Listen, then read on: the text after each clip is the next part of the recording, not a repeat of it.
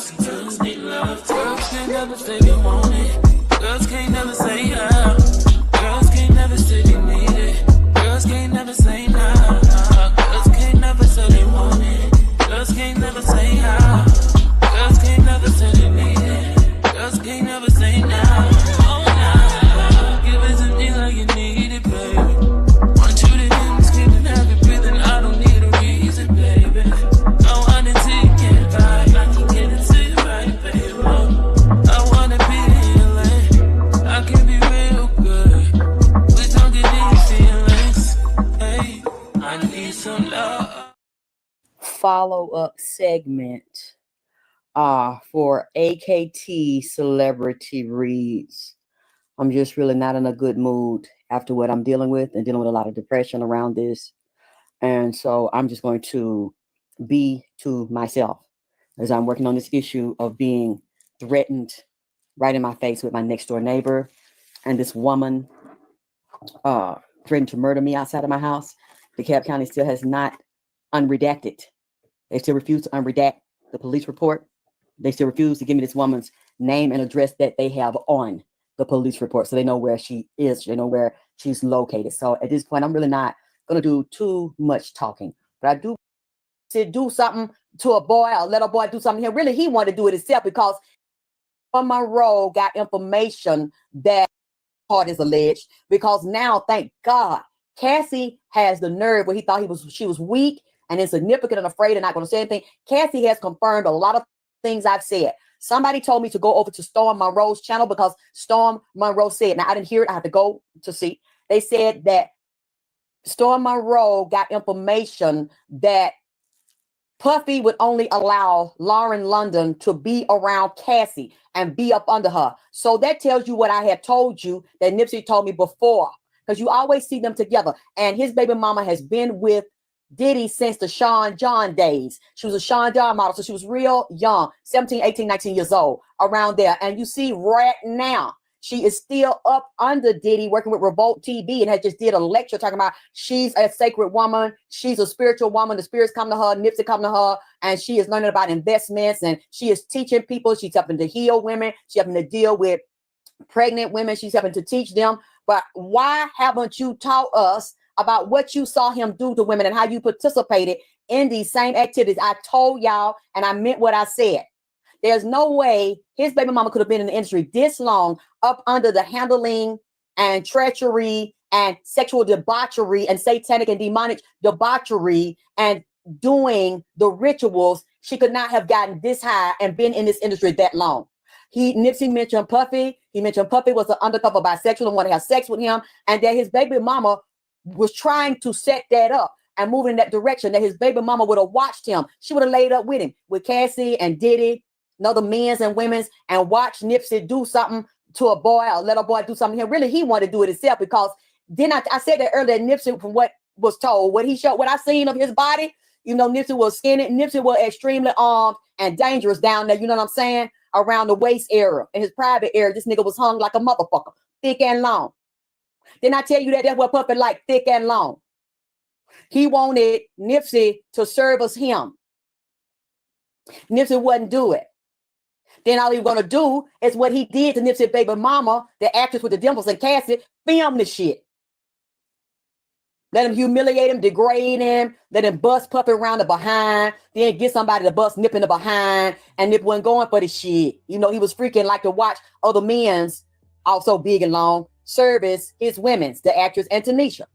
He like to watch men's do that, but nobody showed any evidence he let men do that to him, or he was doing that to men's. See, that was a part of the ritual that the baby mama could not get him to do. Now, she would have never respected him. She was already disrespecting him and already laying up with other men's and laying up with producers, negotiating her pussy for jobs, movies, and deals. Everybody around Nipsey was afraid for him and tried to warn him. We've seen her. She get involved with men and break up with them, and either they end up getting hurt, or one got stabbed in Atlanta, or they end up getting unalived. And they didn't want that to happen to Nipsey. He didn't believe it at first, so he dealt with her, followed her game. She knows celebrity. She introduced him to him. He managed by Rock Nation. Did it produce Young Niggas on his album. He hanging with DJ Khaled, T.I. down here in Atlanta. And we know that T.I.'s who? Friends with his baby mama with the dimples. That's the actress. Her, Will Smith, Jada Pinkett, a fool. It's all wrapped together. They all sacred women in the same umbrella.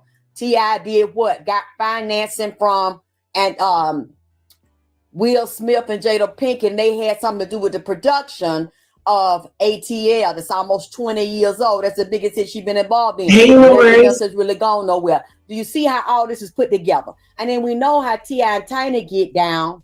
They have been accused of so much debauchery, even murder, attempted murder, the way they would go to LA and have a sex party, get these young girls and give them pills, drug them. They was doing it in Atlanta, and I'll tell them where else they did it. And you see it 2 years ago. See all that, you see how this is. All this shit has come out since Nipsey was assassinated because he said he not gonna goddamn go away. Y'all might have physically did the tenor swords to that man when that man couldn't help himself and didn't see that shit coming and couldn't defend himself. Everybody supposed to be up there friends with him, pulled away and left that man hanging. That man didn't have no weapon. He didn't have no bodyguards. He didn't have no warning. That man up there and was surrounded and stabbed in the back, goddamn it, with bullets. Stabbed with betrayal, set up, told, lured up there, and then ambushed and gang and shot and kicked and stomped that goddamn man. He couldn't do nothing about that physically. He wouldn't listen to the warning. He had been warned repeatedly.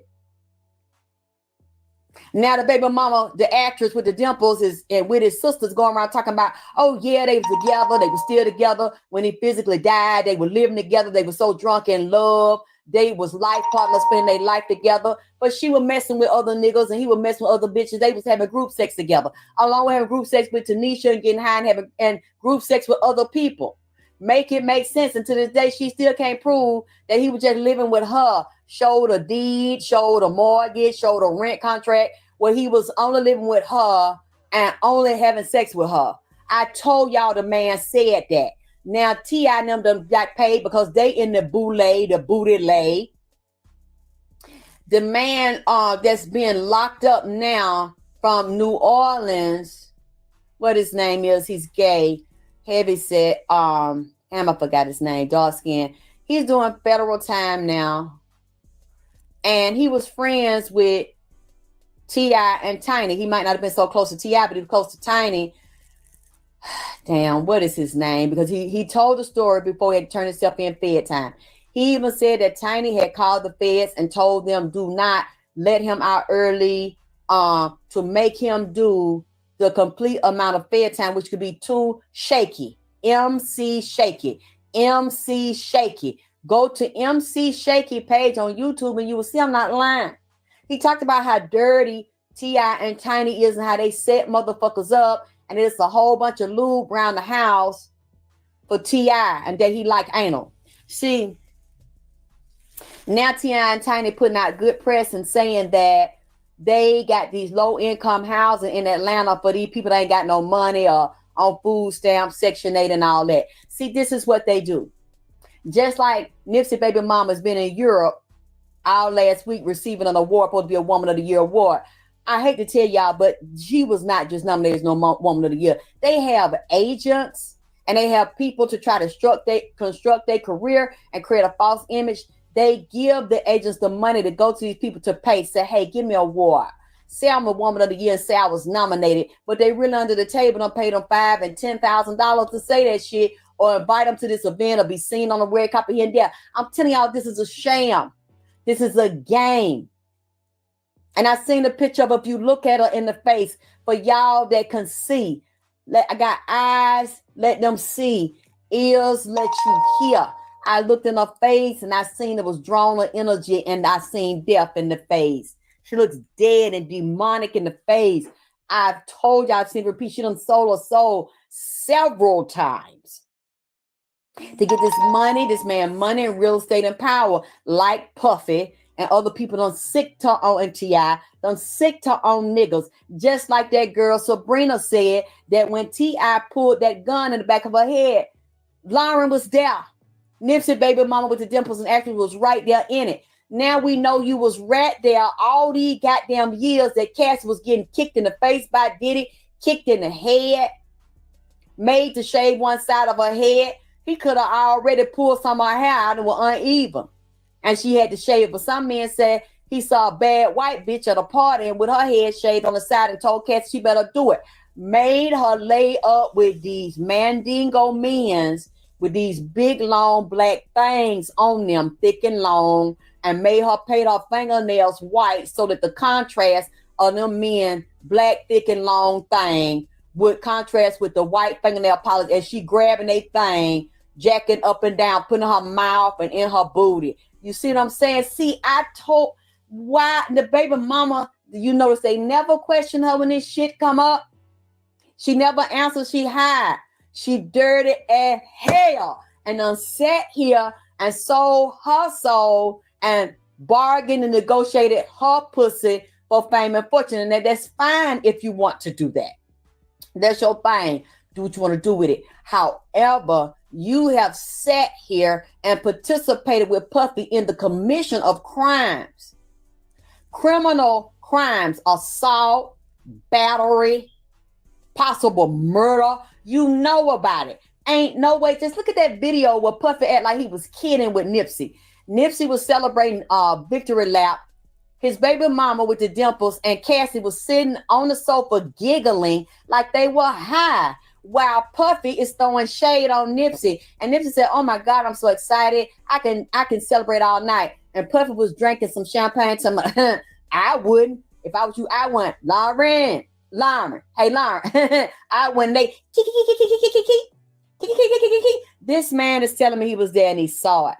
And how this man loved to sit on and open his throat on big, long black cocks. Read the blacker, the better, going up in them. And Kim Porter has been in here grinning. And she even brings up Al B. Sure. Now, see, I don't want to say that, but she said he was weak, insecure, and so they had him secretly drugged up, and that he might have did some strange things with Puffy for a piece of chain. Then they said Shaquille Stewart. She was talking to and dating Shaquille Stewart. Kim Porter was.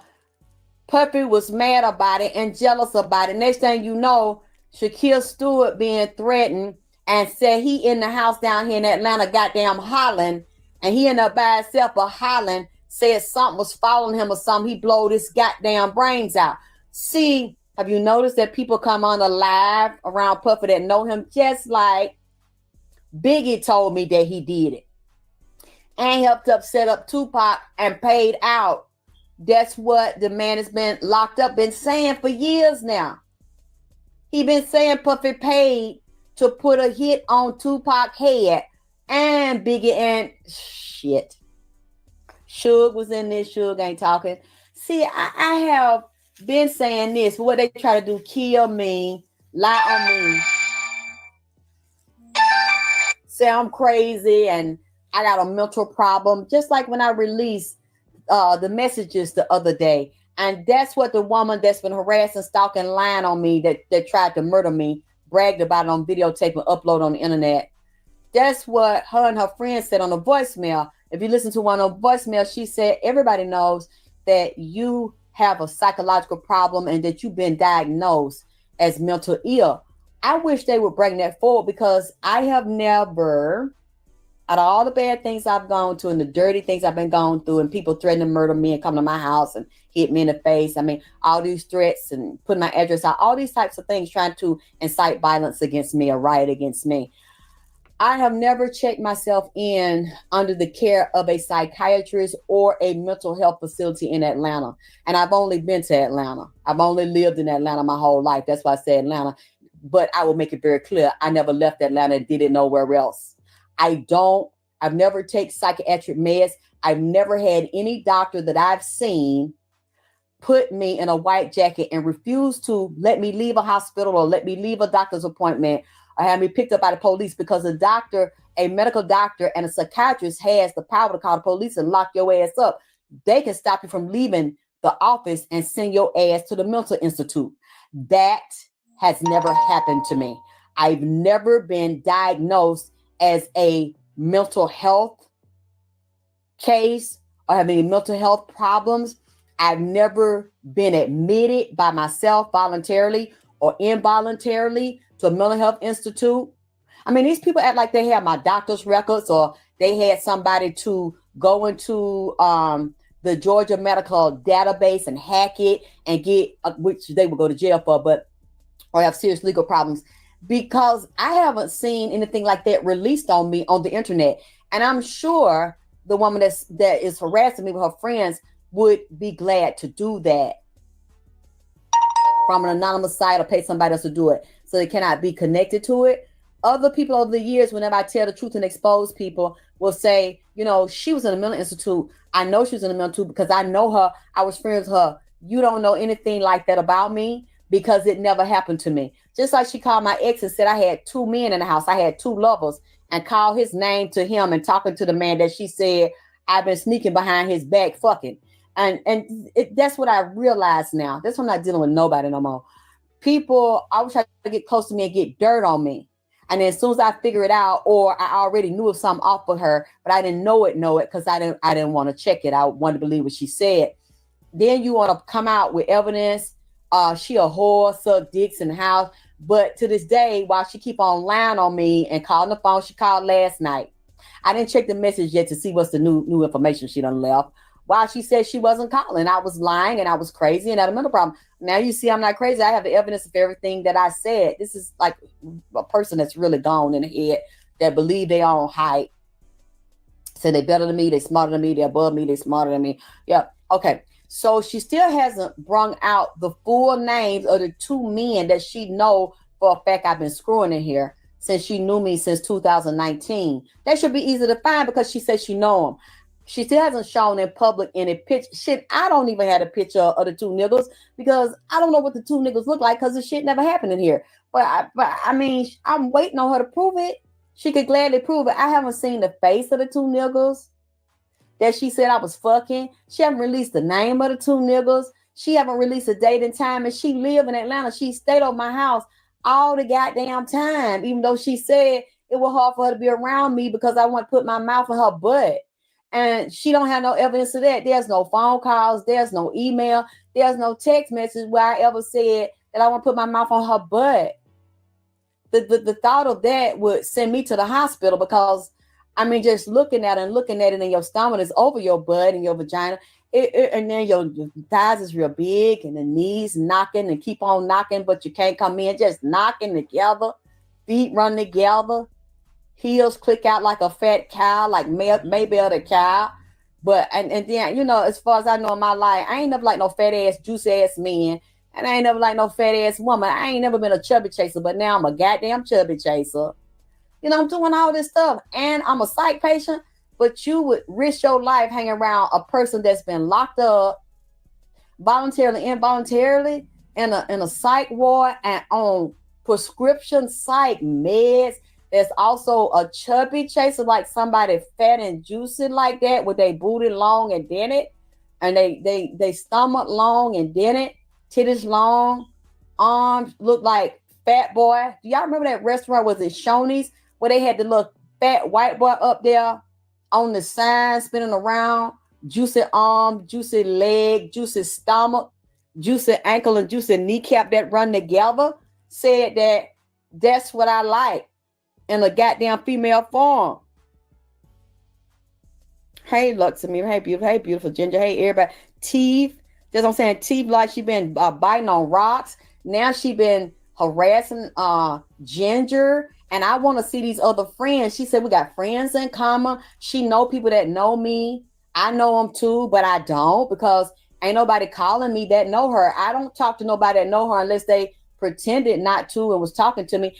I don't even have friends like that. The people I talk to on the phone they're my clients. I'm doing my readings. I'm working on the phone. Even when I don't feel good, I get up and work every day. But then somebody broke and poor and hungry, and I'm a chubby chaser. But then I showed that my assistant showed the cash apps that you constantly begging me for money, and you actually getting the money. You don't even have to fight me for the money. You don't even have to argue me for the money, nor do you have to pay it back. So you know what? If I know the bitch want to fuck me, you think I'm going to keep on hanging at her house, and you think I'm going to keep on asking her for loans, and then the bitch tell you don't have to pay the loans back because all I wanted was somebody around me that I felt wouldn't hurt me that could help promote the products that you found me. I didn't find you. And you said you love my work, you love the readings on Nipsey, and that you wanted to help me further the work I do. And you didn't want people around me to want to hurt me with drama. That's how I met her. She came to me for that. And it was like, oh, I'll do it because I love you and I love Nipsey and I don't like what happened to him. She was doing it for free. Now, all of a sudden, now I got to pay you. But then I didn't have to pay you to come over here and threaten to murder me with the neighbors. And then you came up here 3 and 4 times, jumping around outside when you said you could barely talk, you could barely breathe because you had full-blown flu and pneumonia in the lung. And look, I'm still coming over here. I'm sick. I'm putting my life at risk for you.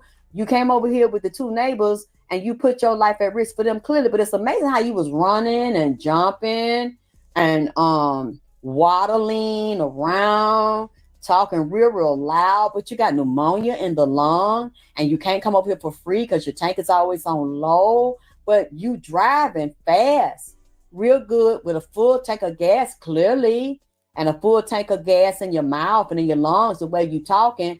But I am a chubby chaser. I like to lure women over here to do stuff for me so then I can start sexually coercing them. She's now accused me of sexual harassment. So did you want me to do that to you or want me to ask you to put my mouth down on you? Because why would you keep on asking for loans from somebody that you don't like women, you're not sexually attracted to women, you've never been sexually attracted to women? That's what bothers me. But you keep asking for loans and you keep eating food and hanging over the house of somebody that's a female and you don't like no female on a sexual level, but you keep begging me to do stuff for you and you keep volunteering to do stuff for me. And like, did you want it to get around to that? God damn it. I mean, you dealing with a full-fledged freaky bitch over here. That's a goddamn lesbian on the low that want to put their mouth on you, up in you, digging your booty. Like R. Kelly, booga booga boo hootie, boo hootie. You say you know that. Your friend said that they know that. Seem like, are you trying to entice me? God damn it. Like, you trying to provoke me or create a situation where I lock you in the house and you ain't never been in here, but you talk about how nasty and drunk in my house is, but you ain't never fucking been in here and seen nothing. You can't even prove the pictures that you showing up, that you say you know for a fact is mine, because it ain't. And I'm just thinking about this, like you keep saying, I know you, you know, I've been around you, I've been in there, you ain't even got a TV set in there. Don't you think that's weird? You keep calling me, playing on the phone.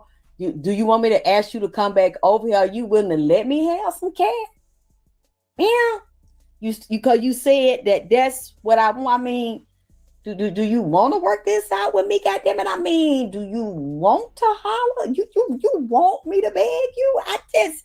This shit ain't adding up. It's a laugh at every whole, like, you see what I'm saying? Y'all really think that I will fuck with a nigga that I don't want to fuck and keep begging him for money, right? Keep coming over his house, hanging out, doing what he say, taking money and shit from him. You think I would deal with a female knowing that the female is dyking? And I keep calling her, oh, I love you like so much. You my sister I never had. You my big sister, girl. I got your back. I never turn on you. You remind me so much of myself. We so much alike. But you know I want to eat your cat, but you don't like that. You think I'm going to hang around a bitch that I know undercover, get people to come up her house that say they want to help her and have good intentions. And then the more I do it and hang around over there and I'm begging all the time and I'm taking the money she offer and the woman's not telling me to pay it back because I like the things that you're doing for me. And I don't mind that, even though I know I'm getting ready to put it to an end because I know you're extorting me. And the way you keep adding shit in it and you will not even come this way without $1. I have to pay you. I have to pay your son. I do all stuff. But you think I would keep on playing games with someone and playing sexual games with a woman and not have no proof of it and no documentation? But if they sit on that phone, they don't tell them who else she lied on me and told that lie on me about. You think I'm finna keep playing with a goddamn bulldogger, a country bulldogger from the South, knowing how they can get, whether they look pretty like a woman or like a nigga? create a violent confrontation. I'm finna keep dealing with a motherfucking dyke and begging her for things and taking money, knowing that this dyke keep telling me that they want to go down on me, stick all kind of dildos, be playing my butt. It's like, this shit is ridiculous. I can't wait till she comes out. Thank you, Ginger. That looks stinking. But, you know, I'm a chubby chaser now. And I got a psych problem. You know that I'm a documented psych patient. I've never been a psych patient. Never been documented, never been recommended to be a psych patient by a doctor, a psychiatrist, a actual doctor's got the power with the stroke of a pen on a piece of paper to change my motherfucking world with just a stroke of her goddamn pen and say, police, come down here and take her to the hospital I work through. We're going to evaluate her. And what they do, evaluate you, they give you drugs.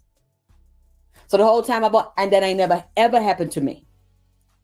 And I'm asking for the evidence and the medical records that you know for a fact, because I don't want to hear any witness that you know say it. I want to see the actual legal documentation, just like I put the receipts from her background check up with her. And once I saw that, there's no way I can have a person around it because she's a thief and a liar.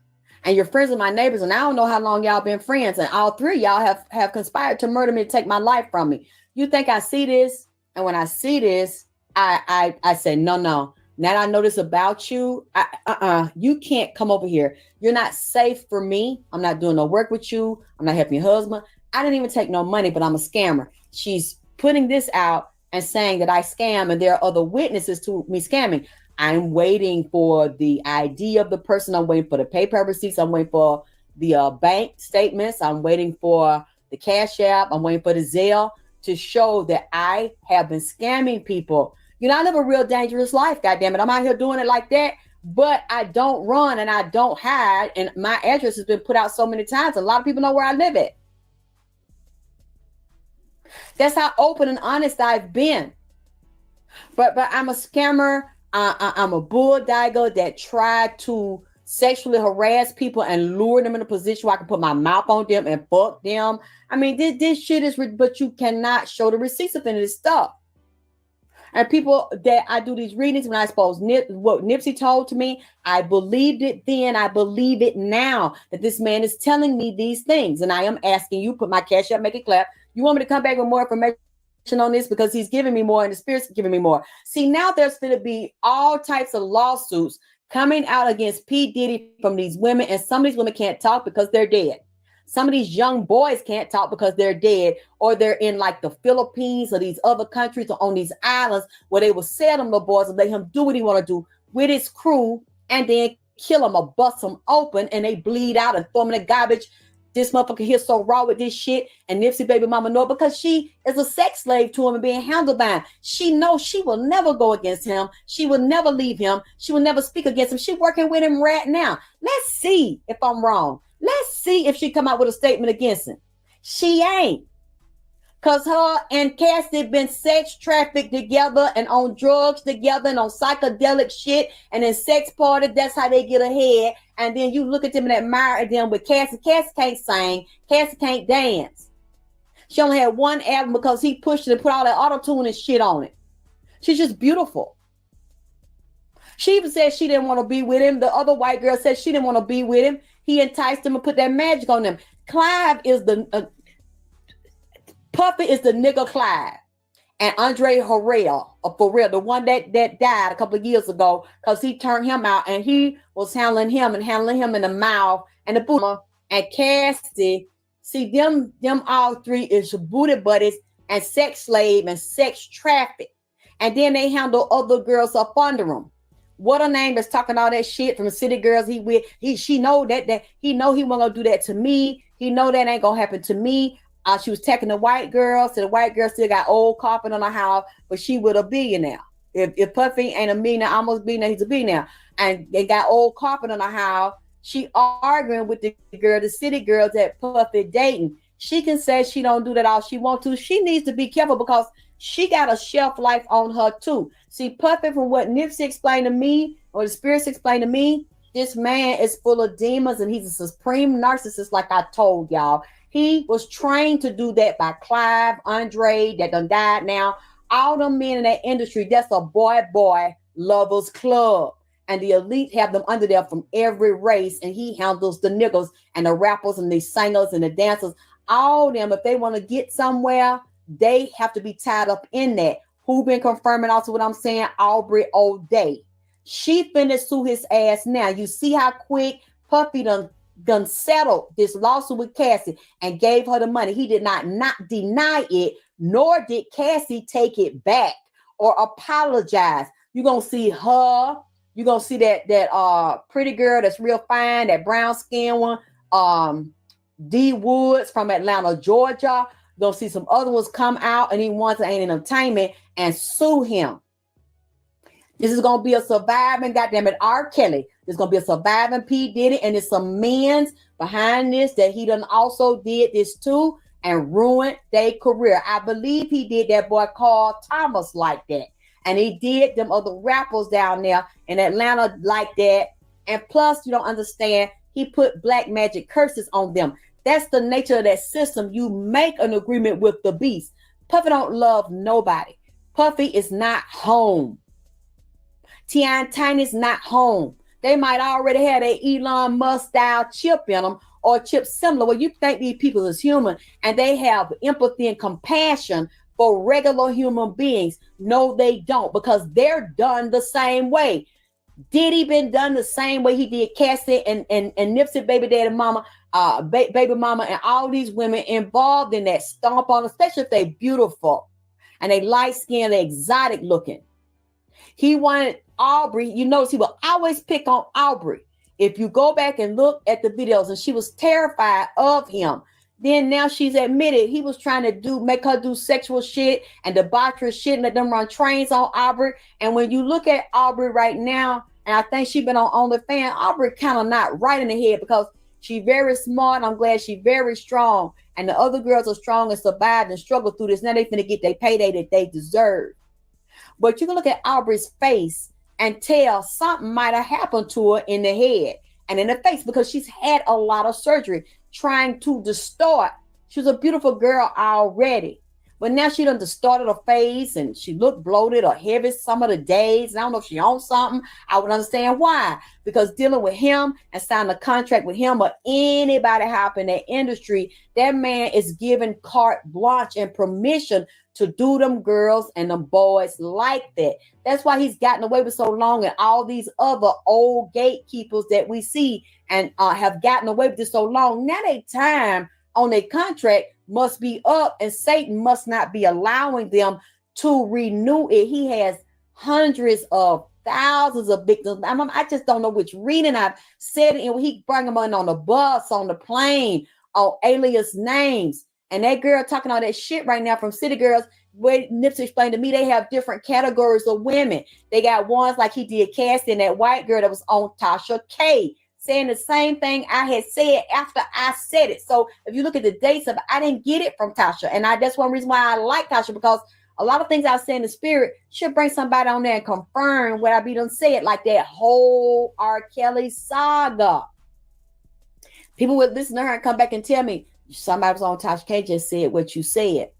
They have different groups of them. The beautiful girls that might not be that talented, but they're beautiful, and he'll make them promises and tell them what they want to hear, but he see a family trauma in them, or they ran away from home, or their dad was already fucking them, they 4 or 5 years old, or somebody else. And so they already have wounds and issues dealing with sexual exploitation. They're already victims. And then he put spells and curses on, because Puffy is a high-ranking witch. Puffy is a high-ranking warlord, like all the other rappers and producers that are high up in the game, and they've secretly taken some type of oath.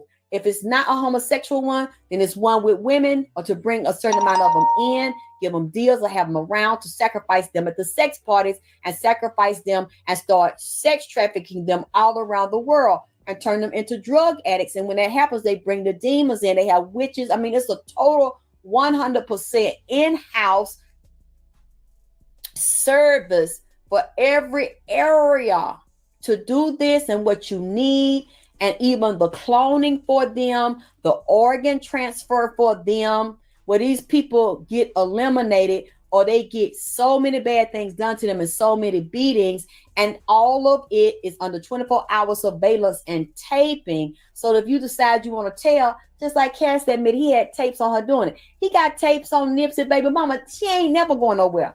She gonna die and go to the grave with it, because she rather die, uh rather not die, in the sense of having people losing respect for her by them seeing them tapes. She not gonna out Diddy. She would never do that to Diddy. She would never out herself and include herself in the shit. You see right now, her so-called best buddy, her sister Cassie, is saying that, but by y'all mentor, but she's still up under him right now and doing lectures at Revolt TV and interviews and shit like she's such a spiritual guru. Now they done murdered this goddamn man, and you see how dirty he is, like Cassie said, was trying to blow up Kid Cudi car, and somebody else trying to kill him just because they was trying to fuck Cassie and talk to Cassie. Get rid of his enemies. Puffy is a dangerous man.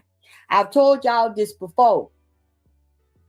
Then I ain't like the way that boy was shaking up there in that Champs interview a few years ago. What was it? Fabulous. Now, Fabulous can knock all his girlfriend teeth out of her mouth with her pretty self.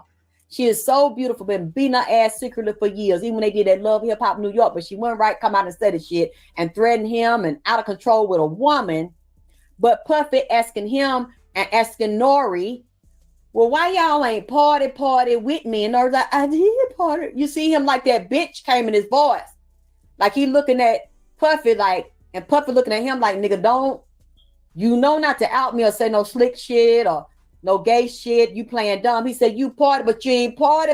I like that, daddy. I like that when you stumbling and scrambling for me, daddy. I like it. Yeah, because you see the nigga started stumbling over his words, and then Fabulous eyes buck, and Fabulous like start getting quiet, watching what he's saying, because like he know about him. And he know that Puffy is a straight up gay gangster. Nigga, if I don't get you, or you don't let me have that butt, and you don't do what I say, because he really know by him going up his butt, that's automatic death. Because now you're a slave to him. You're a slave to the Buddha Bandit rhythm. And if you don't go along with it, he gonna fuck you up and have control of your career and on tape. But he gonna still fuck you up anyway and manipulate you. And you see Noriega got these deals and interviewing and shit. It's like he sounded like a bitch, like it's some bitch in it, because his voice started crackling and shit. He's like, yeah, like the way you stumble and scramble. That. See, he like for people, he's an egomaniac and a narcissist and fully demonically possessed, a high-ranking Illuminati witch. He don't care about nothing and nobody but himself, and get in a position where you weak and you bow to him and you praise him. You got to praise Lucifer, goddammit. Now, you got to honor him. That's what them white parties are about. That's the light bringer. That is not about no heaven and no God. We talking about God. What's the name of your God? Because it ain't Jesus that y'all pretend to love so much. It's Satan. And you know you done took the oath, you done bow down to the Baphomet, and you bow down. That's part of bowing the booty down and butt breaking. That slave shit. He's all about that shit and do it for women. He don't have no respect for women. He don't like them to have you on the arm, pretend he love you and love women. And that's what we say he have many categories. The beautiful ones, the weak ones, you break down, you use them, you're sucking the energy out of them. Your energy vampire, them girls will be fucked up in the head. You don't think Cass gonna be okay. She's gonna be messed up in the head for the rest of her life, because he done did this girl like this so long and made her do this every week and was sacrificing her every day, putting them demons and shit on her. He was doing that to all them women that he controlled and keeping these little houses and protect them. His mama is a high-ranking witch, and Mason is where that's down for the shit to get the money. These record labels, they go along with that. So they have a certain amount that they pimp out and hoe out. Then he got the opposers. He got women that are posers and opposers, because he likes to watch women fight each other, because he don't give a fuck about no woman living or dead. He only cares about himself and serving the ego of the demon that's within him. Head powerful, high-ranking demons that have armies out on and send them to people's house to fuck them and fuck over them and to monitor them. Cassie gonna have these spirits on her for the rest of her life. He have monitoring spirits around everybody, men and women, to tell them what the fuck they doing and to make sure they have no money. They don't get the black card. They get the black card to have money. They get watched. They watch the bank. They can't withdraw the money. They can't run, go nowhere because they ain't gonna let them get it out. They will get alerted and then demonically as well as by the bank and the record label because they all tied in. It's a big mafia together. And then Nip was saying they'll have one like that city girl he dating now. I ain't with that. I'll beat your ass, this and that. He likes her because that's his little pit bull right there. He'll go over there and beat that bitch ass. Or y'all have a contest over here and the best woman win. Y'all got a certain amount of round. I want you to beat the brakes off this bitch. And I already, I got this gift over here. I'm going to take you shopping. I got these certain amounts of hundreds of $1,000s for you. I got these shoes, these purses and Birkins and all that shit for you. Beat her ass for me because I'm tired of the bitch goddamn talking. We'll actually lure the bitch over there. We want to talk, give her dinner, everything. But might be 2 or 3 and beat the fuck out of her and go in her butt, go in her pussy, go in her mouth. Might break something. Break a limb on her shit. Go on, bring the doctor over, patch her up, clean her ass out, clean her mouth and shit out. Now, bitch, we got this on tape. Now, I know you don't want nobody to see that I had her do this and that to you, and I ain't gonna get it. He'll cheat on. Why don't you fight back? Won't you? Knowing the girl can't handle the girl. Knowing the girl got demons and shit on her to make her goddamn real strong and on some type of meds where she done buffed up her body, got muscles all on her ass and arm, and been coaching shit. Now he'll sick them to attack or a man to rob or rape or brutalize them and shit. It be him. And it be these women that be up there that do anything for a dollar, his love and affection, and because they mind ain't right and they weak. You always can get somebody to do something for you if you famous and got money or be seen with you or give you a deal or promise you shit or just to fuck them or go down on them and suck them off. This what Nipsey was saying. This is the shit this man do, and his baby mama done did that shit too. And they attack because they feel they're gonna get his respect if they don't come off as weak, because he gonna humiliate them, degrade them, and he likes to do it in front of other people. Then they feel weak and they ain't met his expectations. They don't let him down and they can't get his respect. So okay, what you want me to do to this bitch again? Shoot this bitch? And yeah, ain't nobody gonna say nothing because it's gonna look like a setup and robbery. And even if you take the mask off and warn the bitch and she knew you was just over here eating dinner and shit while we were doing it to the bitch over here, who gonna believe this bitch? I already got these medicine bottles and shit, and we done drugged her. So the bitch talking out her head, and they know the bitch on that shit, and we control the police, get such and such, call the sergeant over there, and call the mayor over there, the chief police, do this and send it for them. We're gonna get a police fund, a certain amount of millions of dollars, and we're gonna control the press. Ain't nobody gonna talk about it. The bitch ain't going nowhere. And get a psych evaluated and say the bitch need a 5150 or she need a hold on her because the bitch is having hallucinations and convulsions and violence and shit because they got dope in them. See, this is the vicious circle. He said that this go on. So you got the weak one, you got the strong one, you got the shooters, you got the killers, you got the rapists, you got the ones in the sex party, you laughing and talking to somebody and blow that damn devil's powder in their face. But the bitch is not like a zombie, do anything you say, that powder come over there from one of them Latin countries. I forgot the name of it, but I know it got the word devil in it. Person don't even remember. Well, you fill out this report and they'll have somebody around them acting like they friend, male or female, that done gave it to them and blowed it on them and fucked them all in the ass. Now the bitch all turned around and don't know whether she going or coming. You said this on, I said that when I reported it. You reported it Friday. I did. Where did I report it at? When you called us, we came to take a report, or you was out and we saw you had been robbed and you bleeding on the side of the road. So we took you to I was bleeding, and you have somebody attack you and assault you, you were raped, we did a rape kit on you, it's a couple of D's and DNAs in you, and I don't remember. I know I see some on me, but I don't know how it got on me, or lock them up, like he said, like Cassie said. Just like some of the police do people in prison, beat their ass real bad, put them in lockdown so that the mama, the daddy, no inmates, the inmate might have told they seen it. You ain't seen a goddamn thing. Then they keep the person in lockdown about 2 or 3 weeks and see about them so the motherfucker heal up real good. So it's your word against mine. I did not hit that inmate. Well, why they all here? They do because you locked them up. It's the same thing he do. I'll lock them in the house and have them under 24 hours of bed. Have one of them vicious gang sisters over there. Bitch, you ain't getting out of the house. You ain't calling on the phone call. We got all the phones over here that go back to Diddy, and we got you on surveillance So we're gonna watch you in the house. You can use the bathroom, wash your ass. We'll get you something to eat. Most of they got drugs and shit in it. Here's you some medication. They have a nurse come over there, a doctor come over there, and heal you up real quick. Give you some shit to stimulate the stem cells in your body, your shot or whatever. You now who gonna believe I did what to you? I kicked you in the face. I punch you in the face. I got a bitch to do it. Oh, wow. You tripping at bad boy, bad boy. Take that, take that. What you talking about? I told you to take it and kicked you. I ain't do none of that shit. I don't know what the fuck you talking about. And then this one that's bragging, the city girl, watch and see what he do to her. Because he's the type that will get somebody. He got the weak crew. He got the aggressive crew like her.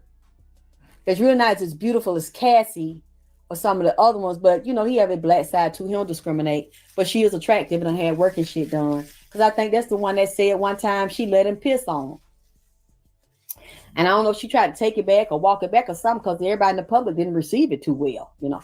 And so those kind, the same way that talking that shit, she's only talking that shit because he lets her do it. He puts her up. Everybody's a puppet under him. They have money, fame, and fortune. Everybody's controlled. He's giving her permission to do that shit because you know he ain't finna look like no punk by no female. So if she's talking this shit and arguing with them, and I know this and I know that, and they said in the past couple of days, some of the stuff she's all these child abduction alerts been coming up on this phone for about 3 days now, which tell me they working now. They picking up these children because they getting ready for the Thanksgiving, the Christmas rituals and sacrifices for they different balls and things in Atlanta because it's happening a lot in Atlanta right now. So he'll let her do that until he gets tired of her. She done served her purpose, and then he'll get somebody to do to her what she did to the other girls. He wouldn't do that to me, bitch. He ain't got me over here. You eat pussy and suck dick. That's what she told a white girl. I forgot her name that was arguing with her on the internet. And bitch, you'll do it to me and put your mouth on me. If he tell you to put your mouth on me, bitch, weak ass bitch, you know I ain't gonna never do that. You'll do what he tell you to do. And what you think you won't do because you think you so bad and strong and tough, what's she gonna do? He end up attacking her, physically attacking her while she's on drugs. Who you gonna fight against and remember and stand up against somebody and put you on drugs and beat your damn brains out and open your chest up and open your stomach up so you look like you've been mauled by a goddamn lion? Look, go and dump this bitch. You know what to do with her. Matter of fact, take her over there to the butcher shop and grind that motherfucker up downstairs and drain all her goddamn blood and grind her up and make some sausage and shit and then bring the meat over here so we can celebrate. So we cook an Italian sauce and vegetables and shit. Yeah, I feel sorry for that little girl he got by that Asian lady because it's a video of him in his mansion. I think it might have been Atlanta, cooking for the little girl, cooking for everybody and feeding the little girl. And you can look at him and look at his eyes and face and tell that something's wrong with him. He has some health issues. And you can look at his face and see and then look kind of bloated and his eyes look like ain't nobody home. He has the same look that Nipsey's baby mama now have since they murdered his ass. That same demonic look in his eyes. And he feeding that little baby. It's a beautiful little baby. But you didn't see the mother. At least I didn't see the mother. He got her in check. We don't know what he got her ass doing. But we know he ain't in love with her. He has the baby for a purpose. Everything with him is calculated. If he got that baby, as time goes on, that child is already demonically possessed and protected by demons and control. There's another reason why he would have babies and pick certain women to have them by. It's a satanic reason. It's a protection reason. It's a sacrifice reason for him to try to push people off of sacrificing him. But when his time up, he got some young, beautiful souls and light beings, because that baby's an innocent baby, to put up on the auction to give him another deal or give him 10 or 20 more years to run. He don't have 20 years. All the dirty stuff he's done in exchange for fame and fortune, you still don't know how he might go out because he's going to have to pay for the things that he's done. This is going to get real ugly for him. He's going to try to write this off so he don't lose the money, or maybe had to hire up to try to reimburse him and get some more money or do some more deals with all his investments and the companies that bow down to him. But when your time is up, even when your satanic contract is up, it's up. And sometimes they just don't want to renew because you've done whatever they wanted you to do. And then too, you don't know who's working against him, who don't like him, who is also in demonic battles with other warlocks and all the innocent light bringers he have murdered. That his run looks like it's coming to an end, and it's going to be like that for all of them. This is going to ruin him, and I'm sure a lot of people, and you notice everybody give a record deal on that, but go nowhere, male or female. I don't even know if he's signing up people, but look at Nipsey's baby mama. She's loyal to him. And if you look at them pictures from Nipsey's last Rock Nation brunch, you will see her, Nipsey, and Diddy together. And Diddy is so up under her, like he letting Nipsey, but Nipsey already knew. So he was just kind of playing his position and being like a social butterfly and bouncing around. Even though they had a similar color on, his baby mom and him, they went up under each other, and he had on a burgundy red, like a bleeding color, like his blood in the water. See, that was the last lunch, and Diddy knew it because he's a killer.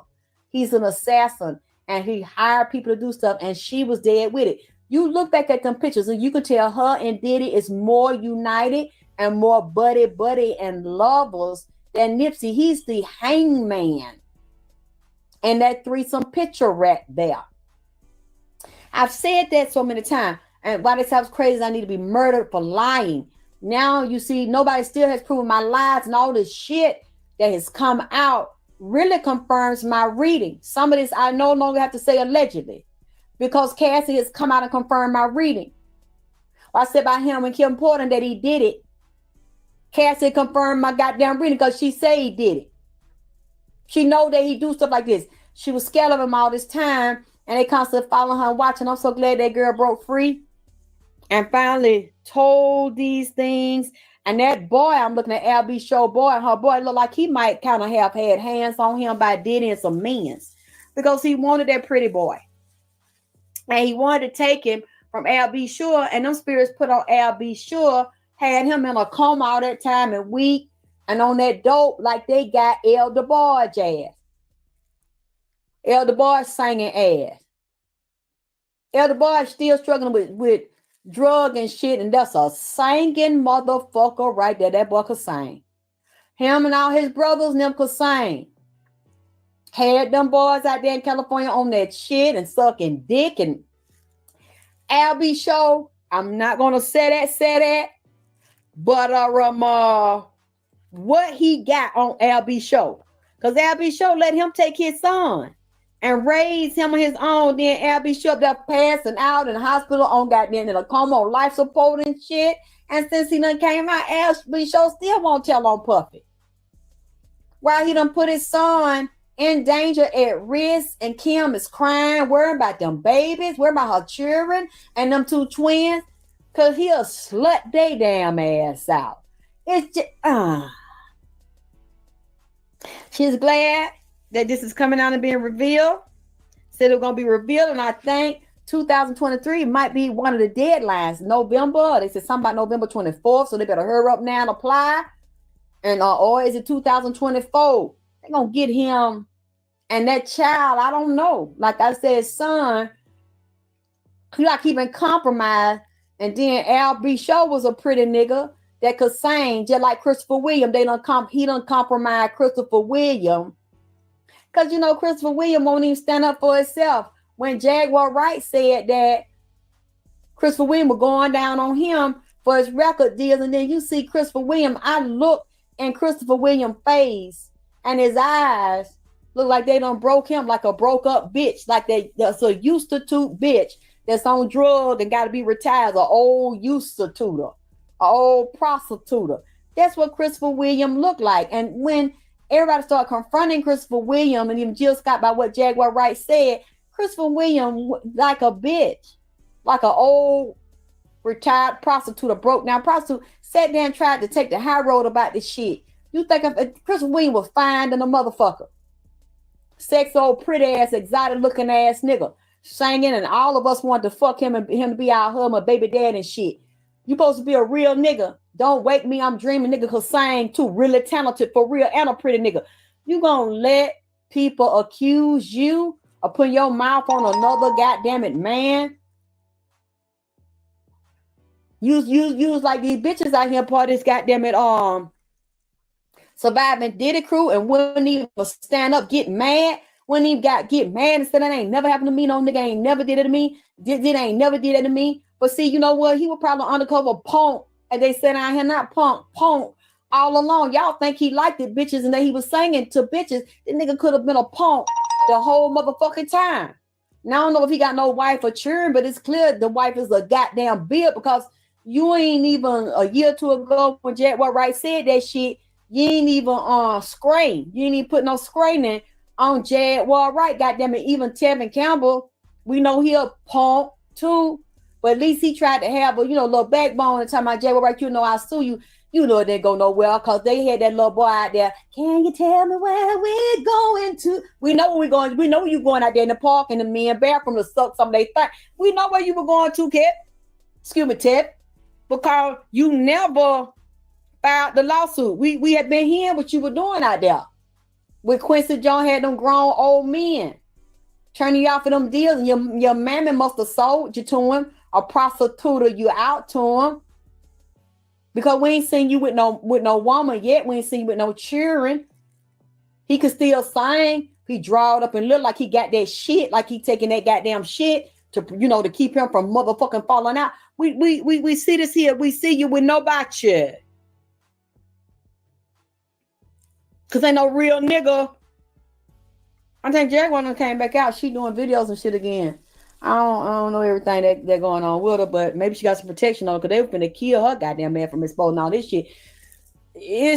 But I wonder, why is Albie Shore also quiet? Because he was a pretty nigga too. Did they go in your mouth? Did they go in your grill? Did they go in your booty? I don't know.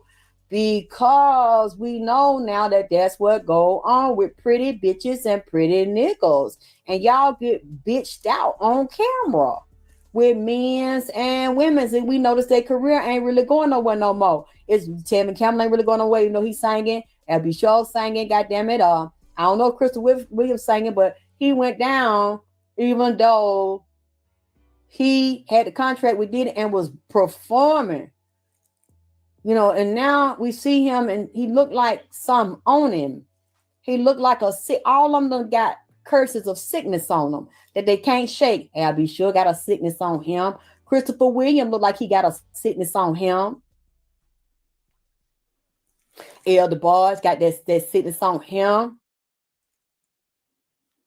That drug and bootylicious sickness and dick sickness on them. See, if this is a sickness they got from women's, it's because they were messing with the men's in the industry and the women's was put on them as handlers and treat them like a sucker.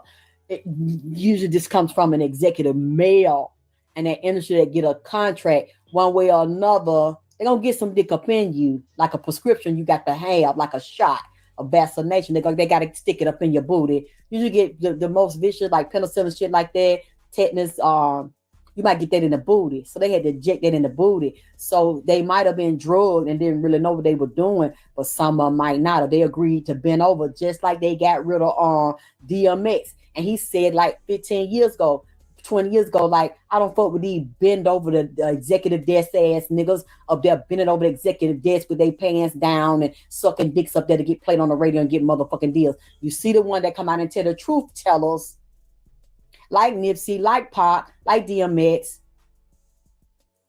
like the one that they said Prodigy claim he choked on an egg, and ones like that get rid of or get suppressed and ran out the business. The ones that are renegotiate and sign a deal and recuperate, they come in, they resurrect their career because they done made another type of agreement, and it might not be boy, man, boy. It's some other shit. You can negotiate your catalog or your rights or made another deal to give them more percentages and you get less, or some type of, it could be monetary and it could be sexual. It could be your cheering. It could be somebody else cheering. It's different ways. It's not all but. What Nipsey telling me what I'm seeing. It's not all that. It's some kind of way. They're going to get in your soul though. If it's not directly through your booty hole, it's indirect through your mind or whatever agreement they make for what you own. Your birthrights, your catalog that came out of your DNA. Or you just get straight up offed. What you going to do anyway? And you help recruit others and you do it to them. See? And that'll be a part of your agreement with them too. The innocent, the white lighters that are very talented, regular people that want to be stars and actresses and entertainers so bad. They give you the deal, lure you in. Next thing you know, that's been done to you, but doing to cast in them other actresses that be with the singers and the rappers and producer. Anybody you see that has been hanging up on the puffy for years like that, they have taken the oath and they have participated in the rituals.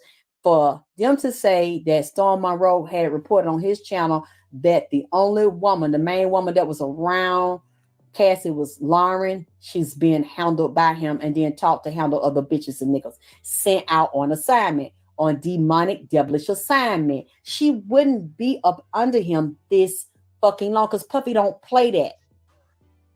Then women got to do what he say and bow down and let him abuse them, misuse them, talk to them any kind of way, and then sick them on somebody. After he done sicked himself on you and let niggas sick him on you and run trains on you, men's and women's, and take all kind of dicks with Cassie and do group set with Cassie and film it. You're not going to get anywhere unless you do them type of thing. Especially with them two because they mixed race. He like to do it to them and slut them out because they easy. I don't see her ever telling on him because she was telling on herself. And she cannot take the way the world would see her, the way she helped him with Cassie, laughing and talking with Cassie. And they was booty buddies and bumping cats and shit and setting niggas up. And they know people have been killed in there, including aborted babies. I'm including them in it. Those are still people inside your body. They both have given, partaking of flesh in the holy communion, the black mass, with the cross turned upside down, what they had to give bone of their bone and flesh of their flesh and bone, blood of their blood. Both of them gave up babies, baby. You know, I said it's allegedly, but I think it might have came out that Cassie admitted he made her get several abortions, and they were not because he couldn't take care of them, as we know. He really didn't want them, but that was a part of your human sacrifice. You ain't got the nerve to go out and shoot and kill a bitch, even if they in there or consume, because I'm seeing a lot of horrific, gruesome things went on in there between him, Cassie, and Nipsey's baby mama. And the baby mama will take it to the grave. She don't really want to sue and go out like that and tell that story. She'll let Cassie do it though. But who does it also implicate? Because now we know that she was always over there with him. She has to know. Can't you see? Open your motherfucking eyes. This ain't just me saying it because it was always for years. Since the early 2000s, she was always up under Cassie and Diddy. Man, looking now Nipsey sees it. He feels like a fool because he trusted her. Now his body been murdered and he's outside of the physical body, still on the outside looking in and refuse to leave because this man still want his justice. We already know about Mary J. I don't have to get into Mary J. Y'all can look that up yourself. I'm not finna talk about that lady business. And did you send me a donation to talk about it? Because if you didn't send me a donation and you have not been donating, please don't tell me who to talk about. Because that's all y'all want to do. You want me to stop talking about the fact that I almost lost my life a week ago. And you want me to get into other people's business. But I bet you the same motherfucking bitches and niggas telling me to get over it and move on. Would you get over it? Would you tell your daughter to get over it? Would you tell your son to get over it? If somebody came over there with their next door neighbor you don't even know, laughing at them, talking with the bitch that's saying, this bitch is dead tonight. You'll tell them to get over it and that just happened to them not even 14 days ago? But you want to tell me to do it and then tell me to dive into people's business and shit. And I want to give me a goddamn dime. And calling me dumb or something wrong with me because I want everybody in the public to know in case y'all find out something happened to me and you won't know the details till I'm in the fucking morgue. And that ain't finna happen to me. Whether the police give me their address or not, that ain't finna happen to me. Not Drip, not Tia Wilson, or once known as Tia Wilson, aka Alexis K. Tyler. That's not an alias, it's my legal name. It ain't finna happen to neither one of them bitches I just named. Not me. But you want me to forget about it. But you want me to remember and dig up in my spirit that they almost killed my physical body and took my soul out of my body. You want me to dig into her and tell you what the fuck you want to know about somebody you don't even motherfucking know for free, for nothing. So I'm not going to block you right now because I'm going to give you the time to prove to me that you paid me. The one that just asked me, what about Mary J. Blige? Did you send me a donation today? Yes, Moonstalker, she's sneaky and she dirty. Just like I always try to tell y'all when they said Nipsey wasn't here. But I knew Nipsey was here telling it to me. Because almost 4 years later, what I said, the things are coming out. And I said it about Diddy. I said it about T.I. and his wife. I said it about Jay-Z. All these people that was up under him, I said it about them. Nothing has come out to prove me wrong. So did the person donate to me that just told me to get in Mary J. Blige business? Did you send me the money for a reading to dig in Mary J. Blige business? Because I'm willing to apologize to you right now. Oh, wait. Now, the people that want to hear more about what I'm saying about Diddy and his baby mama and even Mary J. or somebody else, you will have to hit my cash up and make it clap because she need a BBL. She need to get in shape. I need to deal with this stress. I might even need to go to a counselor behind this shit. And I know I need my weapons and I know I need my security. So if you're interested in that and you don't want me to talk about almost losing my life a week ago, donate. While I have to work it on my own. And the people that love me and support me that don't tell me to say that, they actually call and file complaints, they're the ones I always fuck with. That's my real family. They love me and support me because they ain't known me and never met me. And they ran for me and they called the DeKalb County Police reporting all the information I've told and the audio tapes and the videotapes. Those are the ones that really care. And they understand the horror and the trauma, constantly being re-traumatized by bitches trying to take my life and kill me. And it happening to me. They understand. And they're grown, mature women who don't think I'm dumb or exaggerating this at all. Especially for somebody that was bold enough to put it on tape and upload it to the internet. But I'm supposed to forget about it. I'll never forget about somebody doing that to me. And somebody that happened to, I'll never tell them to forget about it. Especially just happened to you. We want to hear that. Let's get back to the regular scheduled programming. Did you donate? These few people that's doing that, it's not a lot of them. The few people that's doing that, I know they're really not my true supporters. They don't love me. They don't give a fuck about me. You just want to hear what I say. But there's plenty of good psychics on here. Go listen to them. Don't come back over here. Because I would never, ever respect someone that would say that to me. And I almost lost my life. If I would have been weak, I would have lost my life.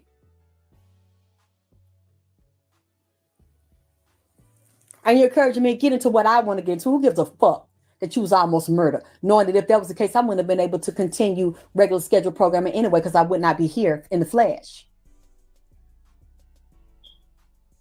I would have to hope that somebody speaks for me. That's not going to happen to me. I'm going to leave this plane when I get ready to go. I don't want to hear that kumbaya shit. I don't want to hear light a candle. I don't want to hear throw a root in the jar and move it on. No. What I understand is that I needed 3D evidence to show that this was happening to me. I don't care what y'all say. You don't have to like it. You don't have to respect it. You can say I'm not smart all you want to, but any smart person is the one that chooses to search for things they don't know and they don't understand and to get more knowledge to make it very clear to them why this person did what they did and said what they said. And I have a married couple next door that's accessories to the shit. And I'm not supposed to address that and get more information for that to show proof of what I am accusing this person of. I'm just supposed to throw a root and say a prayer and then keep on telling you what the fuck you want to know. Everybody that said that to me, I no longer have any respect for you. It's clear you don't have any for me. Don't come over here. Don't ever.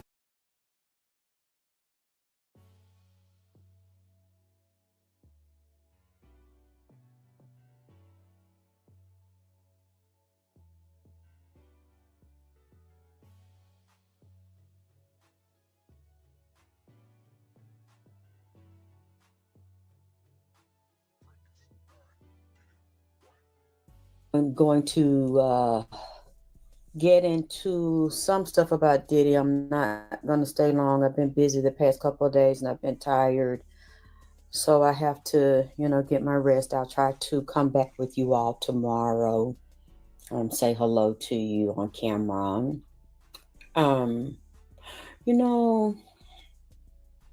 Something has been bothering me about Diddy in this case. And I know that, a lot more will continue to be going on with this case and situation and coming out. And I'm just grateful that it's coming out because it's confirmed what I had said Nipsey told me for the past 5 years, starting in 2019. I'm looking at some other things going on. They said he was on suicide watch yesterday, but then his lawyer said he was not suicidal and he was fine. That's just a precaution that they take for everybody, I guess a celebrity or people that have not been in jail before. So I didn't know what to think. So I really didn't focus on like watching the news shows about him being suicidal. And then usually narcissists, they don't commit suicide. Some of them might, but he's a supreme narcissist. So they think they're the smartest, and he's a psychopath and a sociopath. So they usually think they're better than everyone, smarter than everyone. You know whose picture just popped in my head? He reminds me of also Ted Bundy. He those types of serial killers that are attractive and people are drawn into them, and they seem charming and very calm and mild mannered and soft spoken and very intelligent. They usually think they're smarter than everyone and better than everyone because they usually will target a empath. They won't target another narcissist. They won't target someone that's just as treacherous and cold blooded like them. They usually will target someone that has morals, family values, religious values. They believe in right and wrong, good and evil. They're very forgiving and like Cassie and every other woman that he picked, except for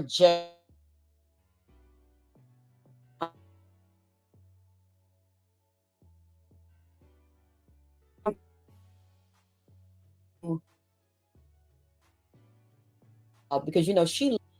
But they're saying that Kim's death.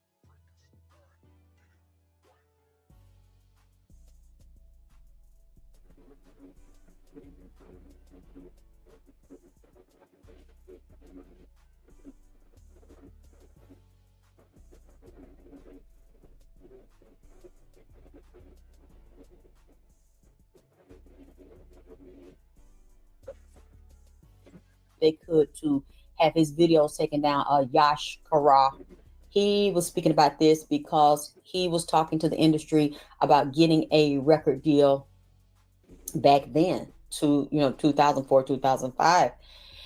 And he said he was saying this then that you go to those parties, you would have to bend over, and he wouldn't do it. And everybody said he was jealous and mad because he didn't get a record deal and he was just lying. But these are a lot of blind ass people. Like, we still got a lot of blind ass people now who just don't have the vision. So because they don't think it and they can't imagine it and they look at these people as above human, they're superhuman, then if they don't see it, you're lying. It doesn't exist. And when Nipsey came in here, just like King Von and all the others came in here, they all told the same stories. I was saying I saw them. All these black, even Bobby Hemmett mentioned this shit 20 years ago. He was like, you see all these good looking black men going into Hollywood. They won't let them be men. They want them to put on a dress. And especially if they're attractive, they want them to be homosexual. And it's just people, either they don't want to believe it, but yet they won't do their research to prove that you're wrong. And then some of them really want that shit so bad. If they could, they'll take their ass out there and bend over. Goddamn, and just won't motherfucking tell nobody. Speaking of that, thank y'all. I saw it too. I ran across it. There is a picture, just like I had fucking said, they know each other. That man, that Branson man, that billionaire white man, and Diddy together. And he was up there. I think they was in the swimming pool playing, and also Richard Branson was playing with Obama in the swimming pool and shit. I ain't gonna go no further. But we see how all these men get down. If you want to be up in that club, $1 million club, $1 billion club, you want to be a high ranking actor, any type of celebrity that ain't even really goddamn famous or talented, like the Kardashians, they really have no talent. But they are in there and they are agents and they are spies and they are the internal prostitutes to the penitent prostitutes, spiritual sexual prostitutes that'll put them in there and they know they will hold their secrets and they will be in there until death. Do you part, whether you like it or not, once you take the oath, or they have a powerful, very occult family. Her mother is a very powerful occultist, top-ranking witches. They all are. And it comes from their bloodline. Okay. I was looking at this and I saw that I had mentioned this before, that I seen these black actors, some of them, they don't even be working. You don't see them on no movies on no regular basis, but to keep them going, a lot of times those rappers, rappers and those black actors that you see them in like low level nigga movies, or they don't really go no further, or comedians that used to be real goddamn it hot, because Richard Pryor, that was my favorite goddamn comedian since he was out when I was little. I didn't even know what the fuck a lot of that shit was. He talking about women, pussy, digging out. But this motherfucker was funny to me at 6 and 7. This motherfucker had me cracking. It was him. I loved Richard Pryor. We know now from what he said and what that other black producer and writer, that they don't want to give him his credit. He worked with Richard Pryor and was known in all those circles. Mooney. Was it Mooney? Mooney? I think it was Mooney. They were up there at that roast, and he was saying at a certain time he had been with his first faggot and wanted to marry him, but they had to get a sex change. So we knew from back then, and Mooney seemed very gay. Even though he got children and got Mooney twins, he seems extremely gay. So we already know how they get down out there. I mean, that energy was all over him. And I remember one time I seen him down here in Atlanta with two pretty women. I think they were women. And they were on each side of him.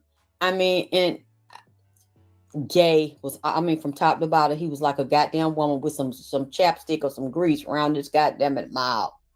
And some goddamn shorts on with some damn combat boot on with some socks and the damn shoe were untied. This is not what I heard. I saw this shit myself because I used to go to the beautiful restaurant, and a lot of celebrities and rappers and shit. That's like a landmark in Atlanta, the beautiful restaurant on goddamn Cascade Road. Everybody go. I seen him over there. And I said, I just see what the fuck I just. Okay. I turned my head the other way. I see like a hot sissy. Why do I always get that energy? Very intelligent now, and would tell the truth about Hollywood and how racist it is. But you see, he stayed out there, and they did keep him relevant and working. And I think he wrote a lot of those shows, or co-wrote or produced some of those shows you think were white shows or that white people had written. I think he was involved in writing some of those shows, and I don't think they paid him what he should have gotten paid and gave him all his credit. Y'all, I can't see the chat. I don't know what's going on.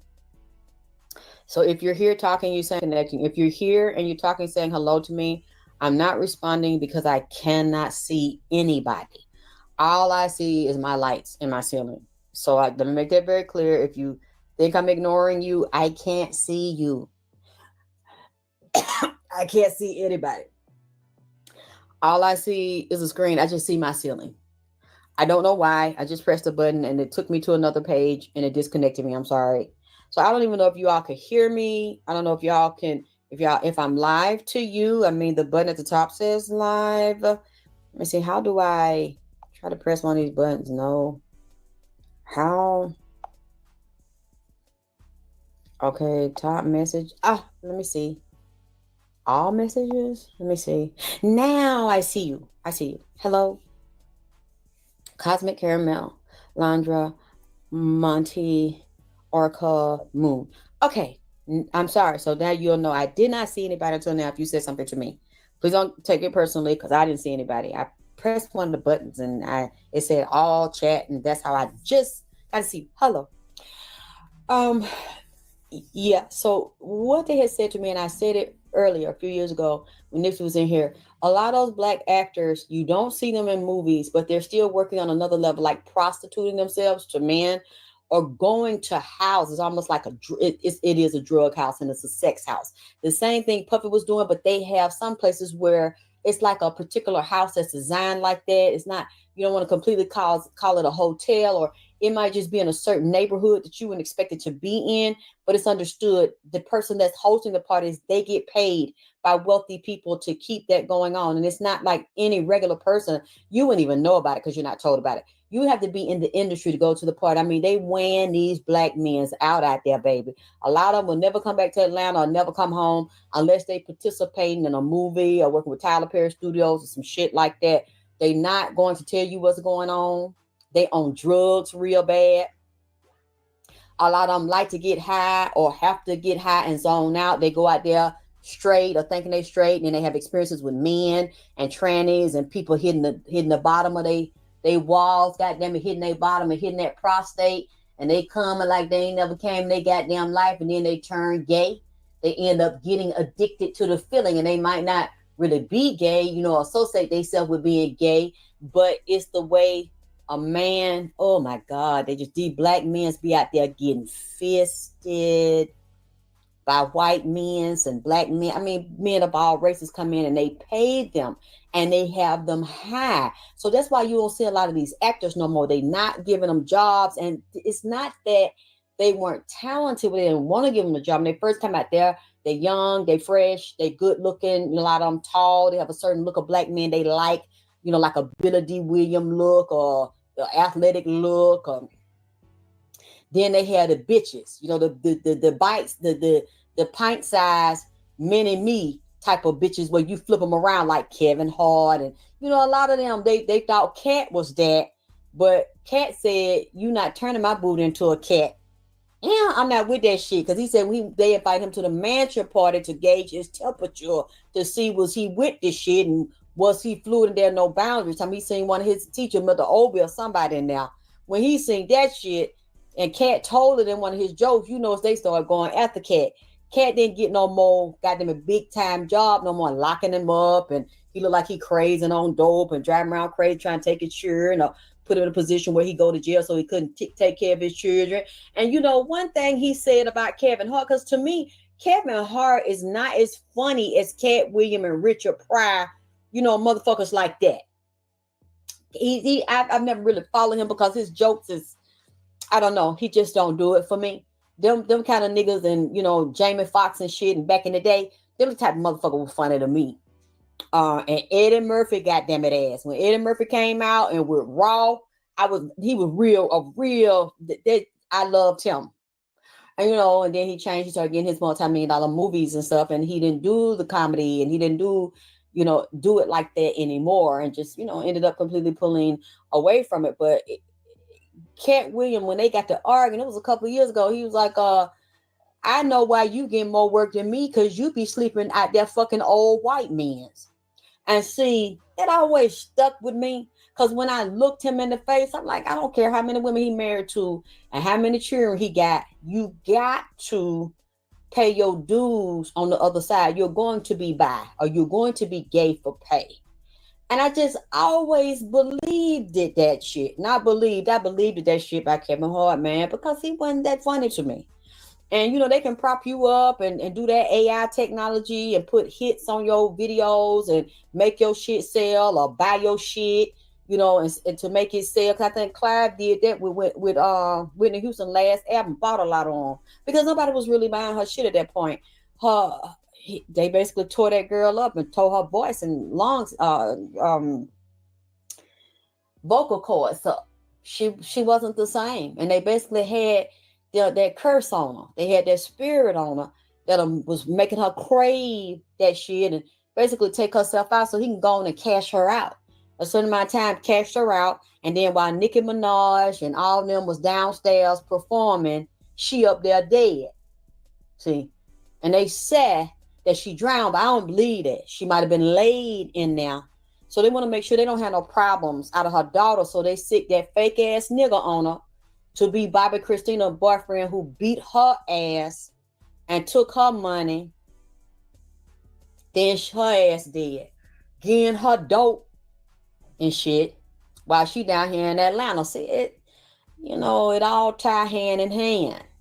Bobby ain't been right every goddamn cent. I think that y'all say he's still performing, but he look like a big fat ass junkie. Goddamn it, shaped up. All goddamn it wrong. Shaped up like one of them bullfrog on them old Budweiser commercial. Ribbit, just fat as hell. But like he's fat as hell in one goddamn it spot, like in the middle of his goddamn body. Swole all up and shit. Got heart problem. Goddamn it. He might have congestive heart failure. Got a circulation problem, high blood pressure problem and shit. Just look all just fucked up. And that woman he with, that's his handler, goddamn it. She helped keeping him fucked up. Her and her lover and her handler, because they got policies on his goddamn ass. It's just a matter. You can go back and look at them old Budweiser commercial with them fraud were on now. Little at the bottom and big at the goddamn top. And big round, like somebody done fucked him and got him pregnant and gave him some fucking fertility medicine. Like he pregnant with goddamn quintuplet and shit. Fat as a motherfucker. You know what I'm saying? I don't know what. You know, it's a lot of shit on him. You know, I'm not going to say that they don't put a lot of shit on him. Yeah, that bullfrog spirit, but it's another spirit on him. That sex spirit and that drug spirit. He's a drunk and a junkie. Okay, allegedly in the spirit. That's what I'm saying. He can't sleep. You know, he really can't eat and function with his life. He depressed all the goddamn time. I see it. It's a spirit on him that driving him down like that. And that lady that he married to, damn, because my ears just started ringing real loud. That lady helping to take him down. She wanted his handler, but this man that she deal with, supposed to be, I don't know if he's supposed to be his manager or something like that. They got separate contract on him and a bulldiver that she messed with. Someone, I just seen a clown spirit. Either one of them dress up like a clown or it's a clown role they playing down my whole right ear. I can't hardly hear I do it because it's ringing real loud and real goddamn bad. Am I right? Goddamn ear. I just seen it. It's several entities around him. It's a clown spirit. Just like, kind of look like Ronald McDonald a little bit, but it also looked like John Wayne Gacy, that pedophile that was dressed up like a clown and fucking them young ass boys, good looking young boys, and then bury them up in the goddamn attic or get that lime and mix it up and bury them in the goddamn wall. Thank you, baby, for putting my cash up in that. I don't know, I'm getting that spirit around him. Someone, he got an insurance with her around him, or that clown hopping around him and fuck him in the ass, goddamn. You know what, please, not Bobby Brown, goddamn it. I hope Bobby Brown ain't switch hitting and got no sugar in one of his pocket or one of his goddamn tank, because I just seen this gay clown around him. It's goddamn it white. And getting back to these black men is so sad, because a lot of them ain't gonna write home. Like I said, ain't gonna come home because they know some of them might have a mama, you know, or a grandmama, or something that can see in the spirit and see that real goddamn sissified shit on them, see. And they don't, want to lose faith for their grandmama and their mama and shit. You know how them goddamn black grandmamas is, goddamn. They can always clock your damn tea. They don't want that because they know the whole family is going to lose respect on them, especially when they ain't seen them in no movie later. They're gonna be like, how you got that nice car, how you still keep yourself up, and how you have nice clothes and shit coming down here. And then they might get to looking at them and might see that junky shit on them because they done fell off a little bit. You know what I'm saying? Or throw it off. Because a lot of them take psychiatric medicine. They shoot up that goddamn heroin. They is, snoring that boy, but they also showing that pink boy. And what I seen on the news, they got a new grade of it, and they'll say it's pink cocaine, but it doesn't even have any cocaine in it. They're just calling it that. And it's killing people and giving them like this extraordinary high. It's just, man, it's so sad to see all these black men. They go to this house out there, and it's a lot of houses. They are in Atlanta, and they also in LA, where these casting agents, these managers, these producers that could really, I'm talking about powerful producers, powerful white men that could really get them in movies. They don't put them in there, but they send them over to this house, and they use them for tricks, and they turn them out and get a lot of them black men on porn, because you make more money with gay porn than a woman make doing straight porn, or a man doing straight porn. So a lot of them is fluid. And that's, speaking of that, let me tell you what, y'all need to be careful who y'all be fucking with, especially if y'all in that industry or modeling or rapping or anybody in entertainment, because a lot of them don't wear condoms, and they don't mean to, because when you're dealing with satanic sex, they want it to be, well, all in the family. So we're going to all raise this energy up, and we ain't using no condom in certain parts because we don't believe we're going to get it if we raise the vibration up. But really, that's a trick. That's to open them up to give it to them. So it's like you fucking your mama, you fucking your son, mama fucking son, daddy fucking daughter, you fucking your cousin, you switching wives in there. Niggas switch hitting each other with each other husband and shit. And they have an understanding, because this is what we do. And these women are like Stepford wives and shit, and brainwash and MK Ultra and other lower levels of brainwashing. So they let this go on. But them spirits told me when I looked at Puffy Blood again, and then Craig Mack came in here like yesterday, the day before, he mad at Puffy, said he killed him, and looking real black and drawed up, said he can't rest, his spirit can't rest, because he was real sick and had a disease. He might have had 2 diseases, goddamn it. One was a virus, and the other one was like a real bad skin disease, or fungus, or bacteria that attack the skin and eat it up, because he got real black. And it was because I guess, I don't know if he was going to the doctor. He must not have been, and didn't want to go, and then he wasn't taking care of his own body and detoxing his own body. He was real sick, and this virus was on him, eating him up from the inside out. I see a clock on him, like on his left chest. So I'm wondering was Puffy having him and his ass? Was he having him sideways, goddamn bent over here? They say he tried to rape Big one time. He might have raped goddamn it Biggie. Lord have mercy. I don't even want to imagine no shit like that. As Biggie is and little as Puff is, that he bent Big over. Man, he had to be on something. Cause just imagine that, big as he is, and little as goddamn it Puffy like spaghetti and meatball. That's like a goddamn it ox and a damn hyena up there fighting. Can you see that he fighting for Biggie to get in his ass and actually bent over? He had to be on dope. He was too goddamn it big, and this nigga too goddamn little. I know he ain't that goddamn it strong. Well, he gonna bend big ass goddamn it Biggie over and jam down and hit ass. He must have had him on something, but he ain't know no goddamn it better, and he ain't know where he was. They said he go down, he forced himself on all the goddamn males in there. It was him. When that Craig Mack said he gonna get him, his baby mama definitely said she gonna get him, and she glad that this is coming out. It's so much. It's so much. I'm trying to keep my mind together.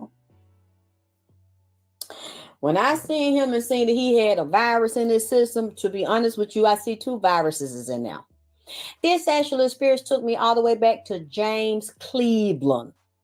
Said his puffy daddy was like that and doing shit like that. The mama knowed it, and the daddy was a thief and robbed people and steal they goddamn it money and sell dope and was prostituting and beating the brakes off women. Now, I don't know if you ever hit the mama, but I kind of sense it.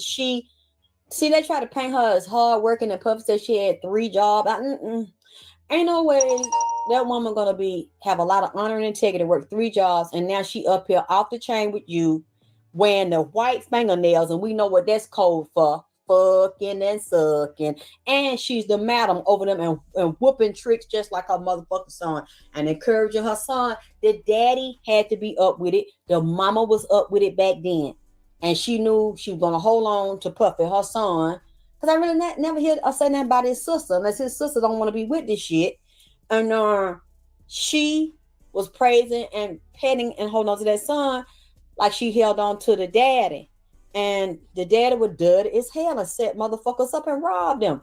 And sell dope and got women on it and beat they damn ass and let somebody fucking do that shit to them at whole houses back then, and was goddamn it bisexual. See, the apple don't fall too far from the tree, and his mother taught him that goddamn shit. And when he showed me these viruses that Puffy got on him, see, Puffy gonna have to go to the doctor. They're gonna have to make sure he go to they have to do that by law. You know what I'm saying? To get him his medication.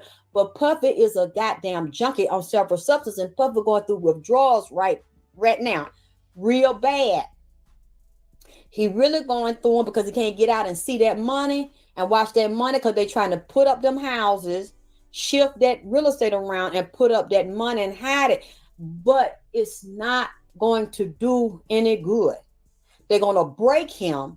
And then with these lawsuits and these settlements, and shot that lady in a goddamn it mile. I don't know where. I seen an interview of her. You can't really tell. I guess I didn't see it. I got to look harder. Shot that lady in the face and said Shine did it.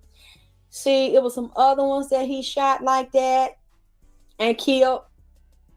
And his sons, I'm going to get to this in a minute, his sons is just like him. He done made them commit murder because he said you really not a real man till you kill. So he groomed his sons to be just like him.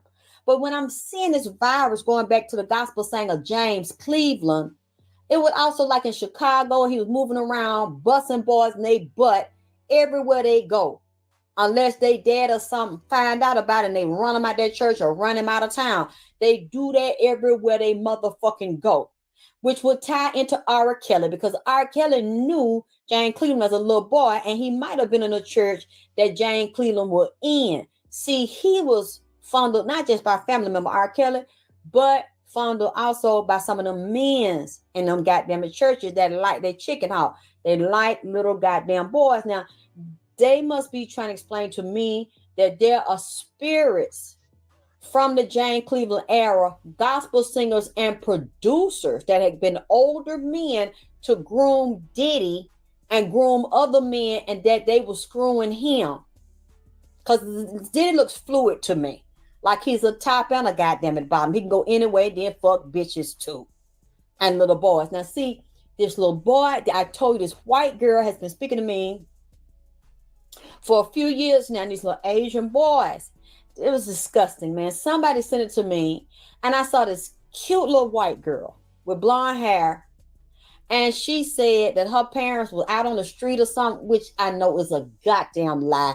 It was Diddy, and I think one of his children, his friends, was around the little girl. They done coached and groomed that little girl and made her make up that false story. I could tell it was false. And Diddy watching her, yeah, you can have a black parent take care of you, make sure what you need. So I adopted her. This is my little girl. Now you don't see that. Where's the goddamn it little girl? And you know what really bothered me? Like she's sexy. Like they've been talking to that little girl and fucking her and her little ass like she's sexy. And like they got this little bitch right here on a goddamn it dating line and prostituting her and her little bit of ass for these goddamn it pedophiles. You know why? She don't know nobody. I'm not saying she thinks she's sexy, but they groom her, make her have sexy ways, probably take off her clothes and have her on video and on the dark web and selling her to niggas in the fucking entertainment industry because she's a beautiful little girl. And I forgot what she said her first name is. He said, "What's your name?" And then they tried to catch her because she said, my name is, okay, let's just say Mary, and I'm a Scorpio. I said, what the fuck that little girl just goddamn it said?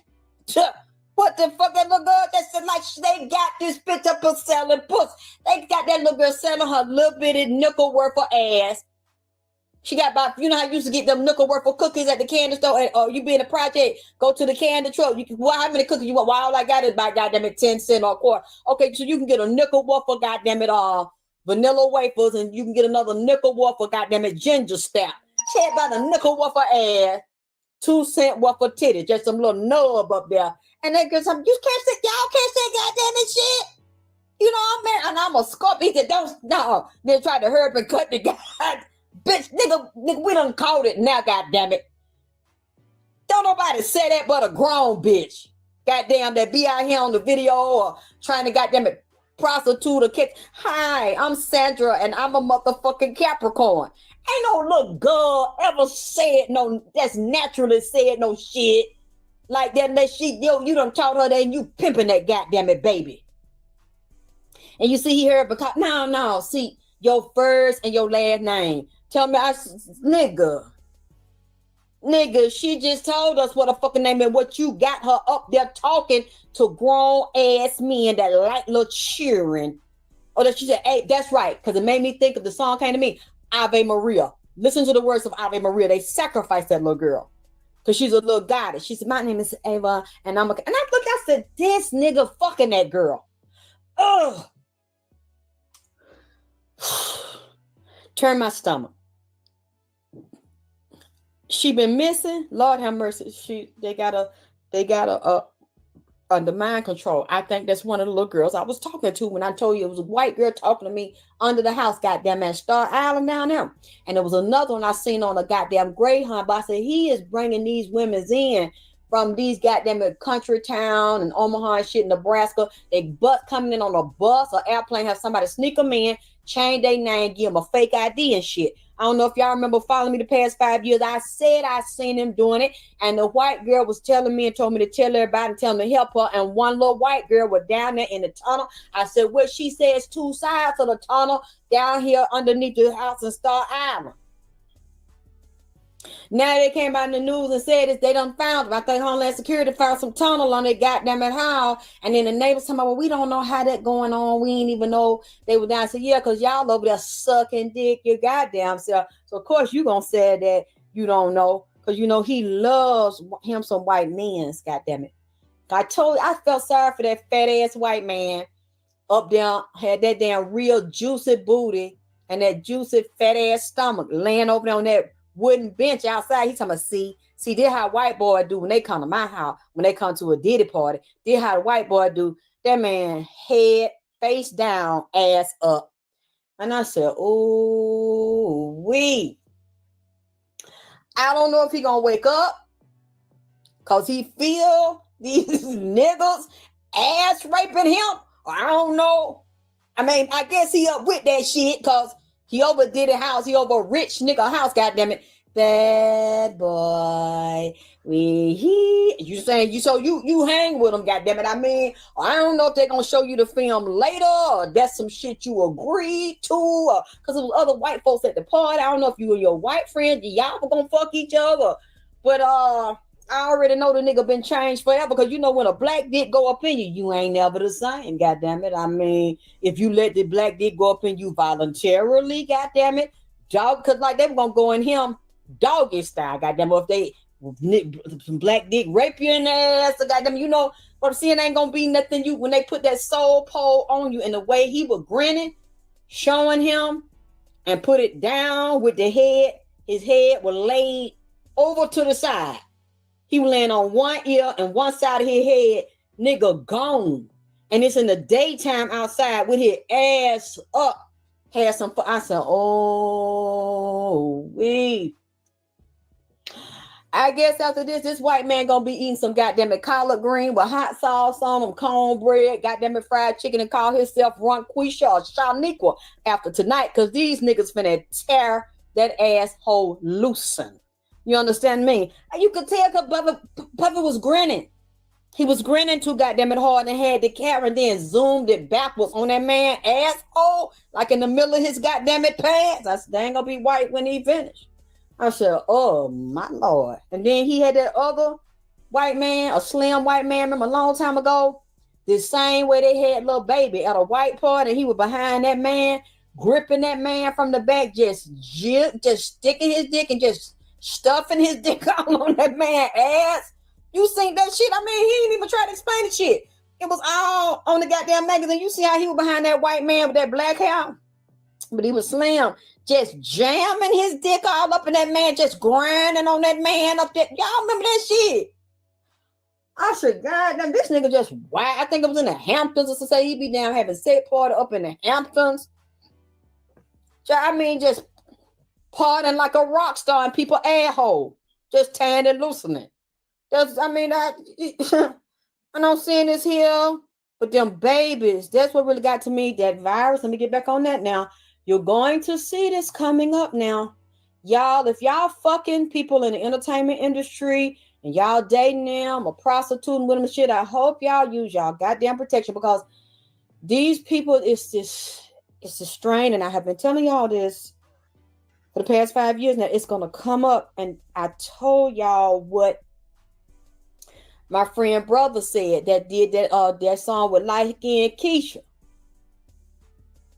I told y'all what he said, and when this came up right here, and I seen this, I looked at his shirt. He said, "Didn't I tell you? Hey, that they doing this here already? They men's in the industry that's rappers and singers, especially if they cute little petite androgynous looking niggas. You know, like all these little rappers and Kevin Hart and Lil Baby. You know, they short with a clean shave. I told y'all to watch them niggas with a clean face." With a booty mouth like that, man. They ain't got no mustache around now. They ain't got no goatee. They ain't got no sideburn. It's just a clean ass face. And they be little men and short men. Usually they work like at City Hall and lawyers and shit and, you know, polices and working entertainment. When you see them and you see rappers and shit like that always had that clean face, it's a dick sucker on the low.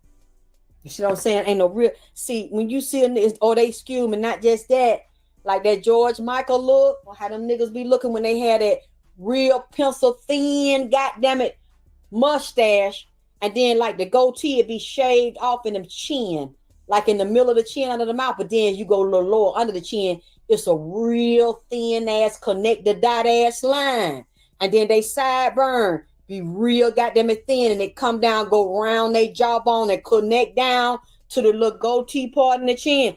That's a dick sucker, see. If it ain't no full dick sucker, it's a halfway dick sucker.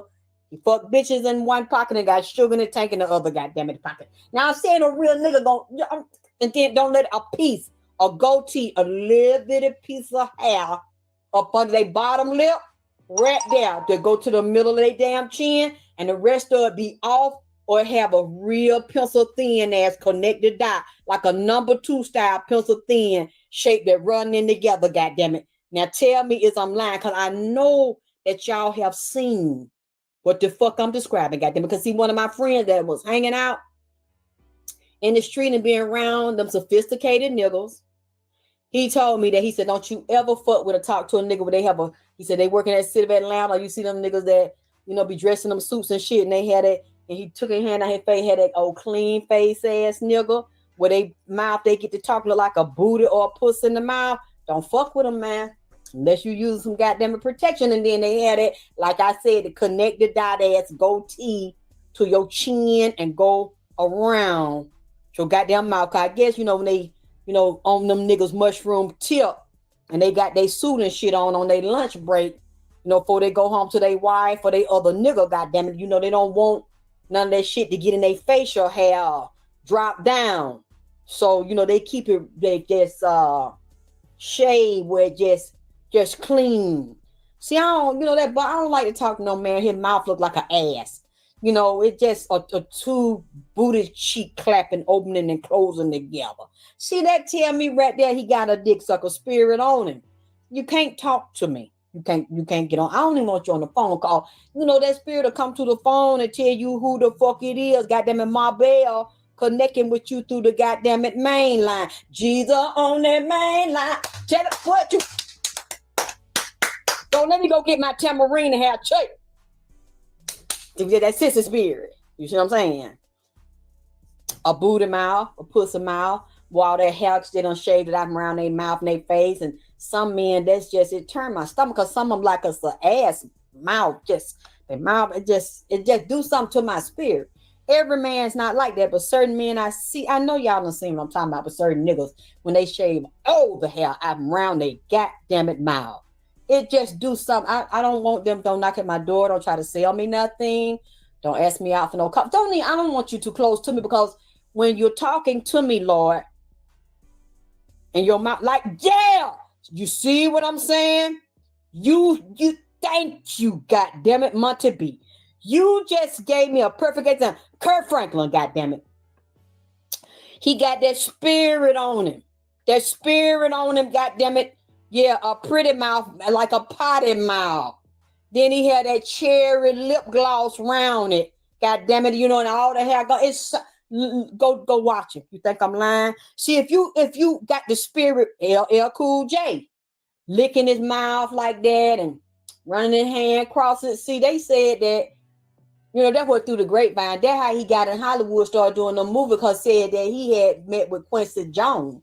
Remember, you know, Tupac met with Quincy Jones, didn't go too well because he was in love with Quincy Jones' daughter. And he said Quincy Jones asked him to bend him over and go up in their hind pocket, in the left pocket with the hind polyps in it. And Tupac said he didn't want to do that there, goddamn it. And a little after that, you know, he got set up, and we know, goddamn it, Puffy had something to do with it. So we know, you know, Quincy and Clive and all the goddamn old school gatekeeper that bust it wide open and tell them bring it back, hoeing y'all motherfucking ass out, sucking. Okay, this virus, men and women gonna get it, because these women just as nasty as these men, and these sex parties down here in Atlanta, these sex club and entertainment industry, and them celebrity women. A lot of them can keep it down. See, Puffy can keep it down because he got a lot of money and he get his med private delivered, like, you know. And them bitches around him, they get it. He take care, but see, he's gonna be in there. That's the scary part to him, because it may come out in public. Why? Because from what I'm seeing in the spirit, some of these people are gonna come forward and say they want to sue him and get damage and shit because they got shit while they was at his party, or they directly was with him. All they remember, they came, they supposed to do a music video or work at the party or something, and then they drunk some water or something, bam, out like a light. They wake up every hole aching and hurting. They don't want to tell nobody, they too embarrassed. They definitely gonna go to the police and tell them that he goddamn it did it. And next thing you know, they start feeling a certain way, getting sick or something. They go to that, they got some. When before that, all their tests has been goddamn it coming up negative. They gonna see they already privately living with it, and some of them have contacted him.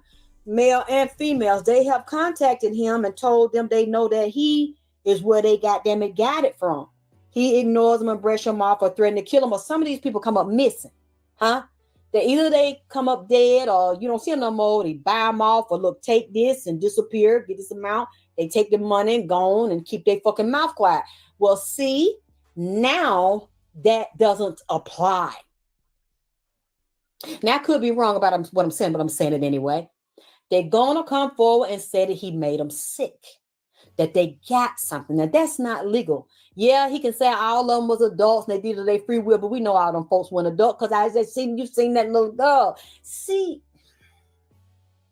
you know who else was it? Lil Duval or Lil somebody. It was a little boy. The same way they had Tevin, as a little boy, like 8, 9, 10. They like to break them in like that and bust them open, have them bleeding and toe up and everything. Puffy messed with that little boy. And he was dogging that little boy out because that's a secret and very private, sacred ritual to do that to someone as a rite of passage when they real live. What his name is, the little boy that used to sing with him and had an album or something, and then he said his voice changed. So, but they knew he was going to go through puberty at that age. They could have given him something, or they could have given him medication to help him prolong it or stretch it out, and it not be as severe. And no, I'm talking about Puffy had a singer. They were about 11 years old when he worked it with him. Yeah, little Jerome. And they said they don't know what happened to the little boy, but he was out on a recording session or getting ready to do an album. Say he ran out the building butt naked, hollering and speaking in tongues. Now, where was his mother and father? Have you noticed that these little boys always be with these singers and rappers and big producer entertainers because they mama and them sell them to them? They make a deal and they prostitute them, thinking I'm gonna get my money forever. I'm gonna be taken care of for the rest of my life. To do this to pimp my little boy, and then they act like, oh, I didn't know that was gonna happen. But why would the little boy that little know what that industry is like? And then a grown ass man tell you got to give them the little boy and let them train them and all that shit. And then the little boy, 11 years old, pull his clothes off and running out there in the street butt naked, hollering. I said he was speaking like he's speaking in tongue, or a language they didn't recognize. So the boy was messed up. Said Puffy treated the little boy like shit and act like he didn't care. Was very cold to him and basically dropped him. When he started going through puberty, dropped him and sent him home. And said the little boy went through a lot of mental and emotional changes because he thought Puffy, he meant something to him and he cared about him, and said he did. And he was very, very cold. Never contacted him anymore because he doesn't understand. That's not your friend. That was never your friend. This is somebody that to get his money, he took this oath and sold his soul to the devil. And you have to bring new souls, and you're going to exploit these children and kill these children. A lot of these children came up, they told me they are missing. They're either dead, very, very damaged, or have grown up and they somewhere else. They're either hidden in the underground here or they're overseas. And he gives them to another organization where they are tricked out. They don't know who they are, and they keep them drugged, and they might use them as satanic breeders. And these are higher ups. So this same kind of behavior was going on with his father and that generation. And with them old gospel singers, the devil is showing me that one of the main ones that turned people like Kurt Franklin and all these other singers out, these gospel singers out, was them gatekeepers are doing that, and that was going on in Hollywood. If you see these big mega preachers on TV, they done did something now, and they done sold their soul are very demonic. And what they do is keep that flock under a spell. Why they think they calling Jesus, and they could really not know no better and be sincere. That preacher over them has already sold their souls to the devil. That was extremely demonic and an already initiated high priest. Voodoo, Ifa, some of those, they have already went to Africa, got their initiation, then they got priests over here. I've been around it. I know for a fact. I grew up in it, remember? Right here. That's why no matter how dirty they are, it's like you can never take them down until the cycle is up, until the time is up. Usually like 20, 30 years at a time. Cycle. The white ones you see on top, or the ones that got old, like TD Jakes and all them, they keep renewing it, or they are the handlers for the young, like he will over Puffy. What was TD Jakes doing at them goddamn sex party? What was he doing at a freak off? He wasn't in there saving no soul, because when nobody trying to get saved, they trying to get fucked in that motherfucker, and they high as hell. So you had to be with that shit. They said that he must have been on that Tulsa too, because they said with power about him, he could take a, I don't even want to imagine what that looked like. That ain't never a fantasy I had, to see what TD looked like naked, goddammit. But hey, I guess they like him big. And then they said Rick Ross was in there. Fucking Puffy. But look at it, y'all. Y'all look at these men. Y'all want to suck their dick. A lot of people want to marry them, want to go with them because they got cheered by other people. Y'all know that these men are gay. Those women don't have the power and control that they have, unless women are already in their families or they're so demonic. They are handlers and they are a part of it, just like what Maxwell Ghislaine was with Epstein. Look at the big mansions they have. You think they had that power for being lucky, like they say, and working hard, and I was sleeping in my car and I just got a break. No, you got by 6 or 7 dicks jammed in your ass, and you went to the parties down here, and you took the oath, and you sold your soul, and you was willing to bring others in, and now you have movie theaters and shit, and and then Rick Ross bragging about he got the biggest mansion in the United States. I don't know if it's in Georgia. See, those come with souls. They don't live in them houses alone. They live there with demons. You are not going to have that once that system controls this earth while they control it, and you got to do negative shit and sell souls, and you got to play on the righteous and butcher the meat of the righteous. If that's the way you get it, this is what all these people have done, and you notice they're all males. Now they have the black, that would be the Prince Hall side. You got the black Masons that are the rappers and the singers and the gatekeepers, and they fuck each other, and they have the wealth among themselves. They're not gonna give it to you. If you are not in that bloodline, because see, some of these people, like Jay-Z and some of the other ones, are also connected to presidents and white people. We just don't know their bloodline. So they will honor them and let them in. Just like Puffy Daddy got some kind of Moorish bloodline, or he said he was never enslaved. We don't know who he's related to, what his daddy knows. He had to be a Mason as well. And we don't know what the mother is. I know I saw the mother is a high ranking. She's a high priestess. So we don't know what else she's done, but they down with the Baphomet. And every so-called black person, they don't consider themselves like you. They are black elitists. And they have royal blood, even if it's demonic royal blood. It is still royal blood to them because that's all they honor. And they're going to scout the earth to and fro, above the earth, underneath the earth, looking for a soul to test, like Satan did Job and God allowed. That's who runs us. Y'all looking up to these black men. And do y'all notice all these celebrities are quiet, so quiet you could hear a rat piss on cotton? These black singers, males and females, these black rappers, males and females, goddamn it, you see how quiet that day is? Now Puffy done goddamn it got locked up. A couple of like Boosie speaking out, and Ice Cube talking about I can't believe they doing this to him. They talk okay. Yeah, all right. So this shit this man has done is not wrong to y'all. See, because they undercover with that shit or do that shit too. All of them are quiet. You see, ain't they not even publicly giving they support of Puffy? You know they ain't going to the goddamn jail. That don't seem weird to y'all because they in this shit. And they scared it's gonna come up about the medicine they take on the low, and motherfuckers they done got them infected that people been extorting and blackmailing them. You know they was extorting and blackmailing Charlie Sheen because some women that had fucked at him, he was high and drunk, and they went and used the bathroom and seen his HIV medication and went and told some friends, and then they started extorting Charlie Sheen. So a few years ago, he got tired of it, and he just got on a talk show and announced that he was HIV positive. It didn't change anything. Because basically they knew it out there anyway. They still kept him working, and a lot of them are too. They're not going to really help you. It's just like Denzel said in Training Day. We're not gonna really help you and make no money with you and do nothing with you unless we got a little dirt on you. You're gonna have to be dirty with us because we can trust you, see? Because we know you got something to lose and you done did some dirty shit right along with us. You see them white folks wasn't treating him bad, they knew it. And they didn't treat him bad and stop him from working after he announced it because they gave it to.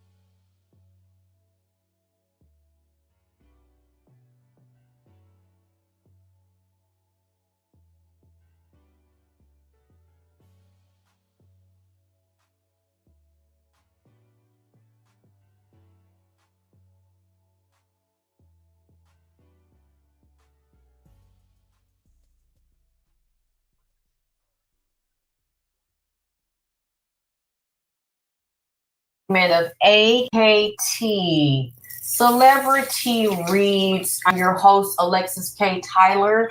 I want to tune in for a few minutes because you know I like to report receipts from the spiritual underground, from the underworld.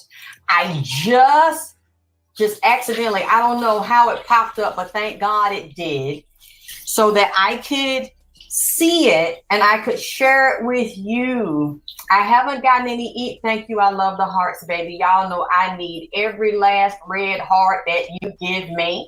Thank you for your love, your support. Please click like, please subscribe, please share, please take the videos, upload them somewhere else. I love when you chop and screw my shit. I love when you email me, when you hit me on Instagram, when you send me something on TikTok that someone else shared my video or that you did it. If you know how to edit or if you know someone else that will do it for you, please chop and screw and upload these AKT Celebrity Reads prophecies, predictions, and then confirmations.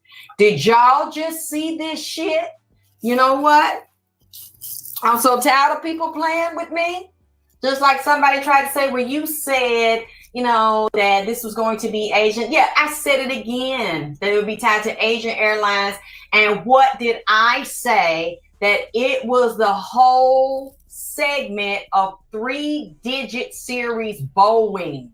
I also said, beginning in my first video, please correct me if I'm wrong. I didn't get to go back and listen to it yet. I've been busy, where I said that the whistleblower John Barnett told me that the 787 Dreamliner would be tied to a crash and that it would be more than one. And then what did we get? 9-10 days later? A Boeing air crash within India with the 787 Dreamliner. I told you yesterday it would happen again, and it would be the white-skinned Asian market. It would be international and national.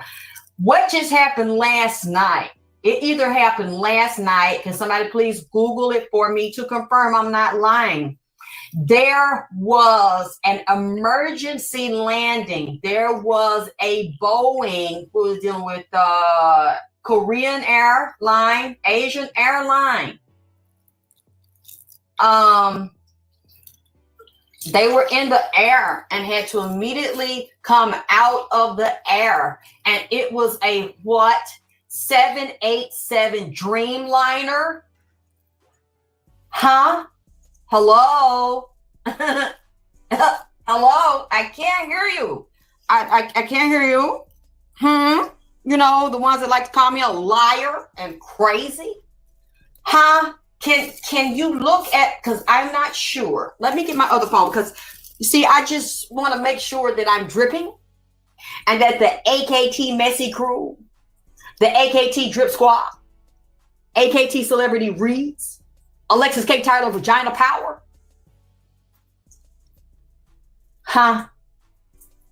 That we are on point. And that you all, see, I want you to be proud. And I want you to talk a lot of shit. And I want you to say it loud. And I want you to bogart and stand on all 10 and bully these bitches that always try to down me and put me down and take credit from me. Oh, you didn't know? Hold on, baby. Let me get my other phone. Please Google. Please Google. Because you know I like white folks' news. Because you know they ain't gonna say nothing when them white folks say it. Huh? Unfortunately, we know it's true when them white folks say it. You said what? London canceled the flight yesterday after the crash. This has happened after the crash in India that I told you was coming almost 2 weeks ago, because I can't see on this phone.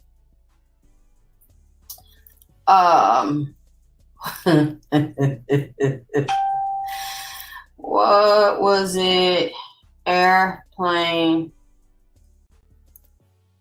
Boeing 787 Dreamliner Korea. I think they had to launch to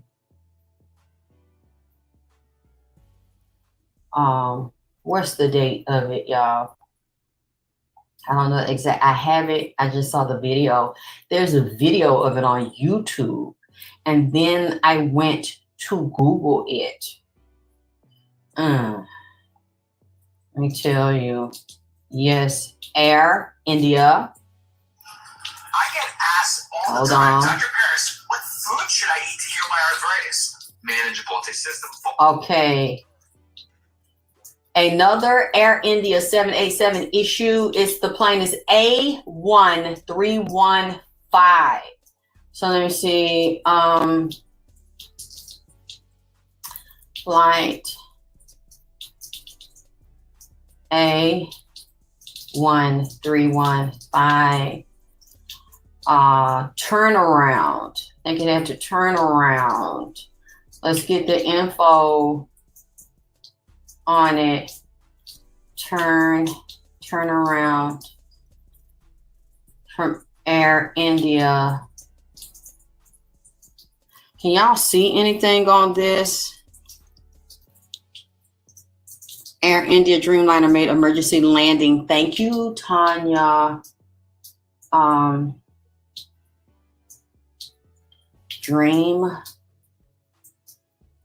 Dreamliner flight.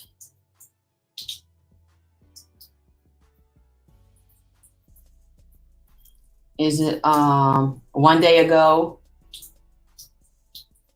What was it? Okay, A1315.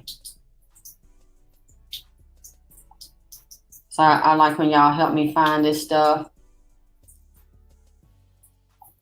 Real Thunderbird fighter pilot reacts to another Air India 787 in trouble.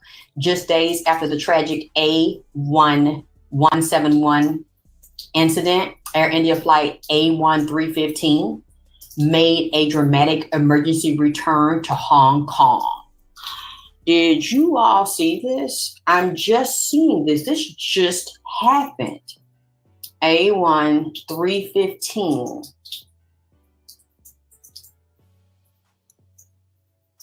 A1315.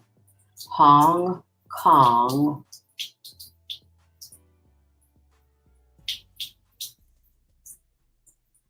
Hong Kong flight turn around.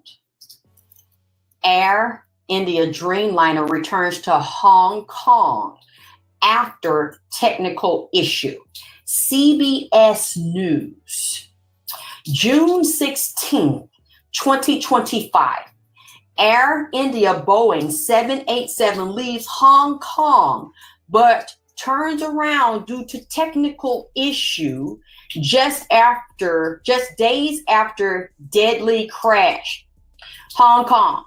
An Air India flight returned to Hong Kong on Monday, shortly after takeoff due to mid-air, quote, technical issues, end quote, the airline said. Just 4 days after another one of the company's flights crashed and killed at least 270 people. The plane that turned around on Monday, listen to this, because I just want to make sure that people understand that I'm dripping and you're dripping too, because y'all fight for me, y'all love me, y'all support me, y'all listen when I say a prediction, y'all look in the media for the prediction, y'all find it, y'all bring it to me and let me know, and then we could talk shit because we be dripping together. You're dripping with me because you love and support me and donate to me. Okay. The plane that turned around on Monday was a Boeing 787-8 Dreamliner, as was the Air India flight that crashed into buildings in the western Indian city of Ahmedabad on Thursday morning. Are we dripping? I can't say because you all helped to make me and my predictions famous. And you stand right here. You listen to me before they happen, when I tell you it's going to happen. And after it happens, you find it, you retrieve the info, the worldwide news info, as I say, the white people news info, and you bring it to me. And we celebrate together when everybody says I'm crazy. So it's us. Are we dripping, Che Che? I just want to know. I'm just asking. Not asking, I'm asking. Southern style. Are we dripping?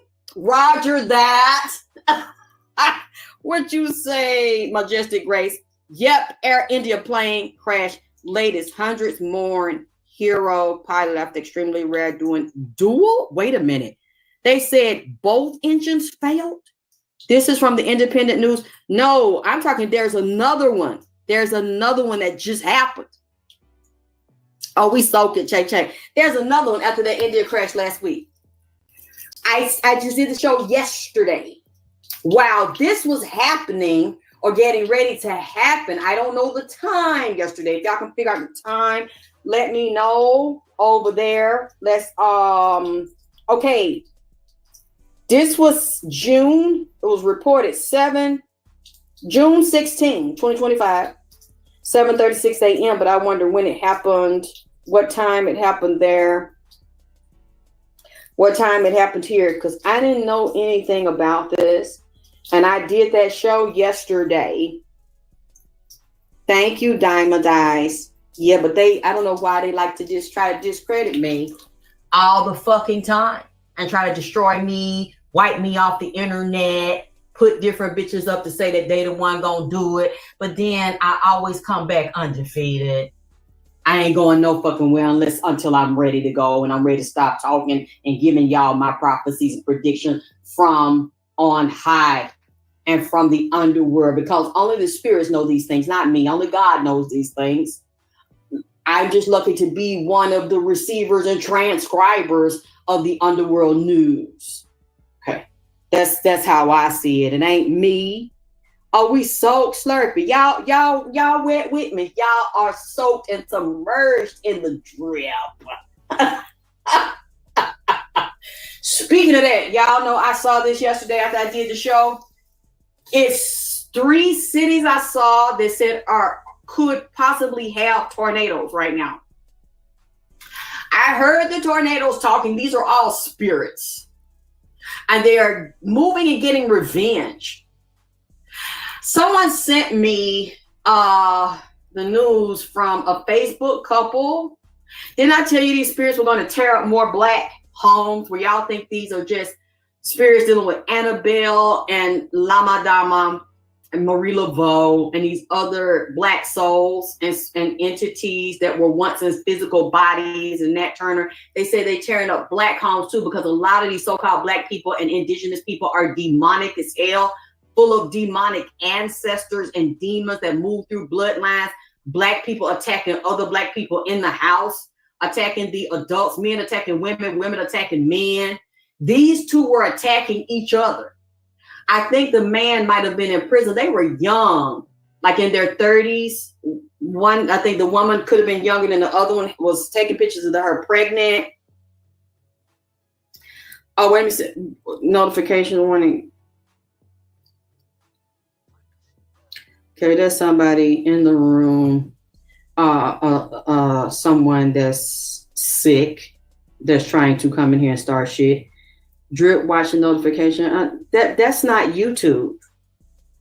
That's not YouTube. Because nobody is committing any violations in here. Nobody is disrespecting anybody in here. And it doesn't say anything about it coming from YouTube.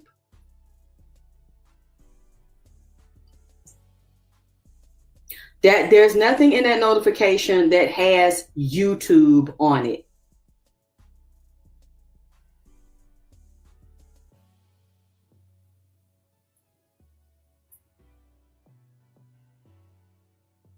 No, it's not a real account, LaTanya, because it doesn't say YouTube. Thank you, Michelle McClung. Did you all see, you said in the flooding? Yeah, flooding with the truth. And I saw flooding happening in different states from rain and like water storms. Also moving through underground sewage systems, water system, and blocking or flooding coming up above the ground. And is it landfills or streets, big holes? What do they call those? Big holes coming in the street that you drive on in some of these states. That flooding and that water is going to create those, what is it, like I don't know if it's called a manhole or what is that called. We're going to see that.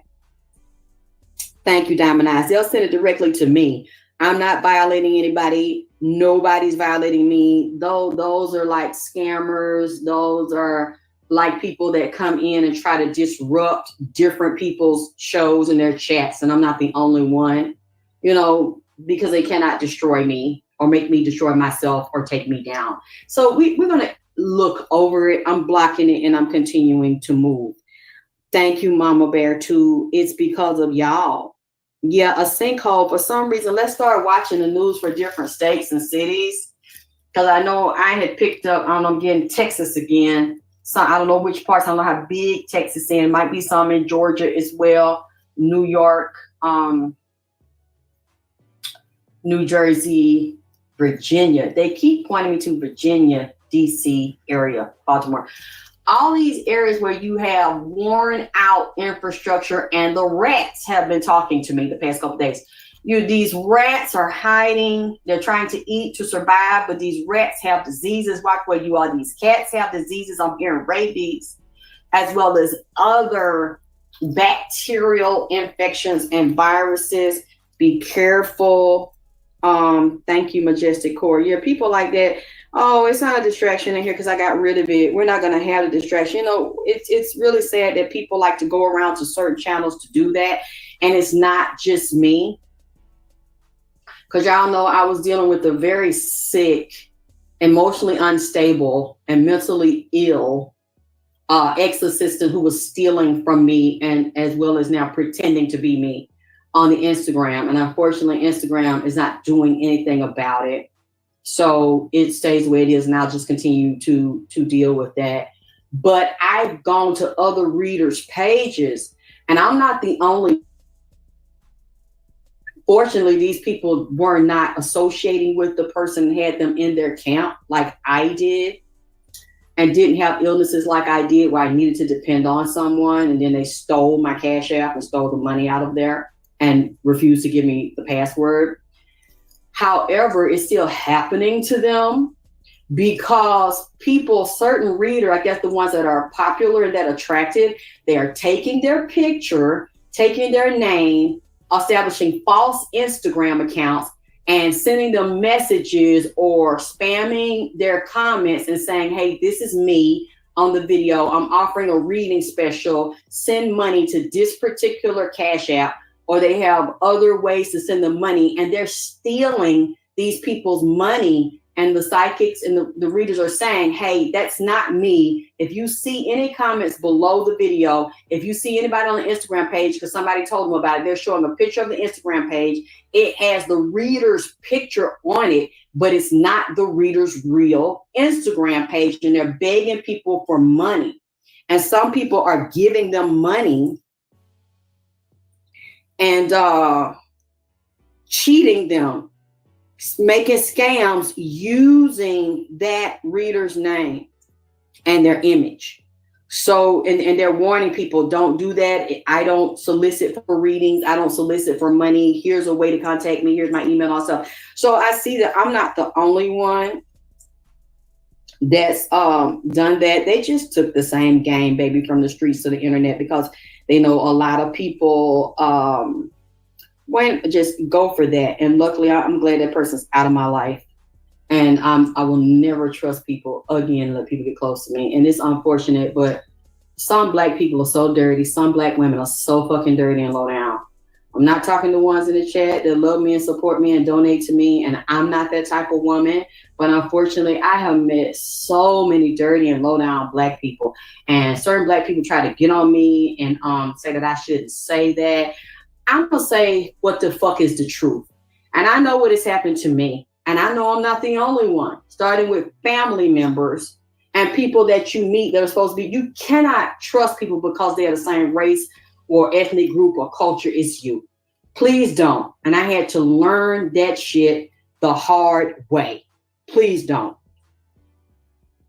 Deal with everybody with paperwork and strictly business. I have learned, I don't care if I'm about to half die like I almost did in the past couple of years. I'm not doing anything else with anybody black without fucking paperwork. And I'm saying specifically black because I already know. I don't have to state it. I already have to know to do business like that with everybody else. And it's fortunate, but it's unfortunate when you deal with people, certain levels of black people, that's what they do. Smart, intelligent black people that ain't trying to scam or fuck over nobody and offer you a service. They're going to offer you the paperwork, but they're not going to do business with you. With other races, I don't even have to say that because that's how they get down. That's how they roll if they decide they're going to fuck with you. But I really didn't want to do that when it comes to black people and black females, since my mission was around black females.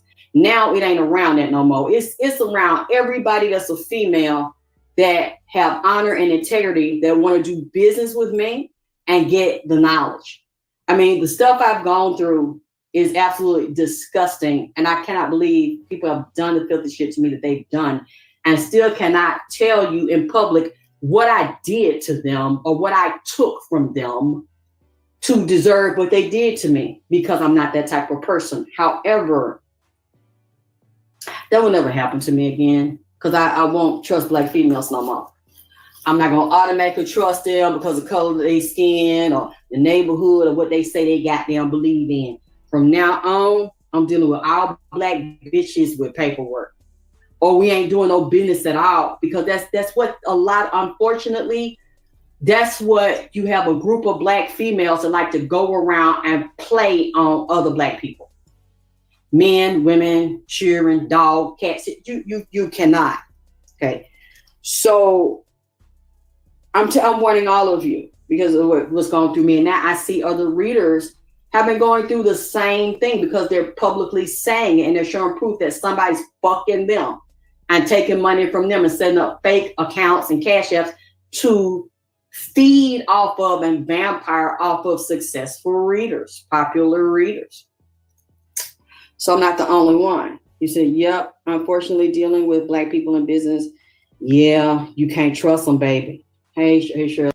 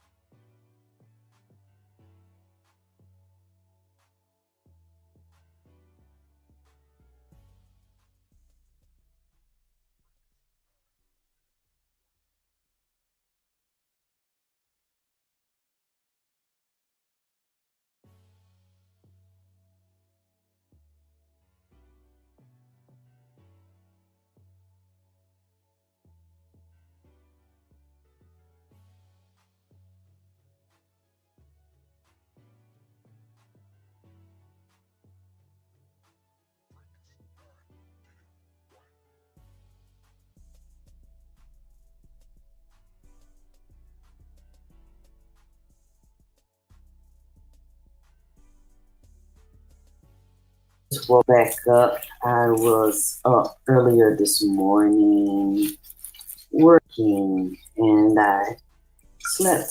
I went back off to sleep. I guess I was tireder than I thought.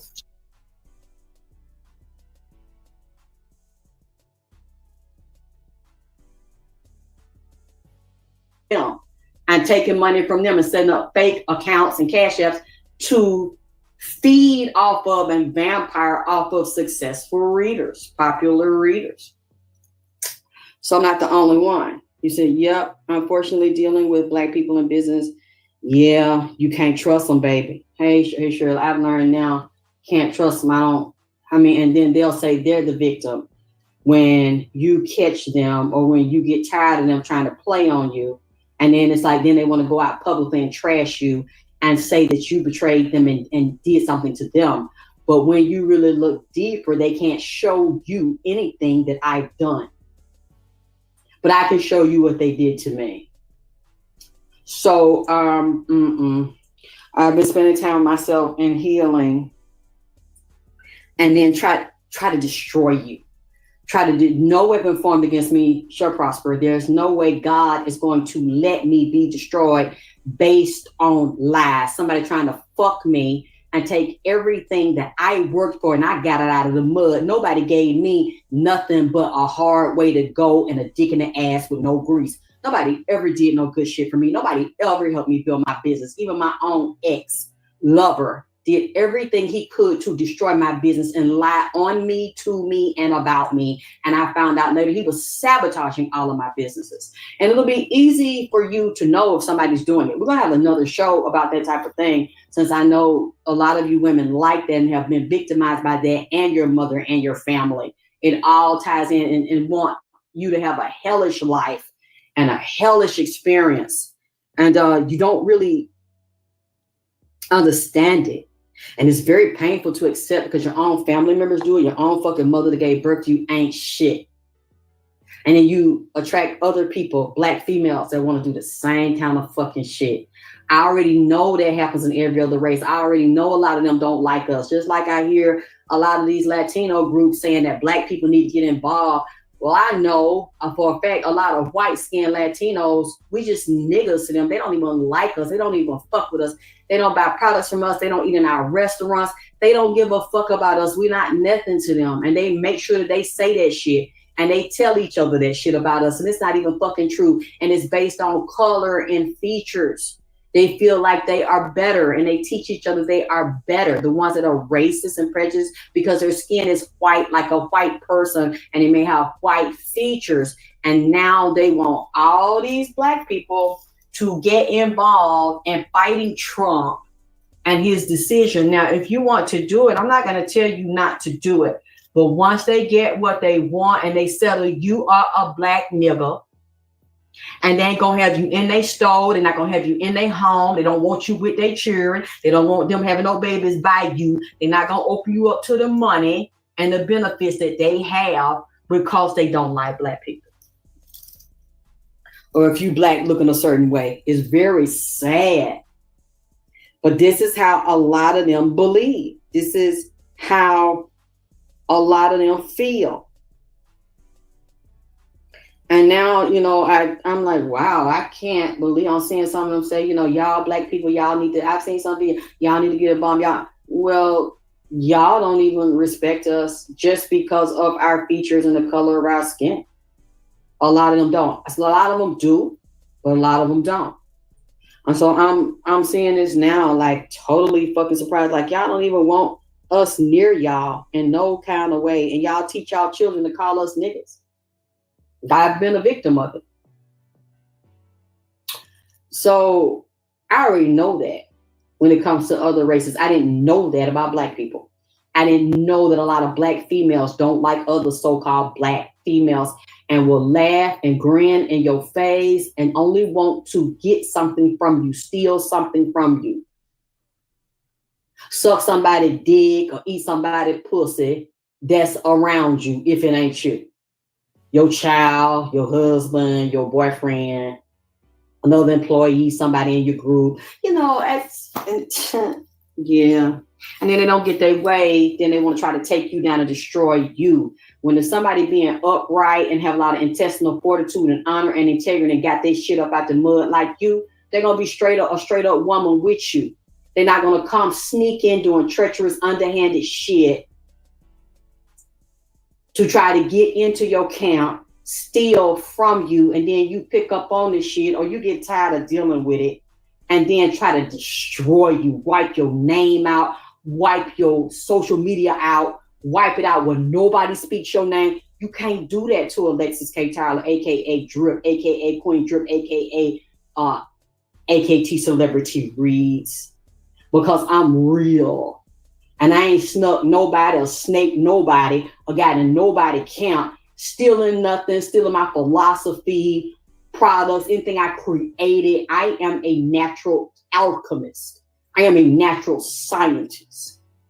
With the metaphysical language that I speak, the knowledge that I give, mixing it from my fucked up life experiences, turning my madness, my pain into a message, but also getting formulas from my spirits, creating products, and I ain't never had no fucking class. Yes, they are needed, they are necessary to go to the highest level. I wasn't able to do that in my younger life because of all the hell and the circumstances I had to fucking deal with and take care of a baby that I wasn't going to leave on anybody just to go to school or get an opportunity. I didn't want to leave my child to be victimized like I was.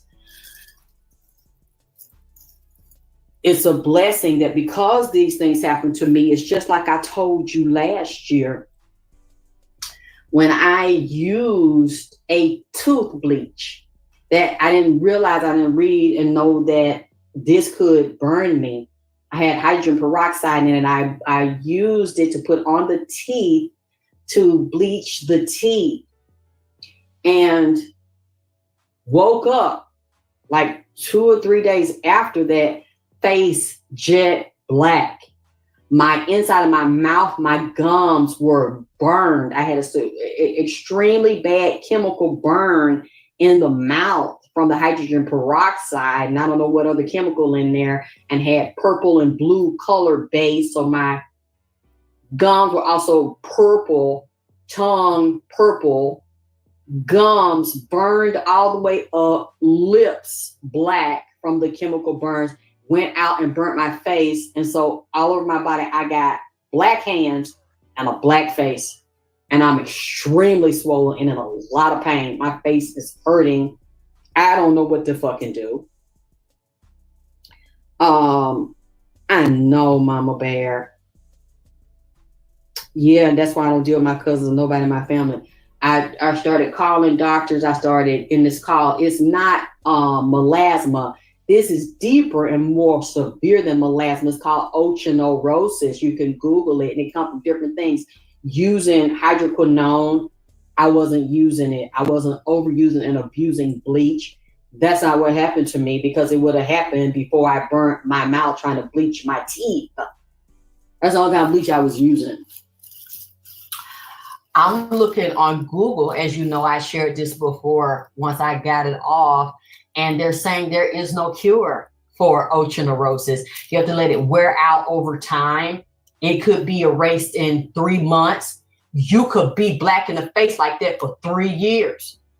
It could last the rest of your life. There is no cure. I was calling different dermatologists. Didn't know a lot of black ones. I was calling the white ones because I knew they would have access to the higher knowledge. And I found out there was a laser for ethnic skin, black and Asian Indian skin, with a lot of melanin in it that could cure the problem. I went to one white dermatologist. It happened last April. I found dermatologists because I kept calling. There are not that many. And all the ones I talked to, they were like, there's no cure. The only thing you can do is stay out of the sun, use sunscreen, chemical peels, skin bleach, like to lighten it. You can try, but you need a laser. That's how I found out. And I called the white dermatologist. You need the laser. It's called the Q laser. I didn't know that one existed, but it's not that many in Georgia. For some reason, there's not that many doctors that have that in Georgia. I found it in other states. I would have had to travel, and then there's still no guarantee because they were saying, we need to see pictures of you. We need to see you on video chat, or you need to fly here so that we can have a consult to see if you're a good candidate. And that's still not a guarantee. I would have to spend my money and start traveling to different places in the US just for a consult. And the consult didn't guarantee that they would help me because there are certain criteria that you have to have for being a good candidate. I was fucked It's because of the natural talent that I have that I didn't realize I had, but I knew my grandmother was grooming me for that when I was a little girl, and with the garden and learning the structure of the greens, the collard greens, all these things, and creating formulas. She let me be in there when she would pick this stuff in the garden. And I realized how it ties into what I do now, who and what I am, the AKT wizardry, the AKT alchemy program. What I will probably do, because somebody I did a reading on that is studying to be an esthetician said, Alexis, if you would just do the class on these things you do naturally, even though I'm in school, I will come to that class because you do what you do naturally and it works. We saw how black your face was and how black your hands was. I had so much excess melanin production, it triggered it. And what I realized is melanin is powerful, and melanin doesn't mean any harm. It was primed to protect me. My fingernails were black. I'll take a new picture and show it to you. My toenails were black. My fingernails right now, you've seen me. My eyes, the white of my eyes, it wasn't a disease, but I looked sick, but I wasn't. I was just burned, severely burned, and it triggered the melanin in my brain. The whites of my eyes were dark. They had black spots in them. And when I Googled it, black spots in the whites of the eyes, it was an extra production of melanin. And I realized it was just trying to protect me, but that was not my normal complexion. So it was overdone. And especially in the eyes, when you see some people, they have black in the whites of their eyes, or really dark skinned black people. Usually it's like African descent. They're dark in their eyes. The whites of the eyes don't look bright, bright white. They have an extra, that's just melanin. Doesn't mean they have a disease. And I went to a white dermatologist here who said, you're not a good candidate for the laser, but wanted to give me some type of experimental drug. I think that was new on the market. I think the FDA approved it, but I never heard it because I've never been a sick person in and out of the doctor. I've had the skin issues, unexplained issues. Now she diagnosed me with eczema. I didn't know it can come out in black patches, even though I'm like, but I got this from burns. She was like, no, it came out because of the burns. It triggered it, but you have eczema. So I kind of quite don't understand that, but that was her diagnosis. And I was having issues before with the black mold, but I realized now from what some of the doctors are telling me, that just triggered it, what was already there. When she told me that we have the laser here, it was in Georgia, but she would not give it to me. I don't know why that doctor did that to me, but she wouldn't give it to me. And so what it did, it made me go home, and I just started praying, and I was like, I can't walk around the rest of my life like this because I've never been this color. If it was natural, I would accept it, but it wasn't. Plus the rest of my body wasn't that color. It looked crazy as fuck. So the spirit spoke to me, and they gave me a formula. No drugs, just vitamins and minerals.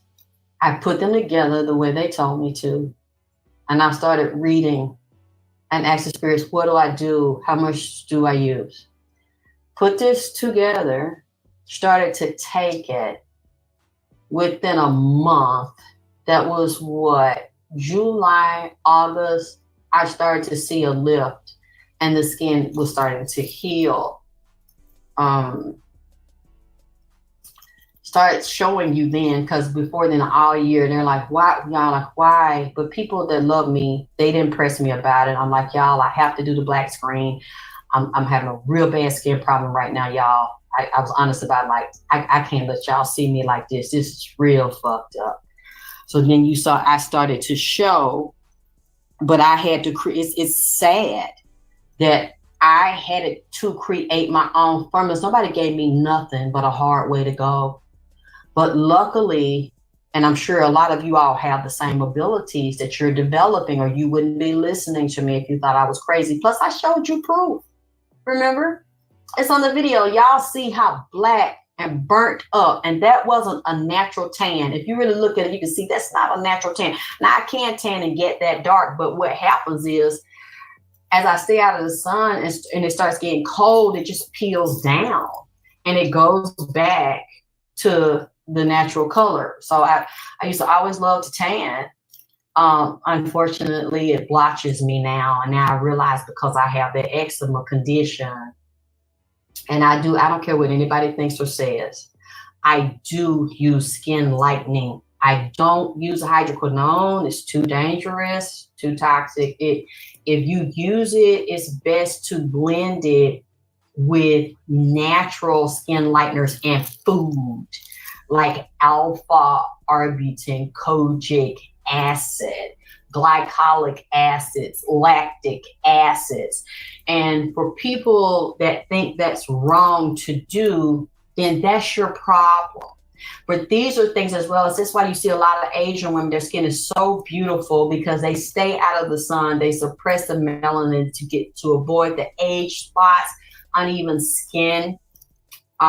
They eat a lot of rice and drink a lot of sake. I think that's also produced with the rice wines.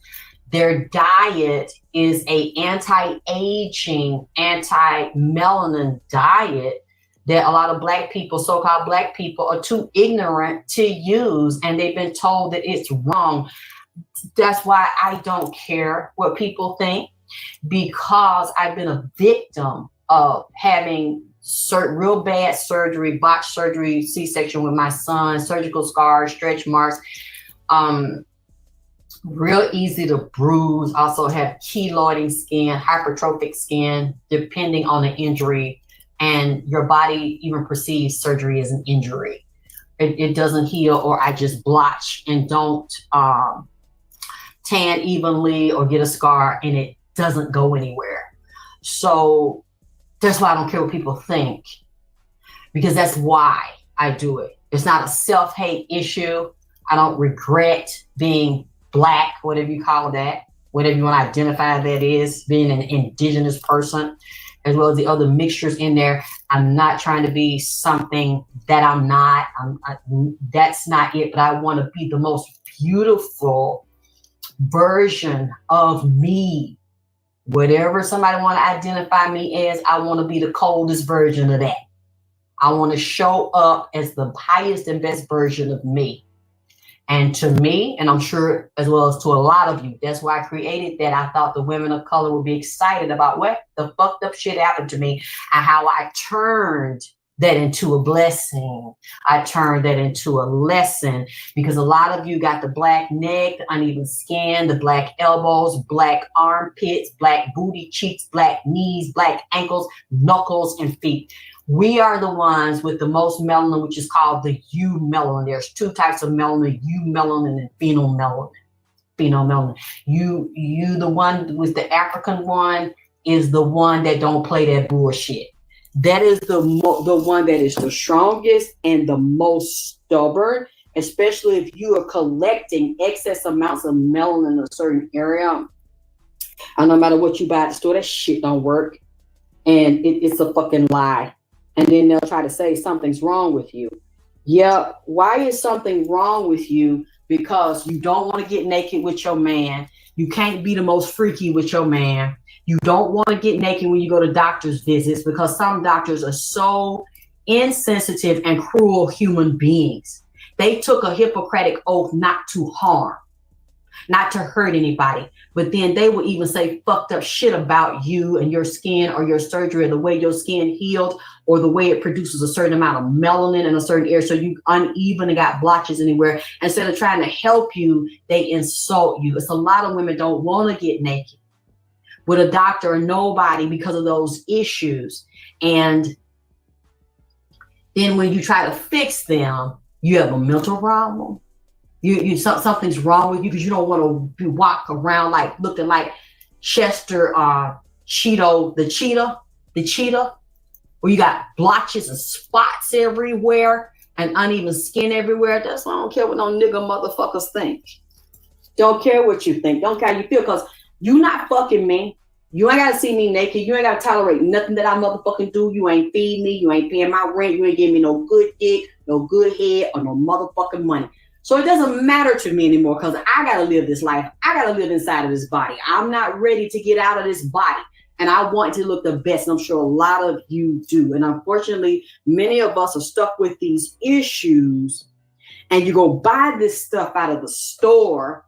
And Black women that buy this, or women that got any Black in them, whether it's a half Black person or partial Black in the DNA, they suffer because that shit in the store, all they do is take your money, our money, and you use that shit, and that Ambi shit don't work, that Ambi cream. Look, it's got a lot of wax and Vaseline in it. How the fuck is that going to lift excess melanin out of certain spots that got you Black knees, Black elbows, Black toes, Black booty hole? That stuff doesn't fucking work, and they know that when they put that shit out there. So I was actually in a fucked up position, face black like that, hands black like that, whites of my eyes black like that, fingernails, toenails black than a motherfucker, and I'm uneven like a motherfucker. And these doctors have no compassion. And this white doctor is sitting there with a Black nurse who is my complexion. She's light skinned, pretty lady, thick red bone. And she's like, so, because with my turtleneck on, all you can see is my face and my hand. So you would think my whole body looked like that. I pull my shirt up, my pants down, my pants legs. I said, now, do you believe me? Her mouth dropped. She said, you the same complexion as me. I said, that's what I've been trying to fucking tell you the whole time I've been sitting here. And then the white doctor comes in and they look at this. And the doctor immediately says, no, that's not just, that might have triggered it in your mouth with the teeth bleach. She said, you have eczema. And that's when the Black girl, the nurse, light-skinned girl, she said, that same thing happened to me in high school, said her whole stomach turned black. I said, eczema? I thought it was just flaky and crusty. She said, no, it can also make you turn black. Her whole stomach was black. And it's stress brings that shit on too, and it itches. She was saying, and the doctor had it. That's why I couldn't understand. The doctor had it, but had no compassion for me. I had to leave out of there like that, looking crazy like that. But what I did, I looked at, you said definitely don't work. I've tried things for years.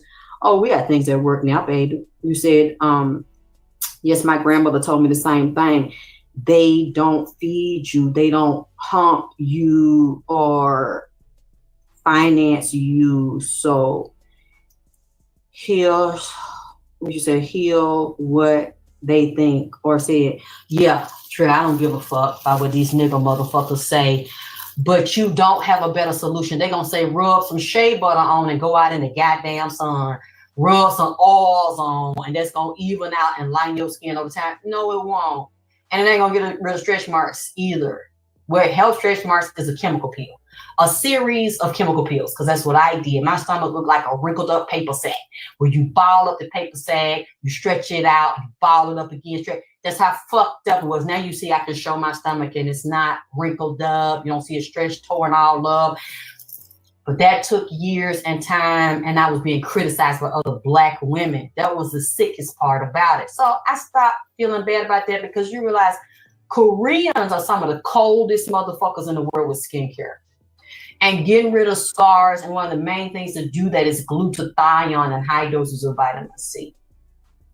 But when you're dealing with the African melanin, the U melanin, as opposed to the phenomelanin, it will be more stubborn. So you would need an internal IV as well as an external cream, your supplements and your diet. But then again, you didn't ask me for this information for this show. I'm just trying to, we'll get into this later, but that's basically how I created my products, with everybody fucking me and telling me, no, these people with medical degrees that are supposed to be there to help you refused to give me treatment. And the only thing she wanted to give me was a drug. I looked it up. It's for inflammation, but it could also cause pink eye, lesions in the eye, lesions on the outside of the eye with the pink eye infection, blindness, or damage your eyesight. Are you fucking kidding me right now? Yeah, and you would want to give that to somebody like me. You probably get to a lot of Black people and they end up more fucked up. So I declined it. Don't regret this. That was a year ago. And you see a year later how my skin looks now, because of my natural ability. This is physician heal thyself. You can be a spiritual doctor. You can be a spiritual medical intuitive. And I think it's good for you all to get the education to become cold, to drip profusely, to abnormally trip. You know, anybody can go to medical school. And a lot of these doctors still don't have the spiritual gift of being a spiritual doctor, being able to perceive anatomy and physiology and look into the metaphysical cell. If you all have those abilities, if you don't want to be a medical doctor, a traditional doctor and be in that system, that's fine. You can be a herbalist. You can be a doula, whether you're male or female. You can still write prescriptions if you are a naturopath and you have certain certifications. You can still help the people. You can still help the world. I encourage you to do that. Yes, baby. Be true to thyself and know thyself. Because if you know yourself and you know other people's hard people to fuck you, unless you're in a position where you can't help yourself and you're weak. Know yourself and learn to heal yourself. And it's frustrating for me since I'm not in that field. And I'll know what's wrong with me. And I'll go and say, hey, this is wrong. That's wrong. I need some medication for this. I need treatment for that. What I realize is a lot of these doctors feel like, bitch, how dare you come in here and question me and my authority? And I went to school all these years. I got all these degrees and I understand that and I respect that. But you're still not God, and medicine is a practice. A practice. You don't know everything. You don't know the answer to everything. You're practicing medicine. That's why a lot of people get sick or die because of the wrong prescription or the wrong diagnosis or incomplete diagnosis, or will take a medicine doctor give you and they still sick. And I will still say, go to the doctor if you need to take your medicine, because if I broke something on my body right now, there's nothing I could do here to fix it. I need to get to a medical facility where they have the machines to look inside of my body and the medication and the proper surgery. Can't do that by myself. But they don't know everything, and some of them become so arrogant. They feel like they are God, and in a way you are, because of what you say goes. But unfortunately, a lot of them are gods, lesser gods, do not know what's wrong with you, can't diagnose you, or wrongly diagnose you, or tell you don't know what you're talking about, and you know your intuition is telling you, look, that's not wrong with me, this wrong with me. And I have had some doctors I go to and say, I already know what's wrong with me when I get in here. This is wrong with my female organ. I need you to check here. This is wrong with my breast. I need you to check this, check that. And they will humor me and say, okay, haha, well, you know, you ain't got no degree. I got one, but you know I'm over you and I know more than you and I got a degree. I'm going to go ahead on and order the test anyway. Order the test, come back, come in the room, very quiet, very respectful, and say, we found what you said and it's what you said. And I'm going to give you this medication, because many times they don't know. It's a practice. That's why I said, know yourself, know others, and learn to heal yourself if you have those abilities. Yes, it's like I said, some of you need to become doctors, whether you are going to become a medical doctor or you're going to be a natural doctor, a naturopath, where you can still get your license and you can practice medicine or natural form of medicine.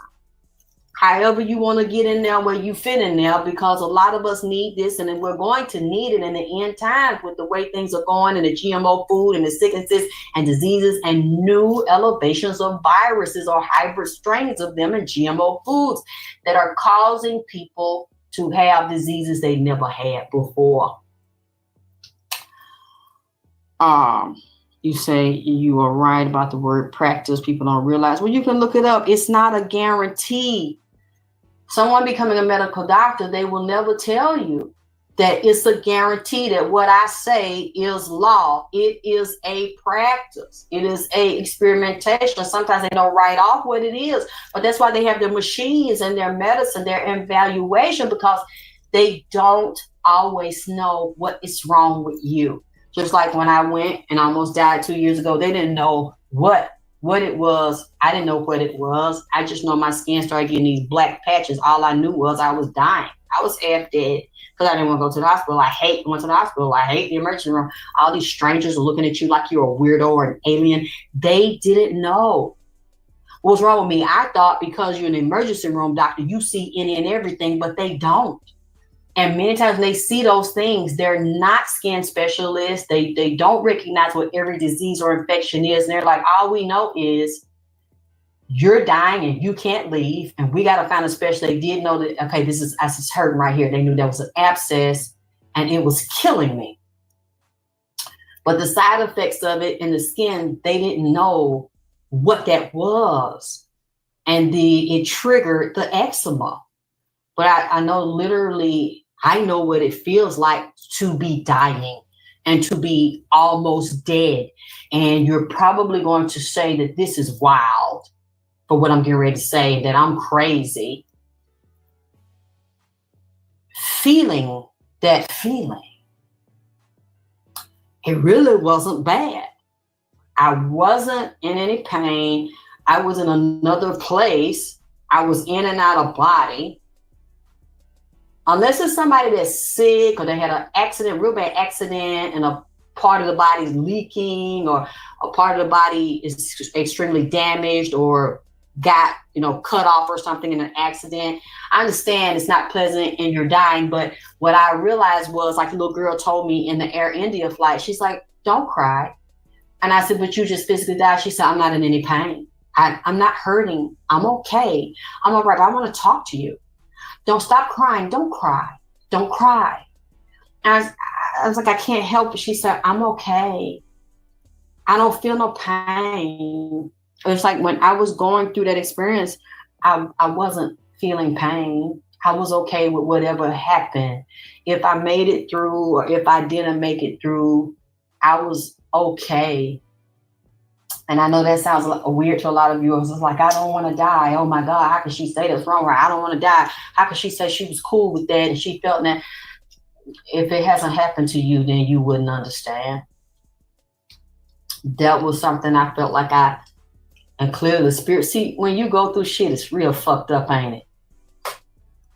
And you're like, why did God let this happen to me? I ain't did nothing to nobody. I'm not a bad person. I try to help people. Why did this happen to me?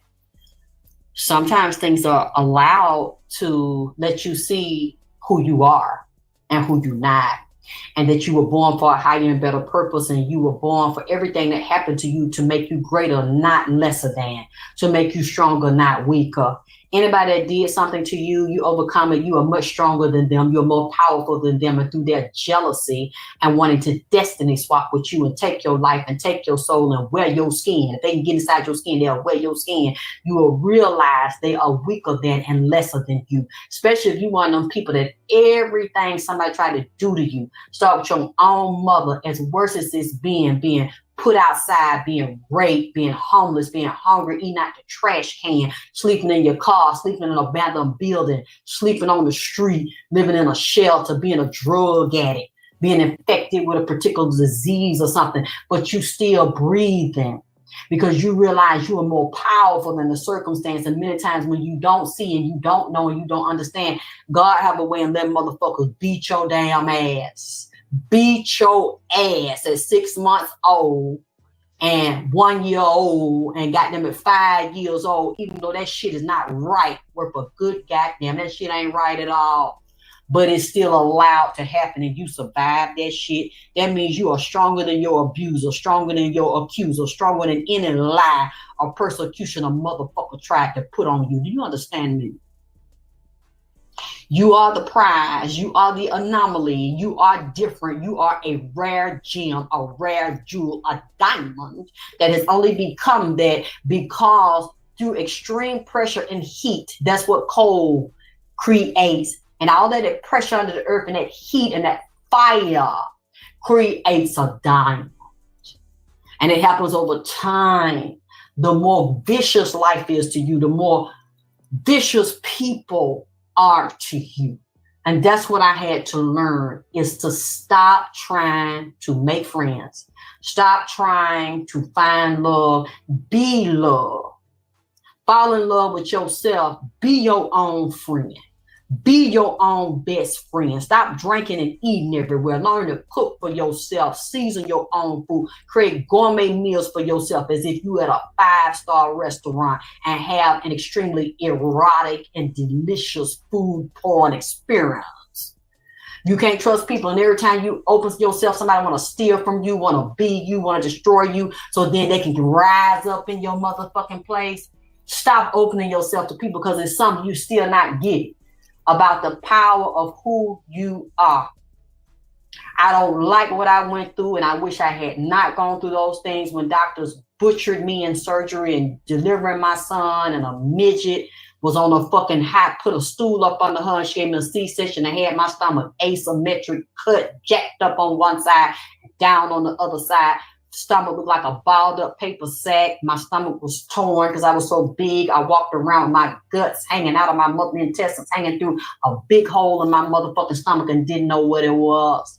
All I knew is I had a lot of bowel problems. I had digestive problems. I had to watch how I handled my stomach and what I ate. I didn't realize until what I felt when I laid down, and I could feel a hole in my mid-abdominal plane. I didn't find out until my son was maybe like 11 and 12 years old, when I went to another doctor to say that you have a big tear in your abdominal wall, and you have all these hernias because your gut has literally been sticking out of your abdominal wall. The muscle, the sheet of muscle that is in front of the gut that holds the intestines in, is torn open. You need surgery. No, I don't like that those things happen to me, but they happened. And I have to come to terms with those things and accept them. And I'm not the only woman that happened to. And when you start going through menopause, in order for you to stop the menopause, you have to replace all those things and address them, because a lot of women, especially if they let a doctor give them a full hysterectomy, the ligament that holds the uterus in place is gone. The uterus is gone, and the bowel will hang down low like a big rope with no support. And that's why a lot of women that go through menopause have extreme constipation, prolapse bowel, because nothing is holding it up, and literally have to dig. I remember my mother saying, I was about 12 or 13 when she made us live with her. She had to dig in to her rectum to help pull the waste out, because she was extremely backed up. And now as I read and I learn about these things, a lot of women go through menopause and you're going to go through it. I don't care if you're 20 years old, if you're 30 years old, you have a hysterectomy. These women will go through it early and then start having a lot of bowel problems. That's why when people come to me and say that they bleed and they have these big fibroids, I'm like, I would suggest you talk to a doctor about the way to get the fibroids out and keep your female organs. And a lot of these women say they tired of their period. I'm like, you're tired of having that part of you as a woman. It nourishes the body because you're dealing with the progesterone, estrogen, testosterone. You get rid of those sex hormones and it will destroy your beauty. It will destroy your skin's elasticity, your vagina elasticity, make it thinner, and start making it retract. Your clitoris will start to draw up. Your vagina will start to draw up, just like you're a little bitty child. I don't think you want that. You can stop it. See, these are things, I'm sorry, I don't know, why am I going here? I don't know who's listening to this that may need this, but I had to stop it because I didn't want that to happen to me. It will destroy your beauty. The sex hormones are responsible, like estrogen, for the beautiful glow to your skin, the soft, smooth, supple skin, the firmness, which makes you more sexually attractive. your teeth and your gums. I even heard a lady say the other day with her estrogen loss, started having a dry mouth. You got a dry mouth, with you don't have a lot of saliva moving through your mouth. You'll develop a lot of bacterial and tartar problems, which will lead to gum disease and tooth loss because of the lack of estrogen. The firmness of the body, the ability to build muscle is a result of the loss of estrogen, progesterone, testosterone. Women need testosterone as well. All these sex hormones control the body. You have a hormonal problem, you're going to have a physical health problem, and your body's going to turn to mush. You have a problem building muscle and staying firm. That's why you see a lot of women that become middle-aged, or if they've had a hysterectomy before they become middle-aged, they have a big stomach. Everything's big in the middle, big titties, big stomach, big ass, but it's like out of proportion because the stomach's huge. And then they have high cortisol because of a job they hate, a man they hate, a lot of stress and paying bills of cortisol. Whenever you build a cortisol, you have a metabolism problem and you have a difficult time losing weight because the cortisol holds fat. And then you lose muscle and a nice form.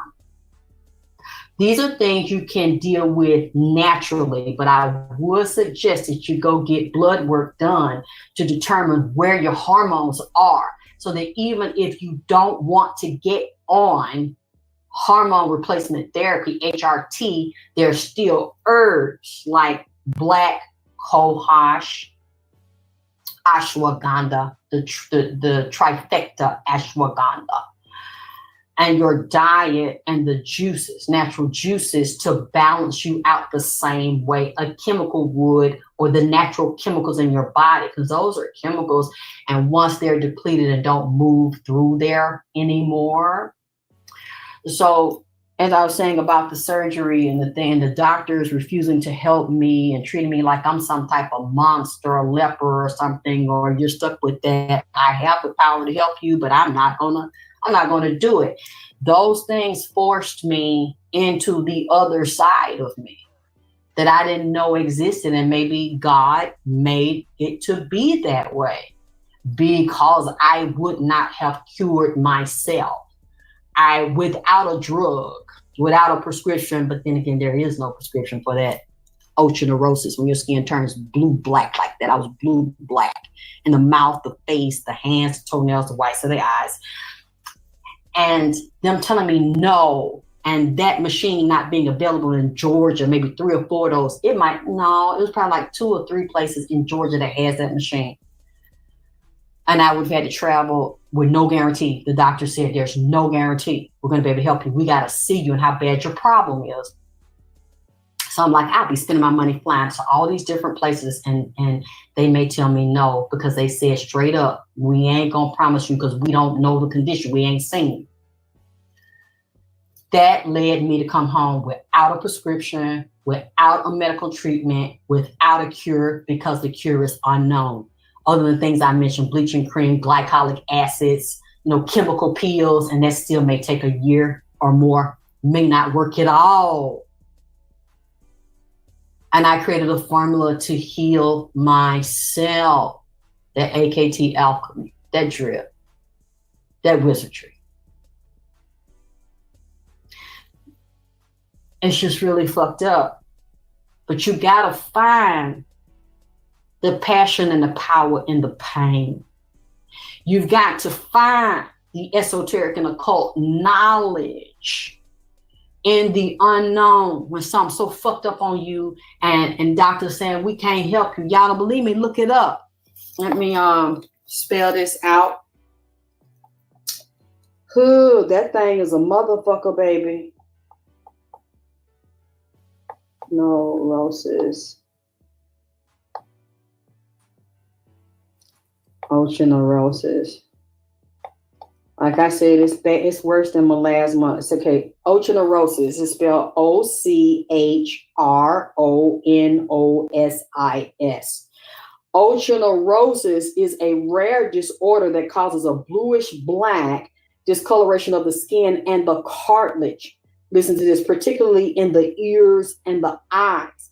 And one of those I thought I had that. One is 2 forms of ulcer neurosis. They're saying one is from bleaching abuse, which I was not doing. I got burned in the face that triggered the excess production of the melanin that's tried to protect me. That's all it was. It don't mean no harm. In this society, a lot of melanin and around the world, that's a European dominated society, will tell you that melanin is not beautiful. And the more you have, the darker you are, the less attractive that you are. So your melanin doesn't know that. It doesn't understand that unless you tell it that, and you start telling it, give me the cure. Give me the flip side of the game. And I had to love it and respect it. I had to get up every day and I had to look in the mirror. I had to love that face. I couldn't wear any makeup on it because it was too swollen and tender and I would have made it worse. I had to just wear a heavy, strong sunscreen. I had to go to the doctor or be outside. I stayed out of the sun and I had to look at myself. And I started looking at other women that was my complexion at the time, like real black. I was almost like a blue black. I looked at other women that were fine as fuck, that were dark skinned but had beautiful features, like the African types of black women. They were very beautiful and beautiful bodies and strutted it. I started finding them on YouTube and I started seeing the beauty in it because they were beautiful to me. And so when I see people and they laugh at somebody that's real black like that, somebody had did that the other day and I was like, don't do that. At least don't do it around me, because I see beauty in it, because I walked in those shoes for almost like 6 months.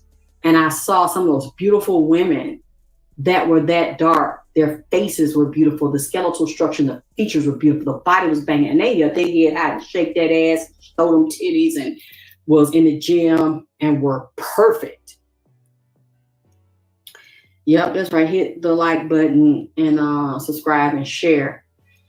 It was finding the love and accepting where I was at that moment. When I say accept something like being in poverty or being sick, or I don't mean like saying you're going to stay there and you're going to die there. No, accepting it in the sense that this is something that's happening to me right now that I don't know the answer to. God knows the answer to. The higher self and the ancestors know the answer to. But right now they haven't given it to me, or maybe I'm not opening myself up to it from rage or self-hatred or thinking something's wrong with you because that's not considered beautiful. So many times you block it. Accept where you are, that you cannot change. Learn to just embrace it and love it. And that's what I started doing, loving it. And as I'm loving it now, I'm still looking for the cure. I'm still looking for a doctor. And all the doctors kept saying no. I met an Asian doctor that said, come on in, we can fix it. But I didn't want to go because the line was so long. So I said, I don't want to sit out there that long and have people staring at me like I'm crazy. So I stayed home, and as I embraced it, and I kept looking and searching for the answer, but learning to be at peace with it, saying this is what happened to me, is sitting on me for a reason. This condition is for a reason. I'm just praying it's not a lifetime, not this lifetime. As I started to embrace, but I kept looking, I kept praying, and I kept reading, I kept researching. I started seeing the formulas, just up in the air, on the wall, just popping up a formula. And I'm just like, let me Google this vitamin, that vitamin, which, is easy to find the vitamins. Anybody can do it. However, the dosage. Then you're dealing with the measurements and the dosage. Somebody like me, where it was so black and blue, so extreme, I had to get a dosage for me. And there was nobody I could ask, because remember, the doctors weren't giving that out. They don't offer you much hope. I've seen people, one time I saw this lady, I was getting a spiritual reading, and she was in the group, and one of my friends told me, he said, you see that lady? That lady had turned real black. She was black and blue like I was. But it went over her whole body. And he said, I know her, my family know her. She used to be light skinned. And I'm looking at her like, nigga, stop. He's like, I'm serious. Somebody was so jealous of her, they put a curse on her. And after they put a curse, that lady started turning black like that. So she been black like that for years. I thought they was fucking lying. Hey, Love Jade. And then as I'm Googling, like I said, y'all can Google it. It will say that there's no guarantee to be healed. You can walk around black like that for years. Somebody can do a spell on somebody, a mirror spell, or glamour spell, and fuck they ass up like that. And I felt like, too, that's what it was. But do you realize you can unfuck yourself if you believe in your ability to do it? And you have the right people around you and the right spirits to make that happen. See, anybody can cast a spell. It doesn't mean it's going to be effective. They can cast it against you. Anybody can do it, baby. You can't stop nobody from doing it. But see, this is what once you cast a spell, it has to be forces, spirits that will actually carry it out. You casting it don't mean a goddamn thing, because you yourself don't have the power to do that unless you got them kind of spirits on you or that will honor you. That's why you can undo anything anybody try to put on you. Now, the stronger they are and the stronger the spirits on them or born on their head, because you're born with spirits over your head and over your feet. You get EFR readings, they'll tell you who at your head, who at your feet. But you still may not have that ashe to fuck a motherfucker up that done been through all kinds of hell and they still fucking breathing. And everybody before you, you might have injured me and caused me an issue, but I'm still breathing and I'm still alive, because I will not willingly go down and let you take me out. And clearly the spirits that's on me won't let you motherfucking do it. When you try to do that to somebody that did nothing to you, just don't like them or the abilities they have or what they say or what kind of work they do, you have to be stronger than the spirits that's on them, or they're not going to let you kill that person. They're not going to let you destroy them just because you want to. They ain't did nothing to you, and you just want to take them out because you don't like them or you think you powerful enough to take them the fuck out. See, that's what I'm saying. You can do them all the magic you motherfucking want to. If somebody was born, no matter what hell that they went through to test them, and they had to be fueled in the fire, crafted in the fire, and under extreme pressure to turn coal into a diamond, and they survived it, you are not just going to be able to do no hocus pocus spell on them and lay their body down and call them dead. Unless that's what they want to do and let you do. You cannot go over spirits that ordain somebody's life to fucking be here. And if those spirits let you go through something and say, no, you're not... It could be, it might not be bad luck. You see what I'm saying? Even though people wishing bad luck on you, some fucked up shit can happen to you through a spell that's allowed to happen to you and turn your fade black and shit. Got you looking like a checkerboard. And the spirits can come in, not because they want to punish you, even though somebody is bringing a curse against you, because the spirit still could be working in your favor when they say, no, all the doctors going to tell your ass no. Wherever you go, it's a goddamn no. And then we're going to make you fly around in circles. They could be trying to block it. We're going to fuck this person up. And then we're going to create a situation where they can't get unfucked. And then you be like, God, why are you doing this to me? Why are you letting them do it to me? But it's still a blessing in the lining of that curse. Because the spirit could also say, well, this is what the fuck you were supposed to be doing anyway, and you let people, places, circumstances in life beat your ass, and circumstances and demons beat your ass where you forgot to let it go, or you so fucked up you couldn't go no further. So we're gonna let this happen to you. And everybody gonna tell your goddamn ass no, and we're gonna let that curse stay in place until you do what the fuck you're supposed to do in the misery, in the darkness, in the misfortune. You're going to sit in that. You're going to learn to love that. You're going to learn to respect that. You're going to trust that no matter how fucked up it ain't killing you, and you ain't got no disease. You got a skin malfunction and make your hair look real crazy, goddamn it, and uneven and patched up like a goddamn leopard, chest of the cheetah, and the fucking zebra at the same goddamn time. We're going to let you sit in it because we know something that you don't. And in that sitting in it, that's when I said, give me the cure. Huh? And it was in all these medical professionals that went to school for years that got the certification, the qualification, the machines and the technology to take that shit off me, said they would not take that off me. Physician, heal yourself with the things you have the power to heal. She had the medicines available, the prescriptions available, the machine, the laser available, and told me no. Everybody told me no. And all the simple things we can offer still may not give you relief. Oh, but I went into the other realms and I got my relief and pulled it out and created a formula for somebody with severe ulcer neurosis like me, where they said it's not that it can't get back lighter, but your chances, bitch, might be slim to none. Now, how you gonna come up out that shit, bitch? How you love that, Playboy? What you gonna do? Because all these professionals will not help you. They have the technology to help you. They got a pad with a pen. All they got to do is put that pad, that pen on that fucking piece of paper and say, give her this and give her that. And them fuckers said no.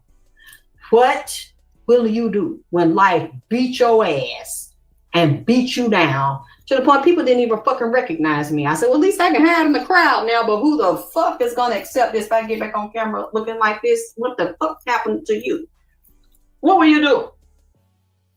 Many people become drunks, drug addicts, give up, lay in pity and wallow around and cry. And many times that's allowed for you because you're stronger than you know.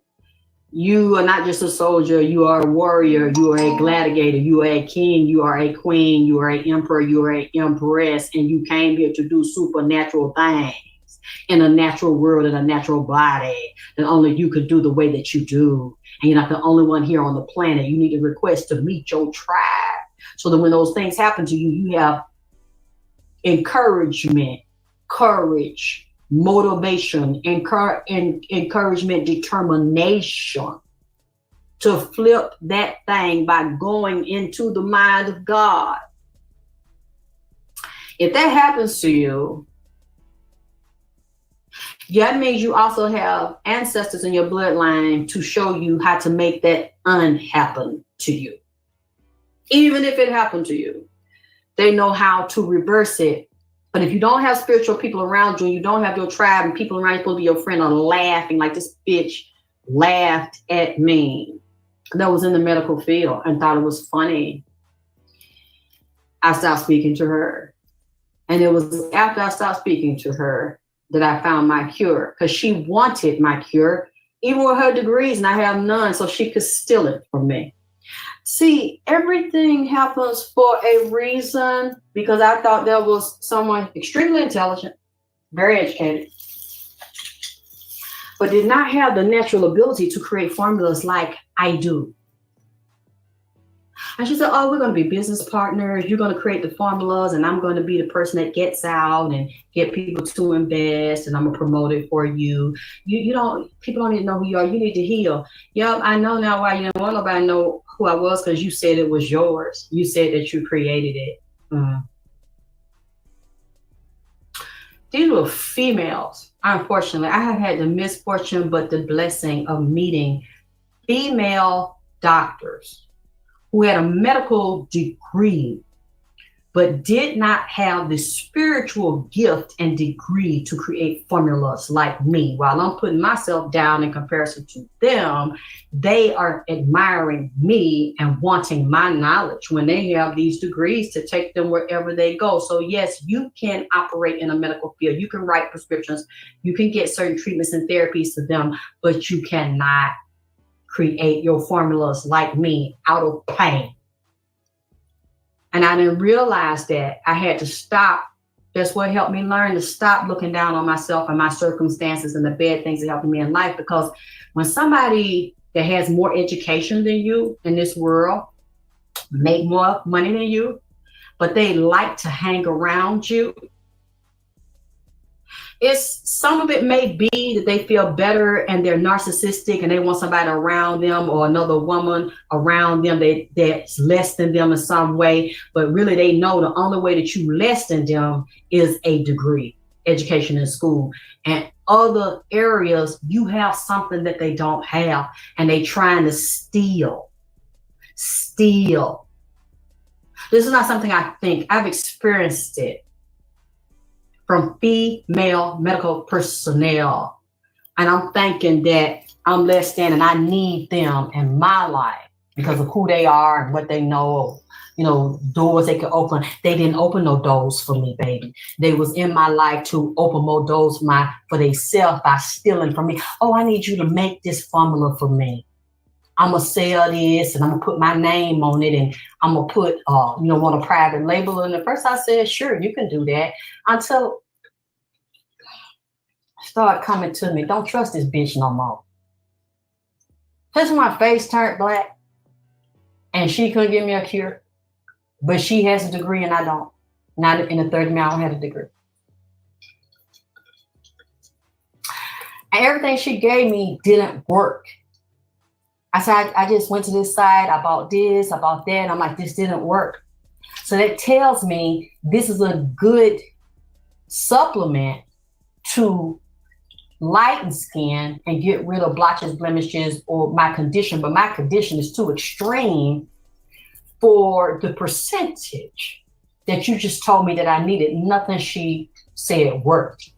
But she was waiting for me to come up with a solution. I ain't want to admit it, but the spirit says she's gonna steal it from you. When she started laughing and calling me black in the face and all this shit, and they said I looked it fucked up and said, at that moment I said, everything, I'm gonna listen to you. I'm gonna let you say everything you gotta say. I'm gonna let you insult me, because after this, I'll never ever speak to you again. So I was very calm.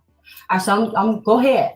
All your insults and how funny you think this is, but you have a PhD, and so technically you're a doctor, and you deal with counseling other people and writing prescription for them, but you're making fun of me instead of offering me a solution, which tells me you have another problem with me that I don't know you have, and I don't even have no degree, but I can do what you cannot. And you're clearly sitting here, since you have a PhD and you can put doctor in front of your name, it'll be easy for this bitch to steal from me, go to a chemist, duplicate it, and because she kept saying it, I look every day through patents so I can take other people's patents and change one particular ingredient or the percentage of the ingredient, which is what you have to do in the patent. You just have to change one ingredient or the measurement of the ingredient, and you can create a patent out of the same fucking formula somebody got. You just change one thing so it's not exactly their formula anymore.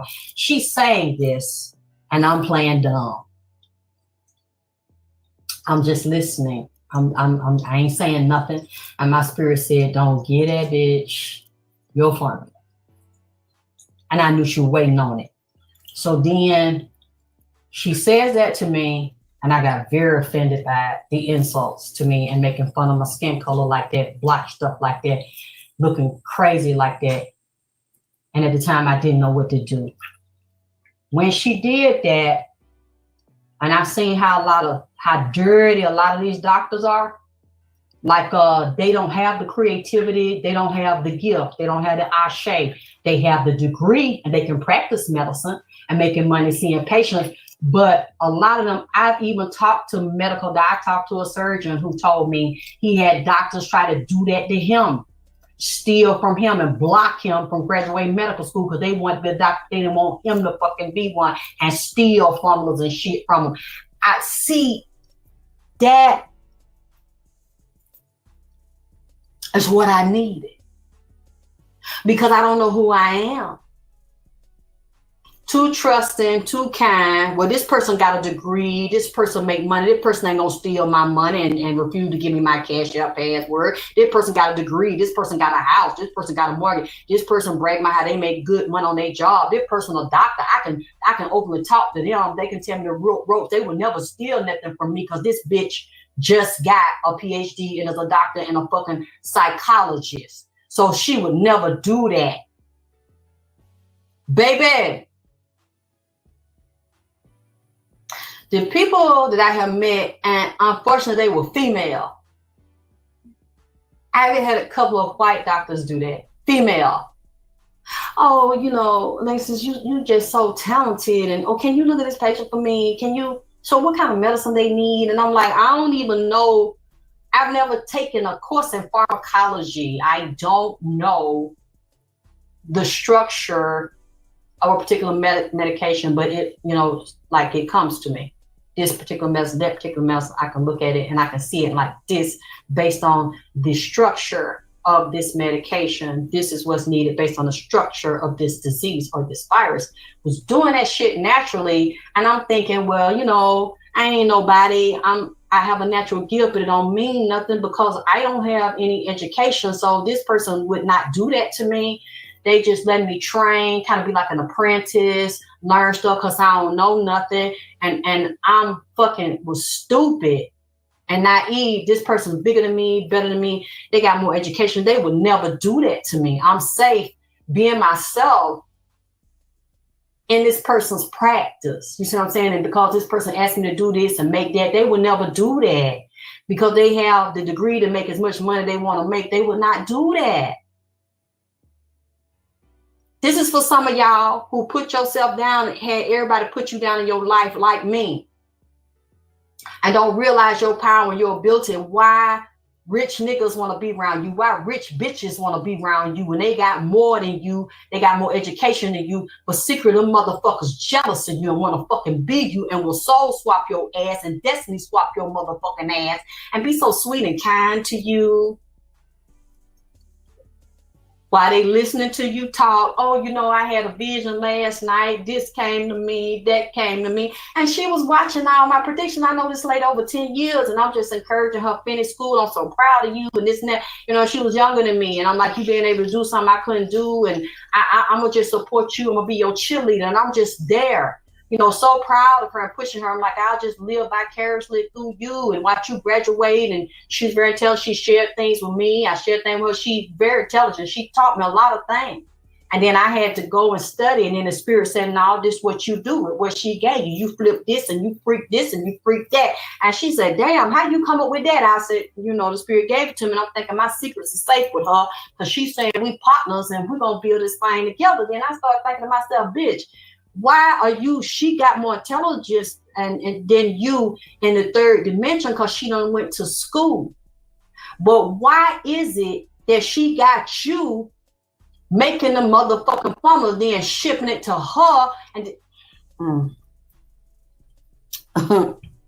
and then somebody, when I first said somebody last year, oh, why you jealous of education? I'm not. That's why I'm telling you, like DMX said on that song, well, all I want is you. He said, let me tell you how it's going down. I'm trying to tell you how it went down. I was her biggest cheerleader. And she like act like she was mine. And your secret safe with me, I'm gonna build you up. We're gonna build this company together and you're gonna be the Kenneth. I'm making the shit work. I know because I'm always my own guinea pig. And I've sold a lot of you all that listen to these shows that bought from me. You never told me I hurt you, I killed you, I hurt your baby, or caused you a loss. I've never had anybody tell me that. So I know the self-worth. And I started giving to myself and friends, giving my stuff away. I'm my biggest guinea pig, just like I drink my nutritional drink. And I started having some shedding because my hormones had gotten out of balance. So the past 6 months, I started getting the black cohosh and the other herbs to stop menopause when, like I said earlier, you lose your estrogen. That could lead to hair loss, your progesterone, that EPT, estrogen, progesterone, testosterone. Those are the main three. And the estrogen will cause a lot of those problems. So I started to replace those things. And I experimented on myself. That's why I knew it worked. Let me type it again. It's easy. Y'all can look up this stuff and start taking them because I know a lot of you all, and then you'll have brain fog, memory fog, the diet, and the natural herbs if you don't want to take the chemical hormones. The black cohosh, the red clover. Some people use the soy with the isoflavonols, the valerian, the sage, the evening primrose, the ginseng, the chasteberry. I like the chasteberry a lot. The flaxseed along with the ashwagandha, but they have the ashwagandha trifecta. It says she may have more education, but we know education has nothing to do with the intelligence. Thank you. I love the way you put that, Ashe Marie. That's what I need to learn to say. The intelligence and even less to do with the wisdom. Yes, that you're born with on a higher level that you cannot buy. You can't sit in a class and to become me. Not in Western education. They have classes that you can go to try to open up your psychic ability, different spiritual schools and spiritual classes. I've never been. It's like I said, it's through the bad things that happen to me. And I know some of you all that listen to this show, if not listening now, you'll be drawn to this later because that's probably what you are, because you wouldn't be attracted to me if a lot of you were not those things: readers, teachers, seers, medical intuitives, psychic mediums, people that are geared toward health and wellness. And I encourage you, because nobody encouraged me. People try to destroy me and my ability to go to school. Even my ex-man didn't want me to go to school and said that I'm going to take your money. I'm not going to give you the money to go. I'm not going to help you go. And let me tell you something. And I'm going to leave. Because I love the way you all talk to each other in the chat and the way you talk to me after the videos. And y'all put your thoughts, your opinions in the comments, and you talk back and forth to each other in the comments, and you talk to me in the comments. This is what I've learned. When you don't have psychic protection, let me tell you, everybody's born with spirits on them. Some of them might be good, some of them might be bad. You will know when you have the good ones on you because you're born with a lot of gifts. And your mother sees the gifts and she will start abusing you young and let other people abuse you to hold you back, or so the gifts won't be turned on. When you're young in life and even as a little child, you start having a lot of bad things happen to you. That means your mother has held your warrior spirits and your protector spirits back. Every day you wake up, you should say, because you don't know what happened when you were sleeping and you don't know if you got out the body and left, because many people actually project out the body and leave. You want to say, I call back all levels of myself, and I call back all of my power and all my enemies that have taken power from me or suppressed me or held my spirits back, bound my spirit so they can attack me, named and unnamed, known and unknown, seen and unseen, in the third dimension, and all dimensions and all portals of time. From the time that I was conceived in my mother's womb up until this very moment, I call you back into me. Because you don't know who took parts of you. You could be standing like I'm standing here right fucking now. And I'm talking to you and you be thinking that, okay, I'm in my body, I'm aware, I'm here. And another part of you could be over at somebody's house and they fucking talking to you. You don't astral project another part of you and they talking to you, ask you a question, your ass answer, and you don't even fucking consciously know that your ass is over there in two places at one goddamn time. You got to call it back. These are things I see because I constantly every day work with myself. I can't deal with nobody else till I deal with myself and have my peace of mind and have me balanced. When you pull yourself back and you stop giving power to what somebody did to you, what they didn't do, what they said, what they didn't say. Now, I know forgiveness is a different issue because I'm having issues with forgiving motherfuckers. But, you know, I say it anyway. I forgive this person. That doesn't mean I still don't want to speak to you ever a motherfucking again, goddamn. I don't want you around me. I'm not going to be around you. I don't want to eat with you. I don't want to drink. Still don't like you, bitch. But I can forgive because I want to ascend. Holding grudges, thinking about it, fighting and arguing and this and that and back and forth. Motherfuckers now got control over you because they got your energy, they got your emotion, and you are fighting back, you're arguing back. Retract, retreat. Give me. Take all your energy, all of your power, all your wounded little girl parts and fragments where you love your mama, you love everybody else more than you love yourself, and you want them to love you, and they didn't take it back. Pull all of that within you. Start loving, respecting, and trusting you. You can't expect people to come in your life to love you when you're not in love with you and who you are. What you doing?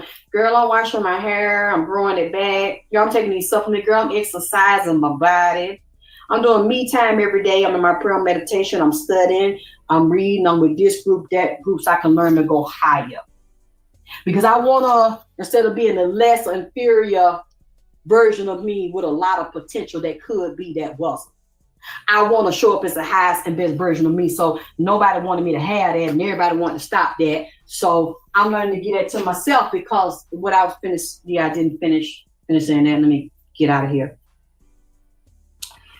When things are most difficult and you don't know what your mission is because your mother didn't tell you, nobody else told you who you're supposed to be, all you know is that all these people want to come around you and they got more and stuff going on where they accomplished, and you looking up to them like, wow, I wish I could have done that. Wow, I wish I could be that. And they stealing from you. They keep coming to steal something and take a piece off of you and a bite out of you and shit. And you're like, wow, this person got this person got that, this person graduated from this school and that school, and they so brainy and they so intelligent, and you look up to them and less than yourself because you didn't do it because of things in life and people in life want to hold you back and hold you down. You got to think about that. Like, why do these people want to kill me? Why these people don't like me? Why do people want to hold me back? Why do I love people? The more love I give, the more hate they give, and the more thievery that they give to me and dishonesty and don't want to see me be a goddamn thing.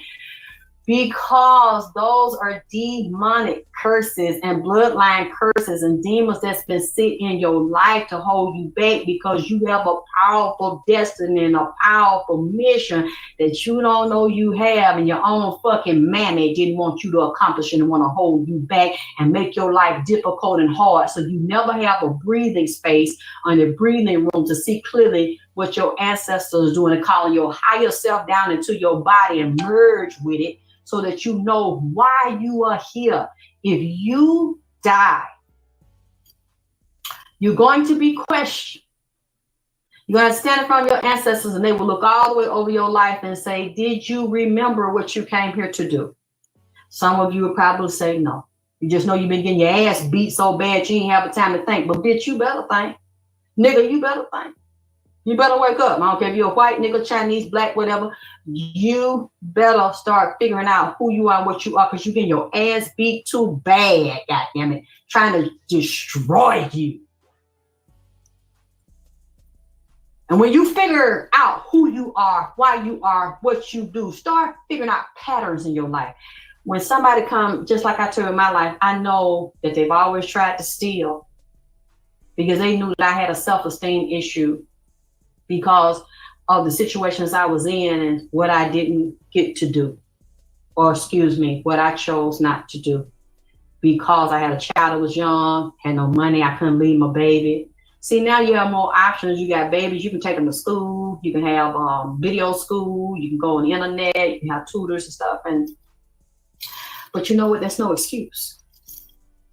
Once you know who you are, what you have to do is call your warrior spirits and your ancestors, get somebody to help you to put protection around you to activate the warrior spirits that your mama and other people block so they can attack you.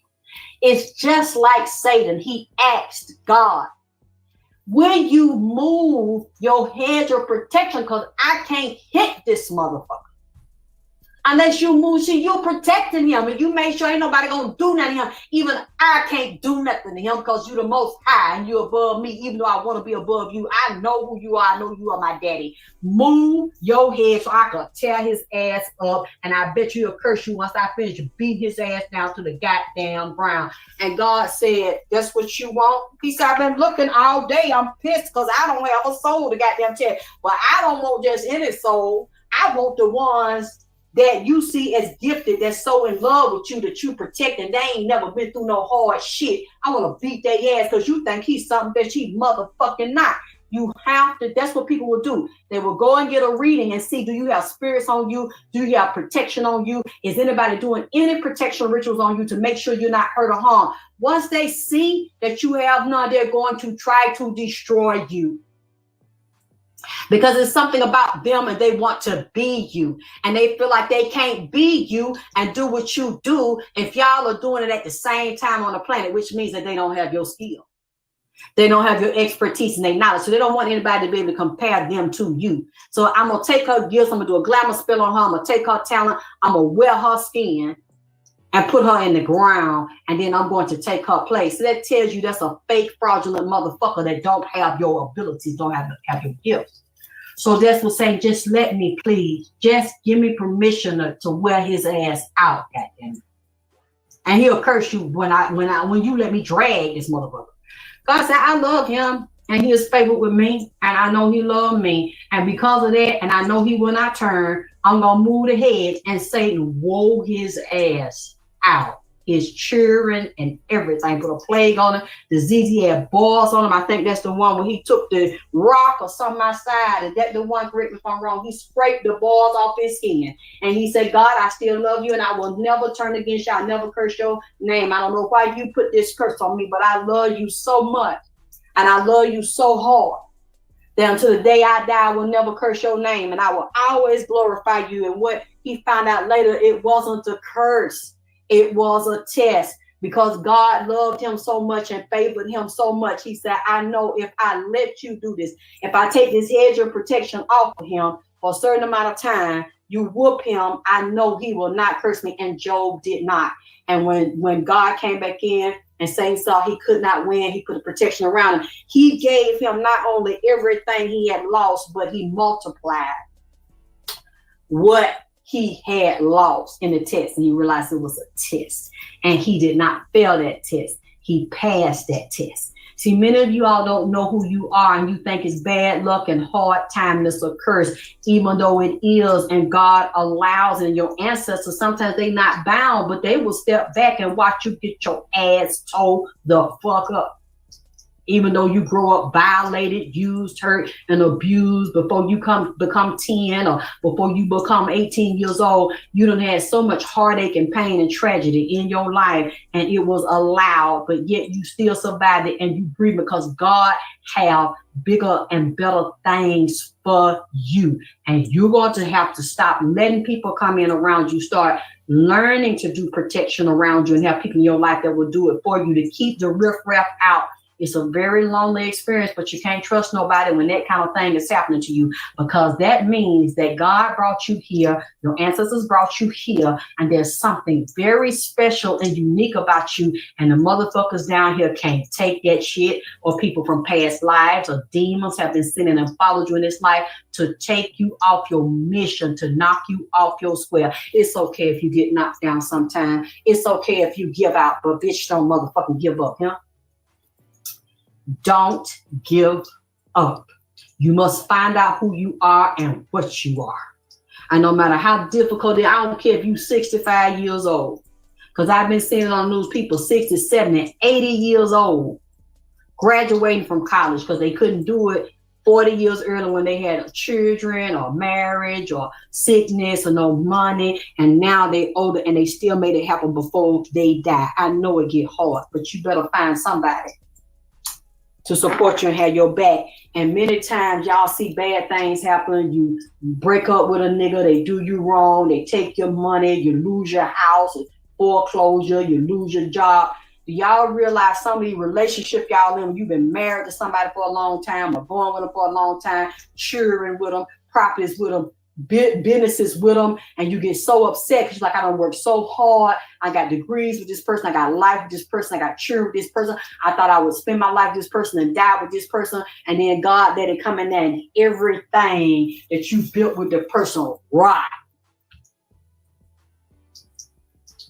Because the motherfucker is a karmic male or a karmic female, and the motherfucker went for you to spend your life with any goddamn way, from something, your own insecurity, your lust, sex, money, whatever this was, allowed you to be lured by your own ignorance and lust that blinded you, and you think you got to have this person. And God said, no, there's a higher purpose for you. There's a higher path for you. There's a higher mission for you that you got to fulfill. I got a divine masculine over here. I got a divine feminine over here, but you didn't want that. That's usually not your type. But I'm telling you, that's gonna be your goddamn type, and that's what you're gonna do, who you're gonna do it with. But this one you want to be with, and you didn't want to see the divine one, and you didn't want to see the higher level of who you are and what you are. So I'm gonna dismantle this because this is not a part of your mission. Now you can stay with it if you don't wanna. You will get your ass beat. You will lose everything because you refusing to listen to me and you refusing to lead this motherfucker ain't gonna stop me from tearing this house down. Like the big bad wolf, I'm gonna blow this motherfucker down, and you think it's a curse, and it may be to you because it's destroyed everything that you have. You know, built everything around this relationship you got, and you don't found out this is a karmic feminine bitch, and it's a karmic bitch ass nigga. And no matter how you try, whatever magic you pull, or whatever talking and encouragement and help you get, that shit still falls the fuck apart. Why? Once you get over the pain and hurt and you choose to see the lesson in it, just like Job, God will give you everything back that you lost, plus some. Because you were going in the wrong direction. Your education, your money, your job, everything you've accomplished is not going to be protected because you have this education, this money, this job, this recognition. Because the other levels and God and ancestors are much higher. And they know your mission and you forgot your mission, or you'll have people coming you to mesmerize and put a spell on you to misdirect you so you don't see who you are. You don't know your path. Like, oh, this is the one. I've been waiting on him. Oh, this is her. Then you start seeing little red flags over the years and you really don't want to leave. I got too much invested. I got children and this bitch gonna tax me. This nigga gonna tax me. You know, because men divorce women and get alimony and child support from them too and take their motherfucking money.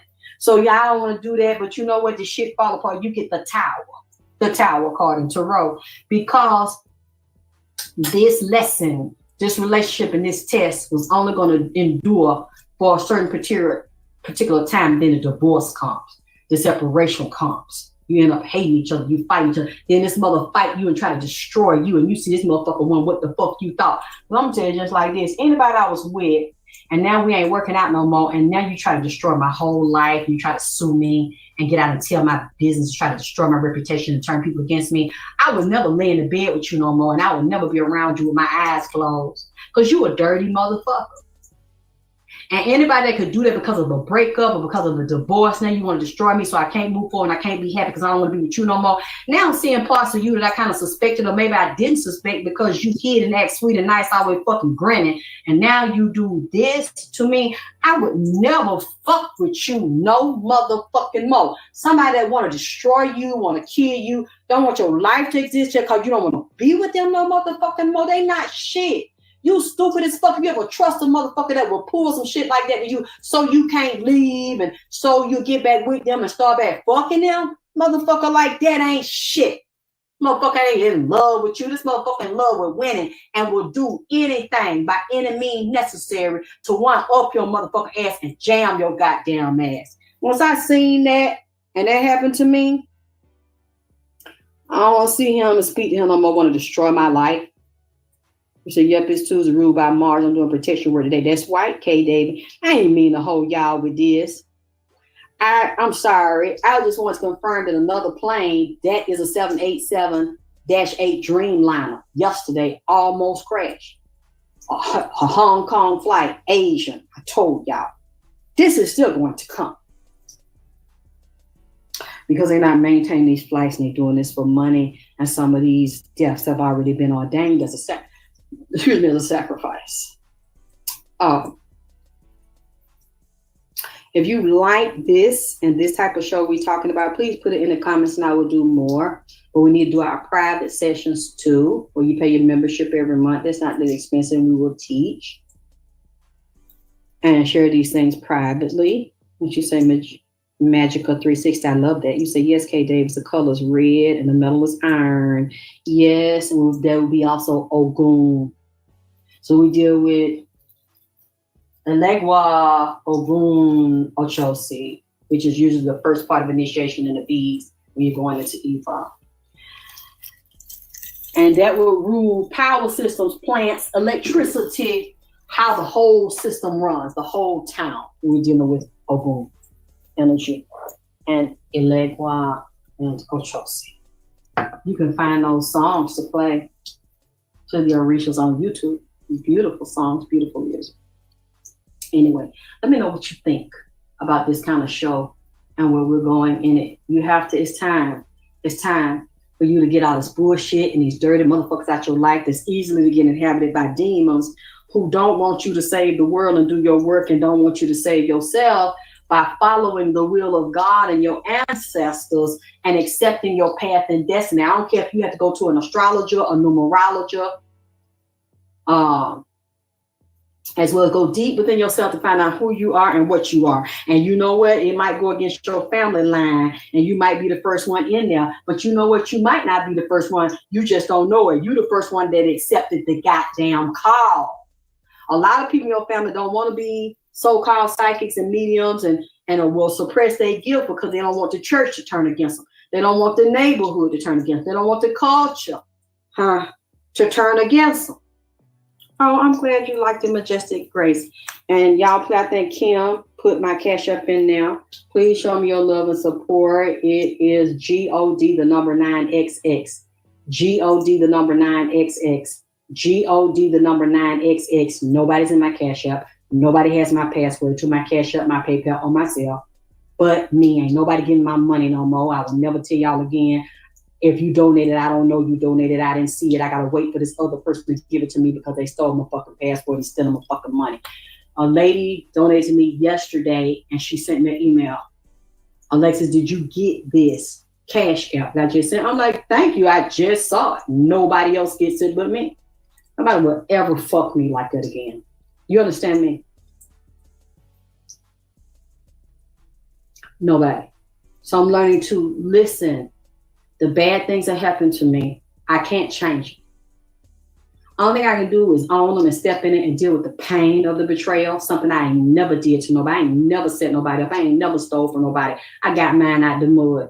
I'll go without it and find another way to make me some products and make me some money before I set a motherfucker up that trusts me, that's sick, and depend on me and steal from them. I ain't never fucking did that. And if I'm lying, anybody I stole from and cheated out of money that was sick and trusted me, somebody older than me, an elder, that helped me and ain't never did nothing to me, come forward if I stole from any fucking body. That ain't something I never did. And no matter how hard it is for me, I never fucking will do no shit like that because I do believe what goes around comes the fuck around.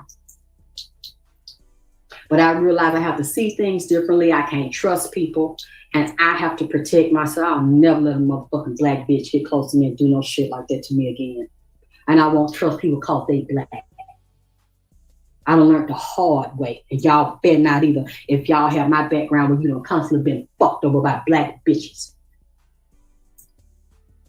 Now,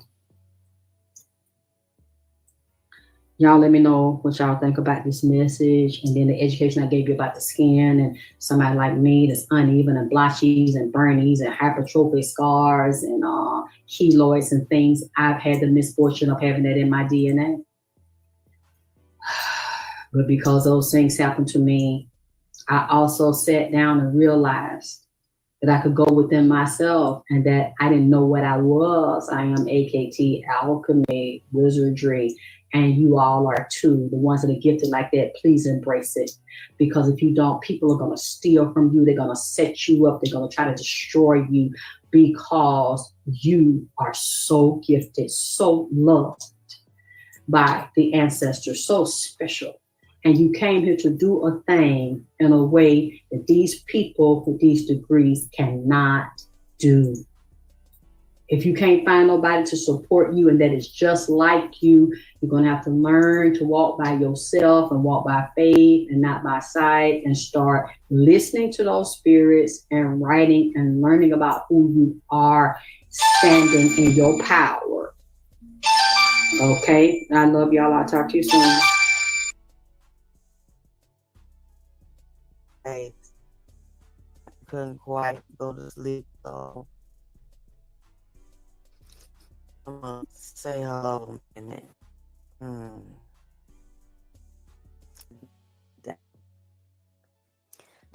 Hey, it's Angie. Right.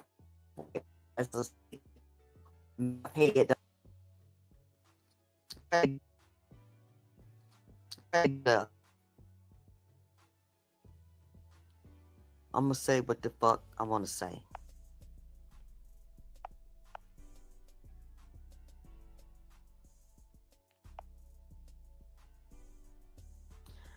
And I'm not finna start over if I can stay in here.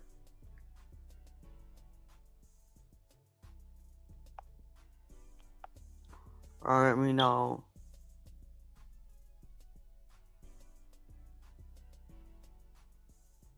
Can anybody hear me?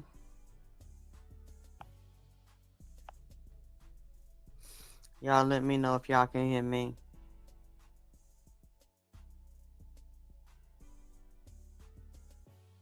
Anybody let me know if you can hear me.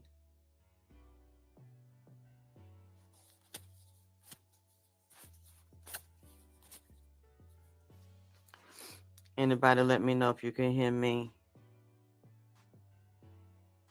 Is it going in and out? Or can you hear me? Okay. I just keep looking at the screen. That date on her son's birthday, which tells me everything. For the son, his birth, his daddy is a sucker and a slave to the Illuminati and the goddamn industry and a sellout. Goddamn it, juicy, pudgy, fat ass like his goddamn it son. They got him on a leash. He got spider webs on him because what I just heard was the Incy Beansy spider went up the water spout. Down came the rain and washed the spider out. Angelo is weak. A sissy. Goddamn it, a sellout, pudgy, off, juicy sissy. They're undercover on some type of drug, goddamn it. He have a lot of mental, emotional, and self-hate issues. They birth to a fat, juicy, pudgy, black sissy acting like ass son. The son got the same ghosts on him, ghost in the machine. Son weak and conflicted and sell out on fucky, sucky. Want bitches all on his lap and in his face, but he's so goddamn it juicy and wide and shit. You can't even find, the bitch can't find his goddamn lap unless he pull his stomach up or get him a big belt and strap his stomach down to a chair and pull it back. With his fat ham hawk, goddamn it, pigfoot eating ass. That's what he, and see, I just brought up, that just brought up, goddamn it, what, Laura Pickfoot or something like that. And you know what it made me think about? What came out? Angelina Friedfoot, Pickfoot. Just go to New Orleans with that black magic angel art with Robert De Niro and Lisa Bonet. This is a vibe that's coming up for me. Because I see him sitting up there. I just seen pig feet and chicken feet around Angie Stone's son. He talked too motherfucking much. And he want a record deal and concert and go on tour and be a top producer and be acknowledged and recognized over his mama. He sold his mama out. He sold his soul. He's a soulless being. With his goddamn big fat hamburger looking ass. He look just like the hamburger up there on Ronald McDonald Playland. You go out there, get you some of them animal goddamn cookies and that kid meal at the drive-thru. Park on the side. Go around there at the Ronald McDonald Playground. If they still have them up there, the hamburger is back there waiting on you. He sit and eat a whole bunch of goddamn it hamburger. Fat and stinking and wide. Stomach wide receiver, goddamn it, and a big back juicy ass nigga. Juicy line, gathered up teeth ass nigga. Always lying, looking round, left or right, a compulsive goddamn liar. Hot all the time, need that goddamn Johnson baby powder. A whole can of it to throw up under his goddamn stomach. Because he be sweating and chafing. Be chafing down there around his ass and in between them rolls and shit. Need to get some of that borax soap and a big tub. One of them goddamn metal tub with some real hot scalding hot goddamn water. And about 3 or 4 big old goddamn rags just scrub up underneath there and get him some baby powder because the nigga chafing all the time. All up around his ass. All he need that hamburger little goddamn it outfit. We don't need no goddamn shoe polish, no black shoe polish. Like Beetlejuice put no ring around his eye because he already got that part took care of. The daughter goddamn it ass ain't nothing but a sellout. I didn't see the whole thing, but did she put some teeth in the front of her mouth when she got up there talking about her mama? It said she started goddamn crying. I ain't really watched the shit. Goddamn it, I mean, all these liars, these 2 and 3 stories. I told y'all they were gonna put out these conspiracy stories and tell these lies. Now the white lady done came in now. She done saved the goddamn ass, and the white trucker came in there, Clive, and all them done paid him from when all them damn sisters, like the one driving that goddamn van, that's a convicted felon and bisexual and a liar and a drug dealer, drug user driving a Mercedes Benz. They done gave him his orders. The bitches in there, a set of twins, or one of the twins in there supposed to be her friends. Goddamn it, sucking record exec dicks and lawyers and goddamn A&R reps dicks down here in Atlanta. The mansion party spreading diseases around and shit. They done got they goddamn orders to set Angie up. See, and then speaking of that, didn't I tell y'all she was already talking to people and legal people and people in the industry and other artists, and they were doing a forensic accounting of her money and to find the money and where it went, and it was going to create such havoc with the IRS and Wells Fargo Bank and the federal money that was collected by these record labels that are regulated by federal government and Wall Street, that they would have to give her so many millions. It would start shutting these system down. See, Michael Jackson done came in here. Quincy Jones ass is in here. Rat goddamn it now. Prince is in here. Warner Brothers is in here. These demons is in here. Didn't I tell you they come to town? I'm gonna quickly say they said from Gladys Knight camp she ain't got no cancer. I'm still sticking by the fact I said she had cancer around the pancreas, the stomach, the guts, vagina, butt, all the digestive area, digestive system. I'm going to stand by what I said the spirits gave me, the prescription for her condition. Even though, because people always say I'm lying, and that's fine. I'm willing to be wrong.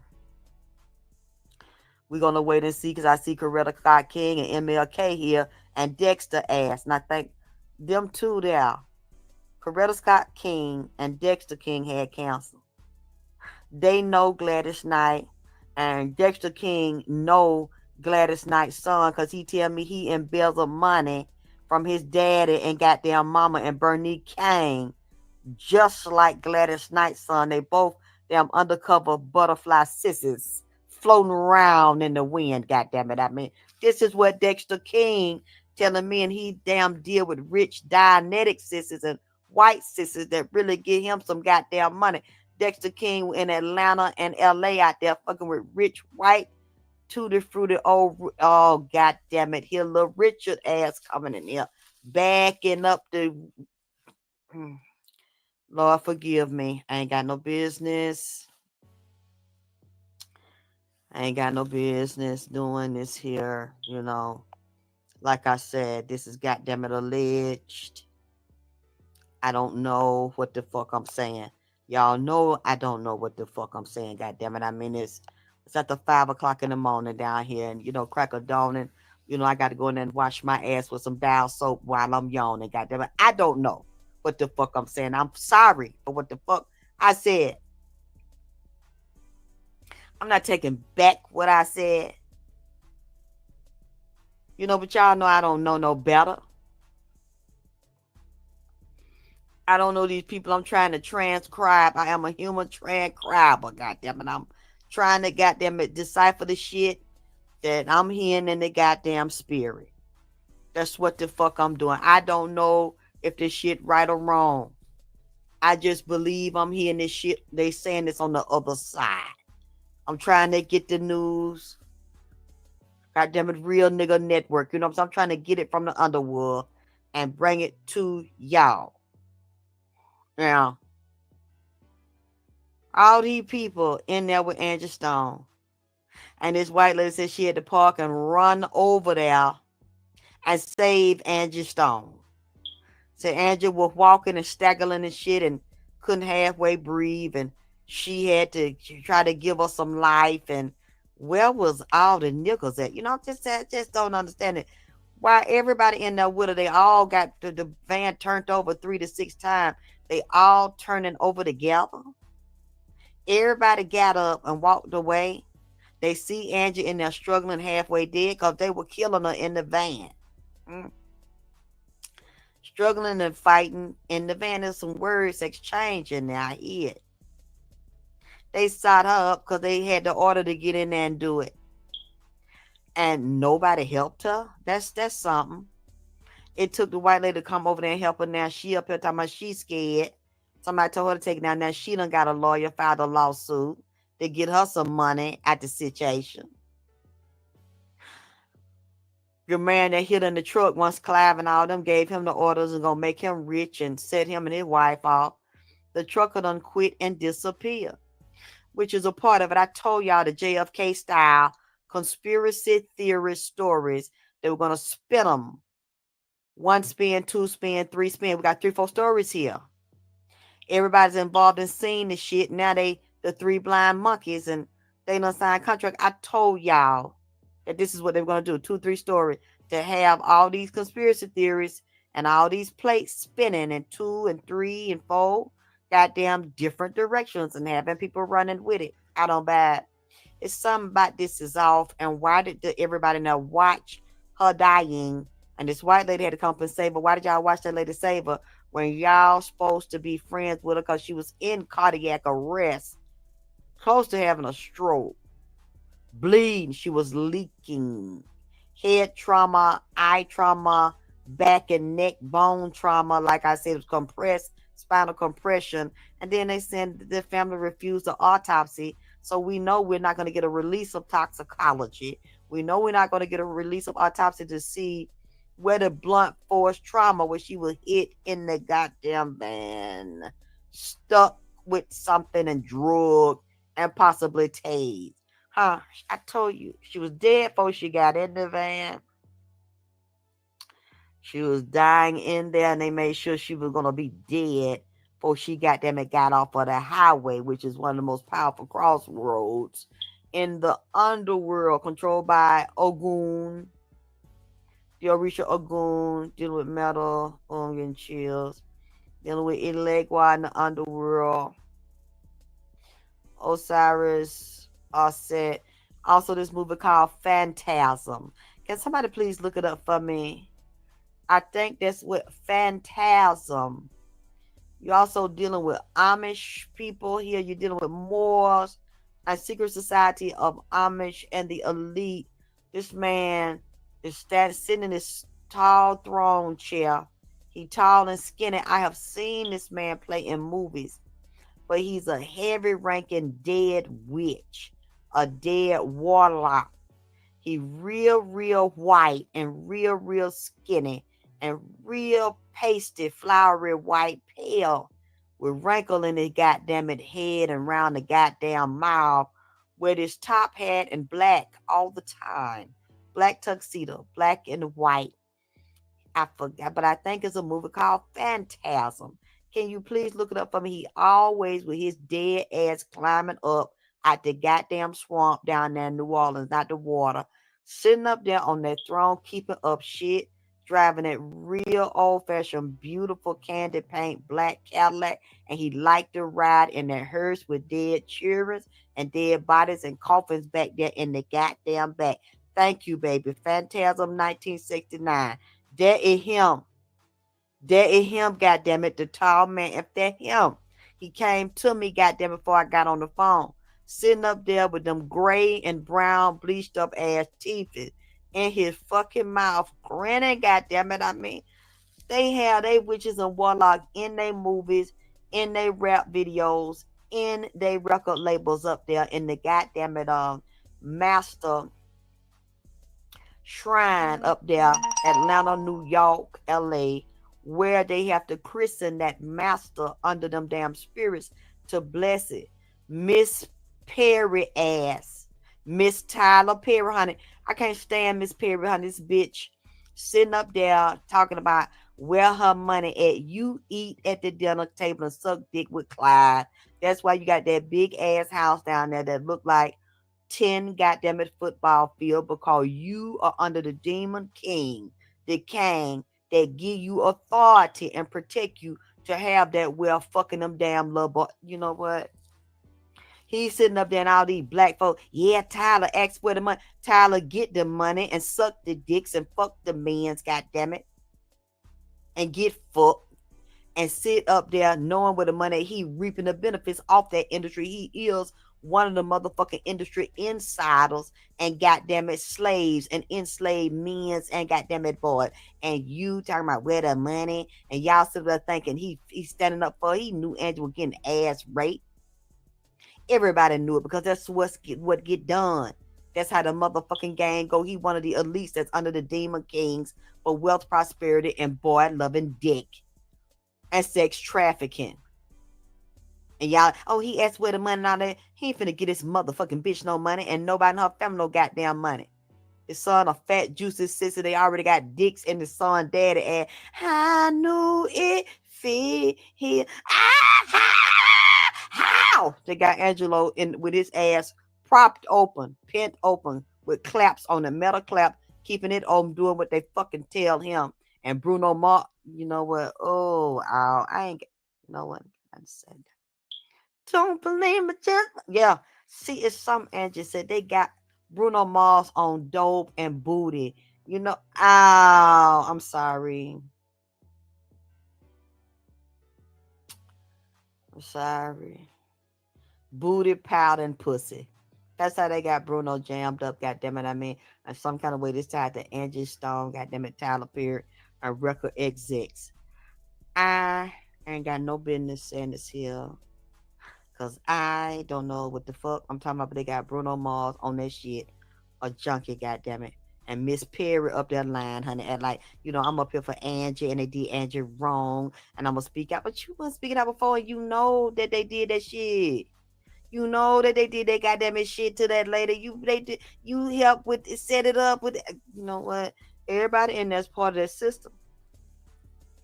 So 9 years ago, when Bruno Mars first came out, he got caught in Nevada with 3 bricks. Yeah, something like that. And they heard him and hushed it up. He pleaded guilty. He said, I think somebody gonna take a class and just say no and all that shit. And they got him off so he could still be on the shit. They got him on the shit, singing and dancing. They don't want to admit it. You can look at him and tell he got some black in him. So they got the soul of Jane Brown. What the look, man? Why is Jane Brown in here with Little Richard talking about Bruno Mars got some black soul singers in his body? And he got some black blood in him. The way to spin around and dance and sing, they called them spirit. I don't know. I think it's dead to Puerto Rican or some shit, but they got some black in them. Why you think he can move and shit like that and pop his goddamn finger? And they channeling in Black Brown. Jane Brown holding her hand up, talking about it's me. How? I feel I don't know. Look, I don't know if James is on that powder or goddamn on that dental med, but they done gave him some of that laughing gas, and they done shot him up because he always was in the den talking about his teeth and shit, but they was up there selling Jane Brown dope. Look, I don't know if Jane Brown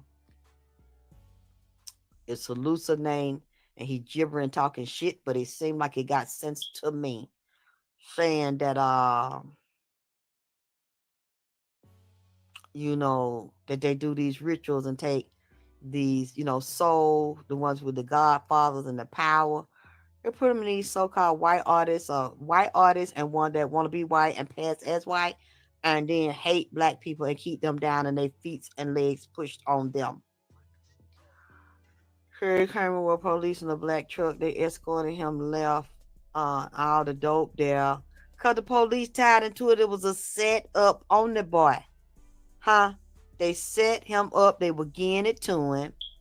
and then jammed him up legally. Now, what you gonna do? You gonna go to jail, or you gonna sign this jailhouse ass contract where we own you around your asshole, your booty pussy, your nose, your mouth. Now, you can take all the drugs, you can fuck all these bitches. We're gonna give you a beer where you pretend you're in love with a bitch that you're not, and please your dad and all these goddamn it people. But now you are a slave to the rhythm of this motherfucking system. Now, you can get with it, you can get with this, or you can get with that. You can get with this, or you can get with that.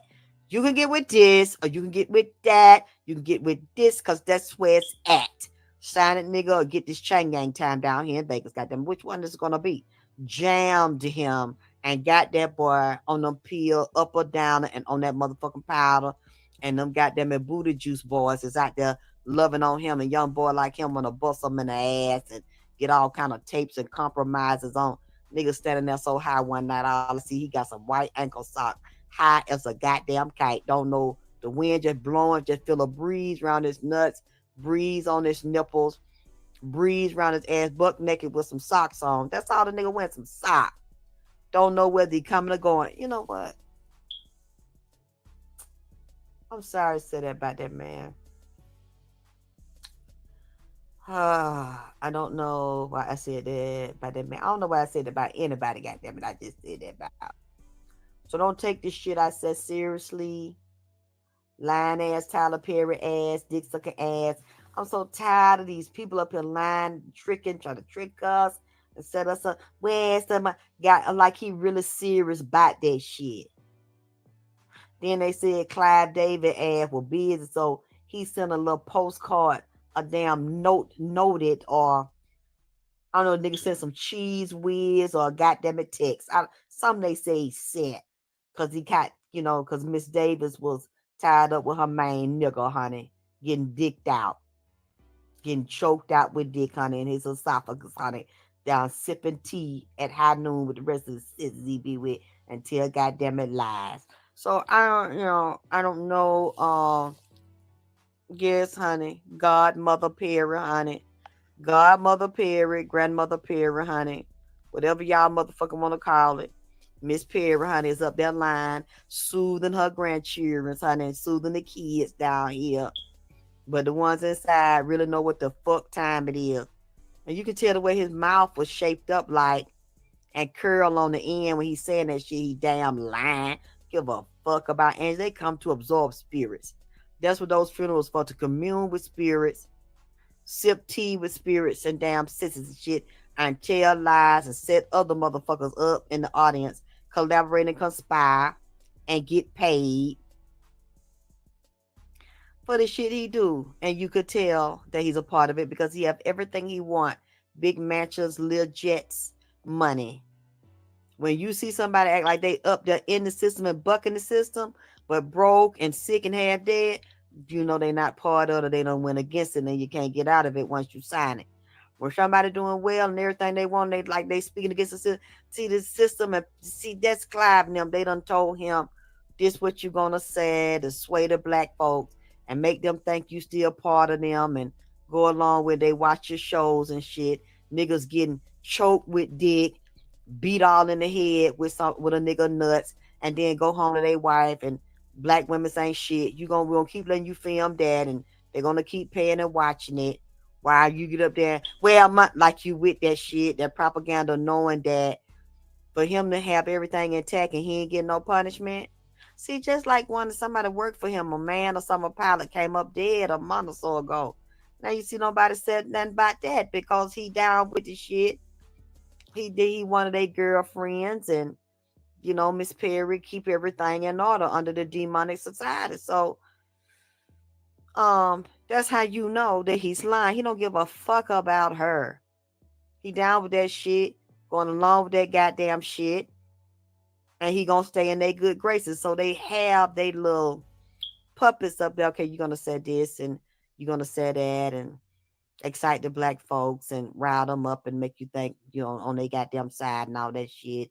And then we give you permission. You can beat us up a little bit with your words. And then you're gonna beat us up with some dick when we get out of here and have some champagne and drink some cum. That's what this is.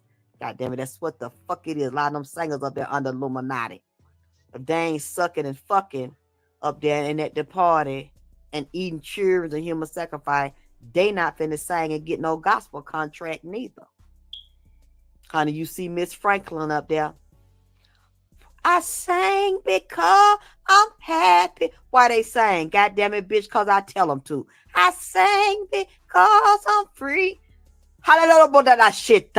Heads cut. He's Miss Franklin up there playing the piano with some cherry lip gloss on there. My lip gloss is popping. See, he sits his ass up there, goddamn it. His wife going along with the shit to get her check. They got an understanding. His man probably up there playing the bongo drum and shit. Got his ass up there playing. They circulate the same goddamn it singles around to everything they go because y'all get on the bus and y'all go to the party. Y'all snort that cane. Y'all do that mouth. Suck some dicks. Get fucked in your asshole, booty hole, and mouth. And you know, y'all down for the get down because if you're not going to be. Shiva, thank you. That's a perfect goddamn it icon. I need to see this early morning. Goddamn it, I mean, you don't be down with that. You're not gonna sing no gospel. You one of them bastard celebrity children. You want to sing and do records. You're not finna go on the chitlin circle with that shit unless you goddamn it bend over and play the game because they run from the high scale singers, medium down to the chitlin circuit with a regular school bus. They have to travel from town to town, goddamn it, singing and telling lie, goddamn it. I mean, if you don't want to play that game, you're not finna get in there. And the ones that's really gifted as children, they're gonna jam them like they did Bruno, like they did Angie, like they did my daddy, like they did Michael. The really bright, high vibration beings that come from the other dimensions and the other earth to enlighten the humans and elevate them, they're gonna get them. And usually because they be talented. They usually be triple threats. The psychics as well. They got the voodoo priests and priestesses that psychic got them eating booty, get flued out, getting fucked in the booty. That's the only way they can do readings, real estate agent, funeral director, choir director, embalmer. They got them all, baby, under that system. You don't want to play. You don't want to be a vampire. You don't want to get bit. You don't want to be a familiar. You don't want to be a prostitute. God damn it. You don't want to be a drug dealer or drug use and get you jammed. You're not going to be a star. Baby, I'm a star. Mama, I want to be a star. Mama, I want to sing. Mama, I want to trick. Mama, I want to tip, tap, and suck dick. See, if you ain't with that, you gonna have to go up there and get crystals and work at crystals and shove them goddamn it chopped onion on that grill and get that goddamn it crystal burger with a damn pat, a pickle, a pat, a damn mustard on that motherfucker and steam it down and waffle out. You gonna do something else, bitch, because you don't want to dance. You don't want to play the goddamn it game. You don't want to goddamn it play with balls and suck dicks down there and snort powder and the goddamn it and dang-a-lang and chang yang. Huh? That's how this shit goes. So they in there siphoning off her energy. Her daughter and her son is actors in the shit. She's upset. She says she ain't dead and she ain't going in the goddamn ground. Seen the record execs and all them putting that shit down. Did they have a body there? I'm gonna where is her body because we know they didn't cremate it. We know they didn't embalm it. We know she didn't die in the hospital. We know she didn't check in as a living guest in the hospital and be pronounced dead in there. If they say you that, they lying. They killed her out there on that road. And I believe that popping was the tires blowed out popping what they had rigged them, nigga rigged them to blow out and pop because tires also make that kind of pop. Yeah, they was armed in the van, but they made sure she was gonna die in the goddamn it van. Millie, stay the fuck out of my business. I don't know who the fuck you are, nor do I care to know. You sound crazy as hell. You think at this time of morning I'm finna wash my ass, dig in it with some dial soap, goddamn, wash my face, get dressed, do my hair and makeup, and lay here and turn the camera on for you, bitch. Whether you is a bitch as a nigga or you is a bitch as a bitch. Now, if you didn't send me no goddamn donation to go to the store or order Miss Goddamn it Clairol and Maybelline, bitch, stay the fuck out of my motherfucking business, hoe. You ain't did shit for me. You ain't donated. You can't tell me what the fuck to do, bitch. And how to come on here incognito in black, bitch, or not. You know, I just really had to get into this here. And all these lies they telling got this lady body jammed up like a goddamn mannequin. Done already did spells on her and put makeup on. She look like a voodoo doll. And see, they're gonna use her soul, trying to detach it from her body, get information from her spirit. She, you know, they can get somebody and ask them questions while they physically dead. The person will sit there and tell you what the fuck they want to know. But see, somebody in her house, when she was physically living in her body, sleeping in her body, she's in that house talking, they getting information, running it back, telling them lawyers and them execs and work for Clive and feeding them information with a different record label down here in Atlanta. She talking, she running her goddamn mouth because she's inside of her circle. Her daughter talking, her fat, stanky ass son. Look like his stomach go down, wrap around his kneecap. Just go round 360. What a piece of mess. Let's see what they do. If they're going to try to act like they want to sing at you. Because they've been getting offered deals of silence. Money of silence to get rid of this lawsuit the mama finna do and give her all the money and royalties. Let's make that go away. We'll give you little gifts and give you a little money, a little check. But they're not going to give her children all of her royalty because it would bankrupt them if they had to pay all the black people. They've done that to in her era and her writings, including Prince and Warner Brothers and all that. See, when Prince won that with Warner Brothers, see, they act like they was okay with that. And Puffy got something to do with this here too. And you see, when Prince got free from Warner Brothers, they couldn't take that shit and set Prince up with Jay-Z now. See, didn't I tell y'all Jay-Z, briefly, let me get on that, he was lying and he did rape them girls next door to him and his wife was in that shit. And now they come out and said the lawyer was lying, Busby, he paid her to set it and bribed her. And now the lady said that she was in her right mind and Busby paid her. But then now you see it's another tape done come out. You can hear her, she's scared. You can hear a dog in the background of tape. I think Jay-Z might have came to her house and his reps and them drug dealers and them undercover hitters. That lady's scared for her life because they're standing there behind her and got that dog and told her they're going to kill her. They're going to take her life and gave her money she didn't want. Now she's sitting up there saying, you know, she didn't mean none of that and made that up. Now it's evidence that she do know Jay-Z. He did rape her and was a part of that shit with Diddy that he said he don't know him and he not friends with him. They done paid and extorted her. And Jay-Z and them got her to say she wasn't raped. She didn't know him. She might have seen him, but he never touched her. See, this shit keep going back and forth.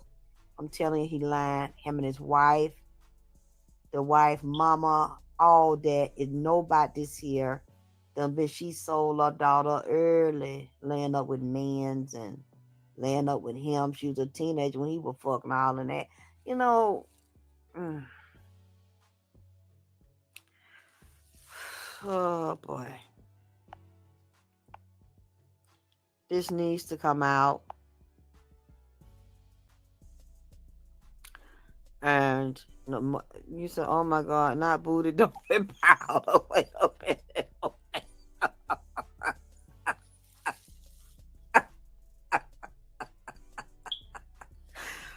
What you said, Cosmic Caramel? Oh, they got these niggas on booty duty.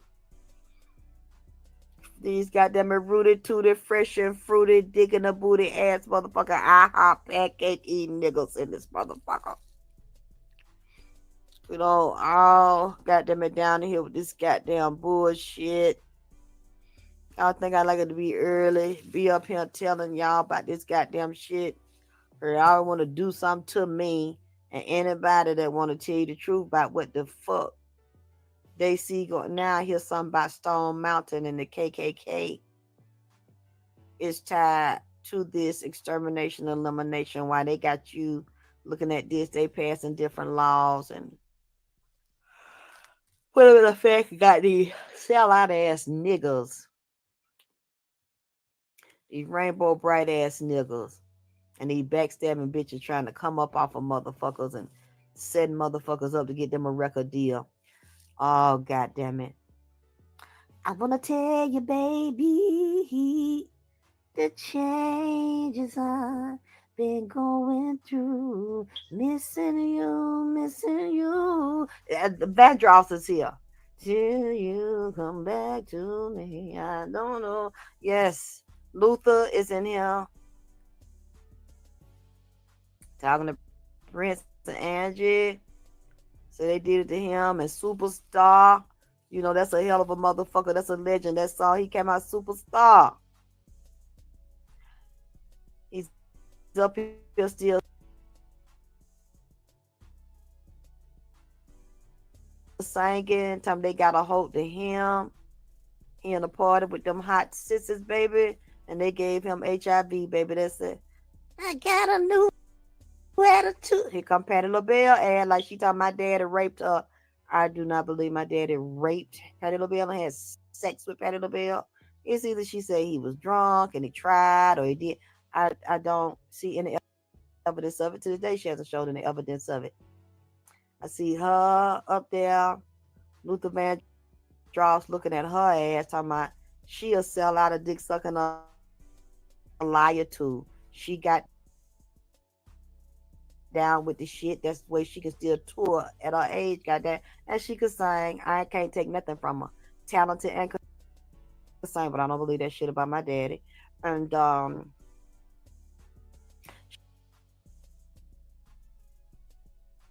she sell out and is an informant. A lot of them they get to travel or they do what they said and still got to take dick at 60 and 70 years old and tell on other motherfuckers.